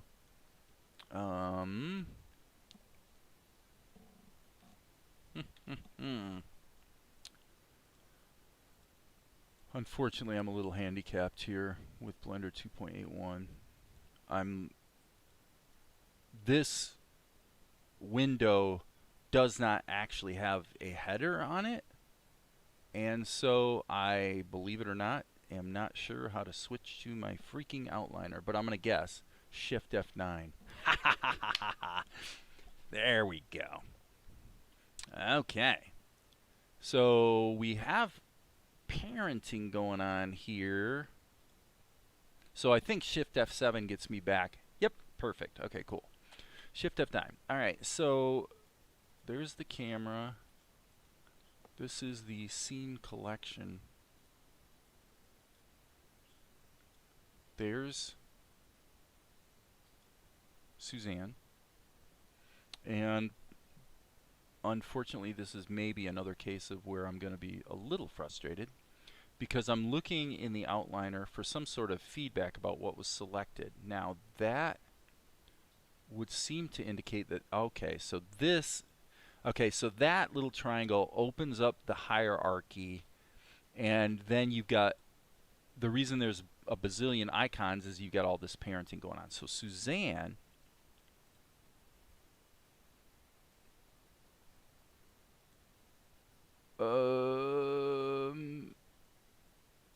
Okay. Did that turn Suzanne off in the render? I don't think so. How the heck do I turn it off in the render? Is that something they kind of got right in Blender 2.9 that, was there in 2.79? It was basically there in Blender for 10 years, and it might be back, but it's temporarily gone here? What the heck's going on? Yeah, well, I appreciate your humor, Jim P. Animation. For me,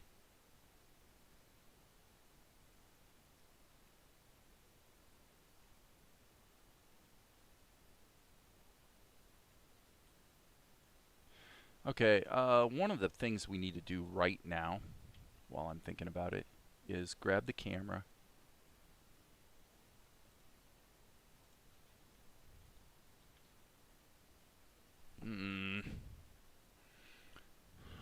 Okay. No active object. Okay. Made the camera visible. And on frame 0, I need to lower this. Lower it. God, it's Mr. Dyslexia. I need to raise it. Wow. Everything I say is reversed.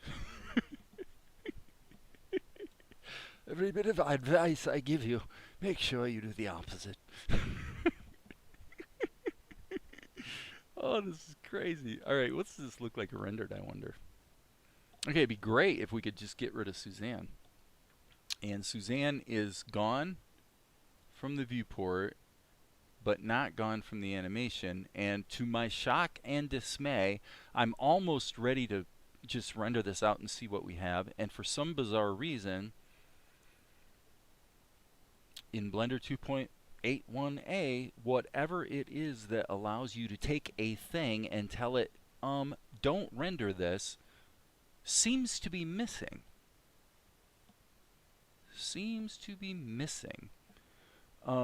There's a filter button in the outliner to enable hidden buttons. Thank you. There we go. Here we go. Oh, thank you. Dead Pianist, you get the prize. Thank you so much. I really, truly, greatly appreciate that. Okay, so Suzanne is not going to render. Okay, I did it wrong. I hid the wrong thing. Suzanne is not going to be rendered.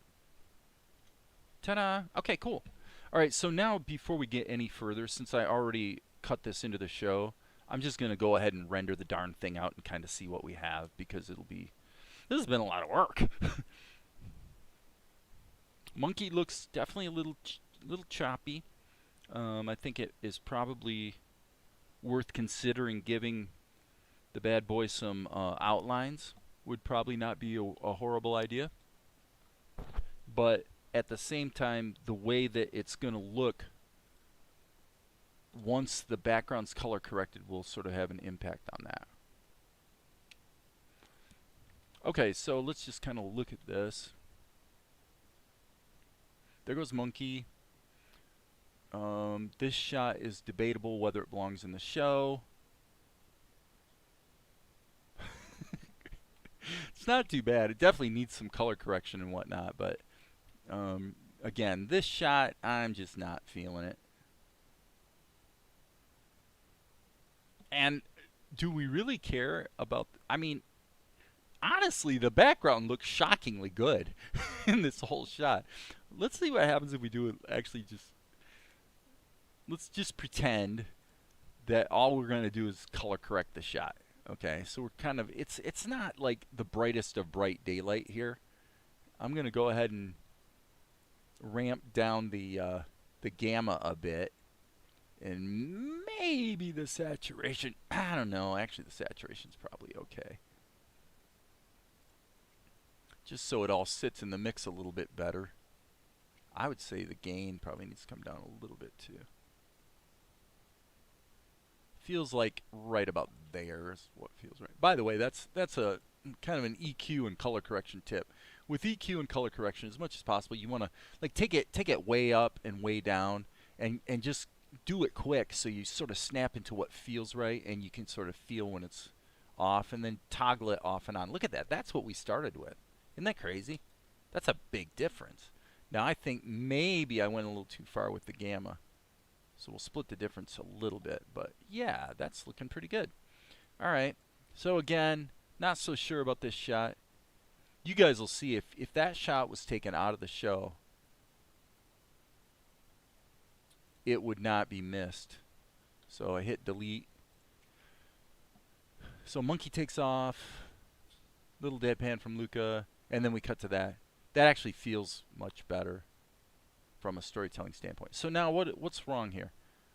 First of all, there's obviously some wackiness there, and if he was moving a little, this is again where Krita would have been a salvation for this, because it'd be so quick and easy to just put in some motion blur and hide the wackiness, like judiciously. In other words, I'd want to put lots of motion blur here on this section, and then not here. Diggity dog. Well, I would say we're in good shape. I mean, it's not perfect, but we're in good shape. So it seems to me, step one, I would say to improve this, let's kind of work through this kind of from easy to hard.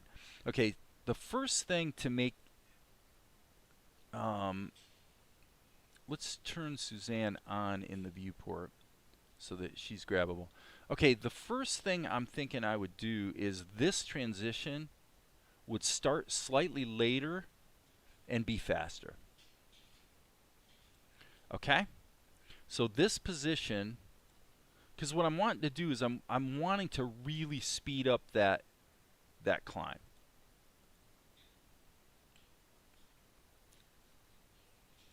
Okay? So now I'm going to grab this and sneak that back a little bit. Okay, let's see if that helps. Just a smidgen. Okay. Okay,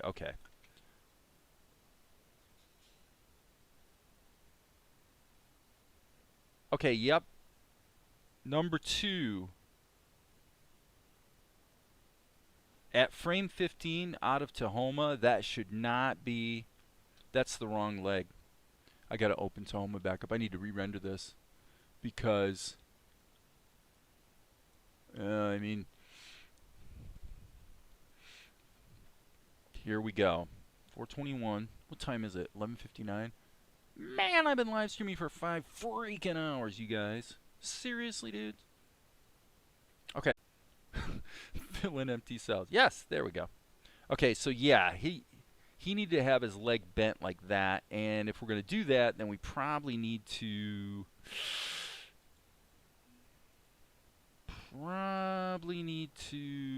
do a little bendy poo there. But I think I might be able to solve it with that.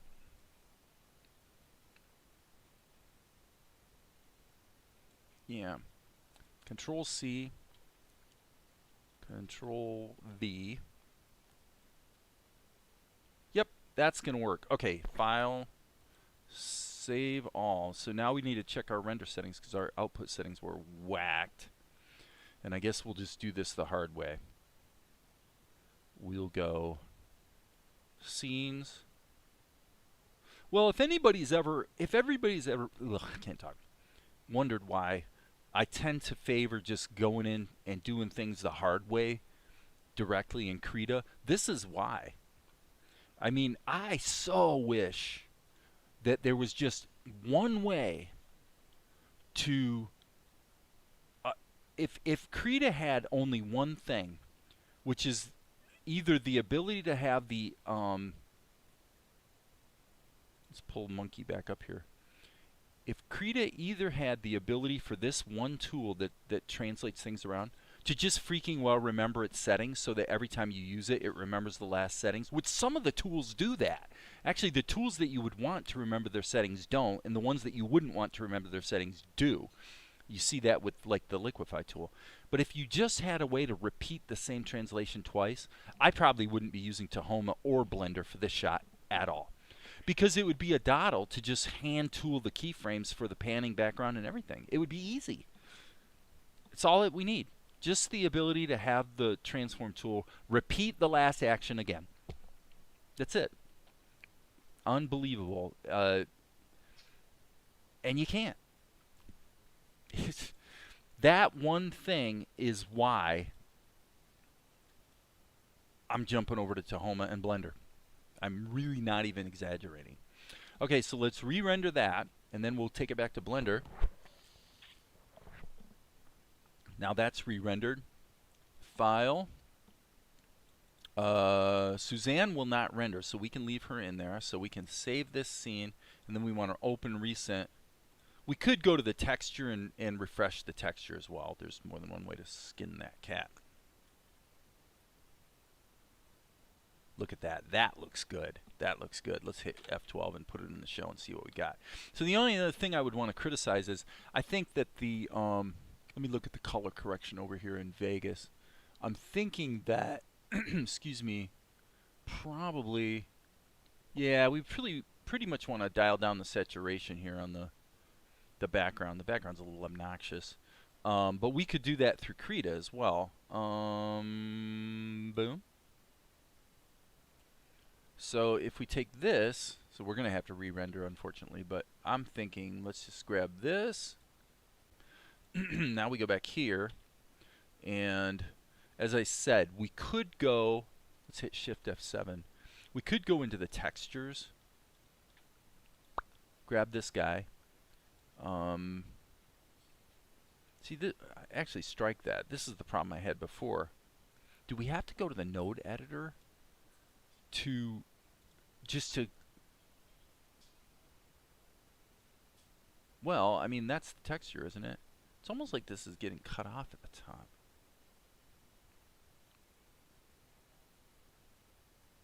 So yeah, stupid as it is, just getting to the basic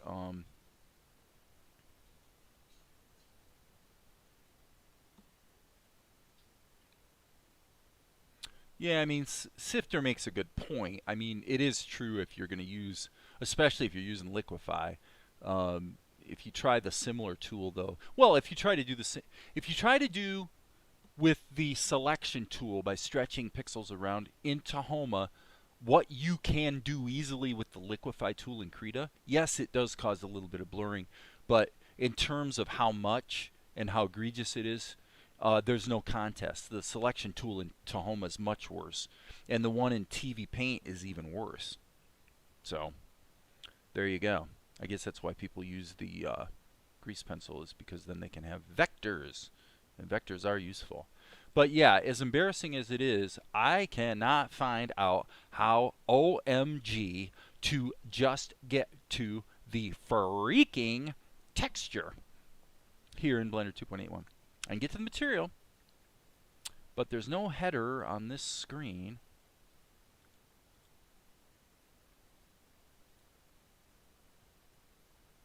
And, you know, use nodes, I don't know about that.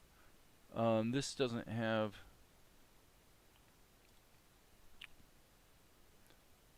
save.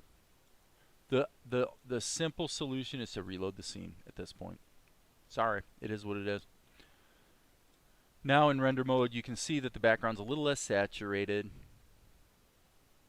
The lamp, the post, I should say, you know, it probably should be darker, I guess. Let's add a material and just see if we can do it really, really, really simply. Let's just do that. Let's just give it a little bit of a steely blue color and see if we like it better if it's dark. So this would be just like the signpost that you see, you know, anywhere. I think that'd probably be okay. All right, so save our work. Control F12. Yeah, Control F12. Render, render, render, render, render. Definitely would be nice to be able to give some judicious motion blur. And right about 35 or 36, we'll be cutting away to a close-up of monkey. So, all right, so that's that. And over here, so to be clear, Sifter, I do not agree with that statement. I mean, your opinion is certainly welcome. But in my experience, I tend not to agree. Now, if you're talking about the animate tool, yes, the animate tool is essentially non-destructive in Tahoma, and it's very good for that. But anything that's actually going to change the shape and the orientation of the pixels and stuff is going to have some artifacting going on. But I think we're in good shape here. I hated to do it because I put so much work into it, but that other shot I think is going to just be eliminated. Get rid of it. Gone, gone, gone. So here,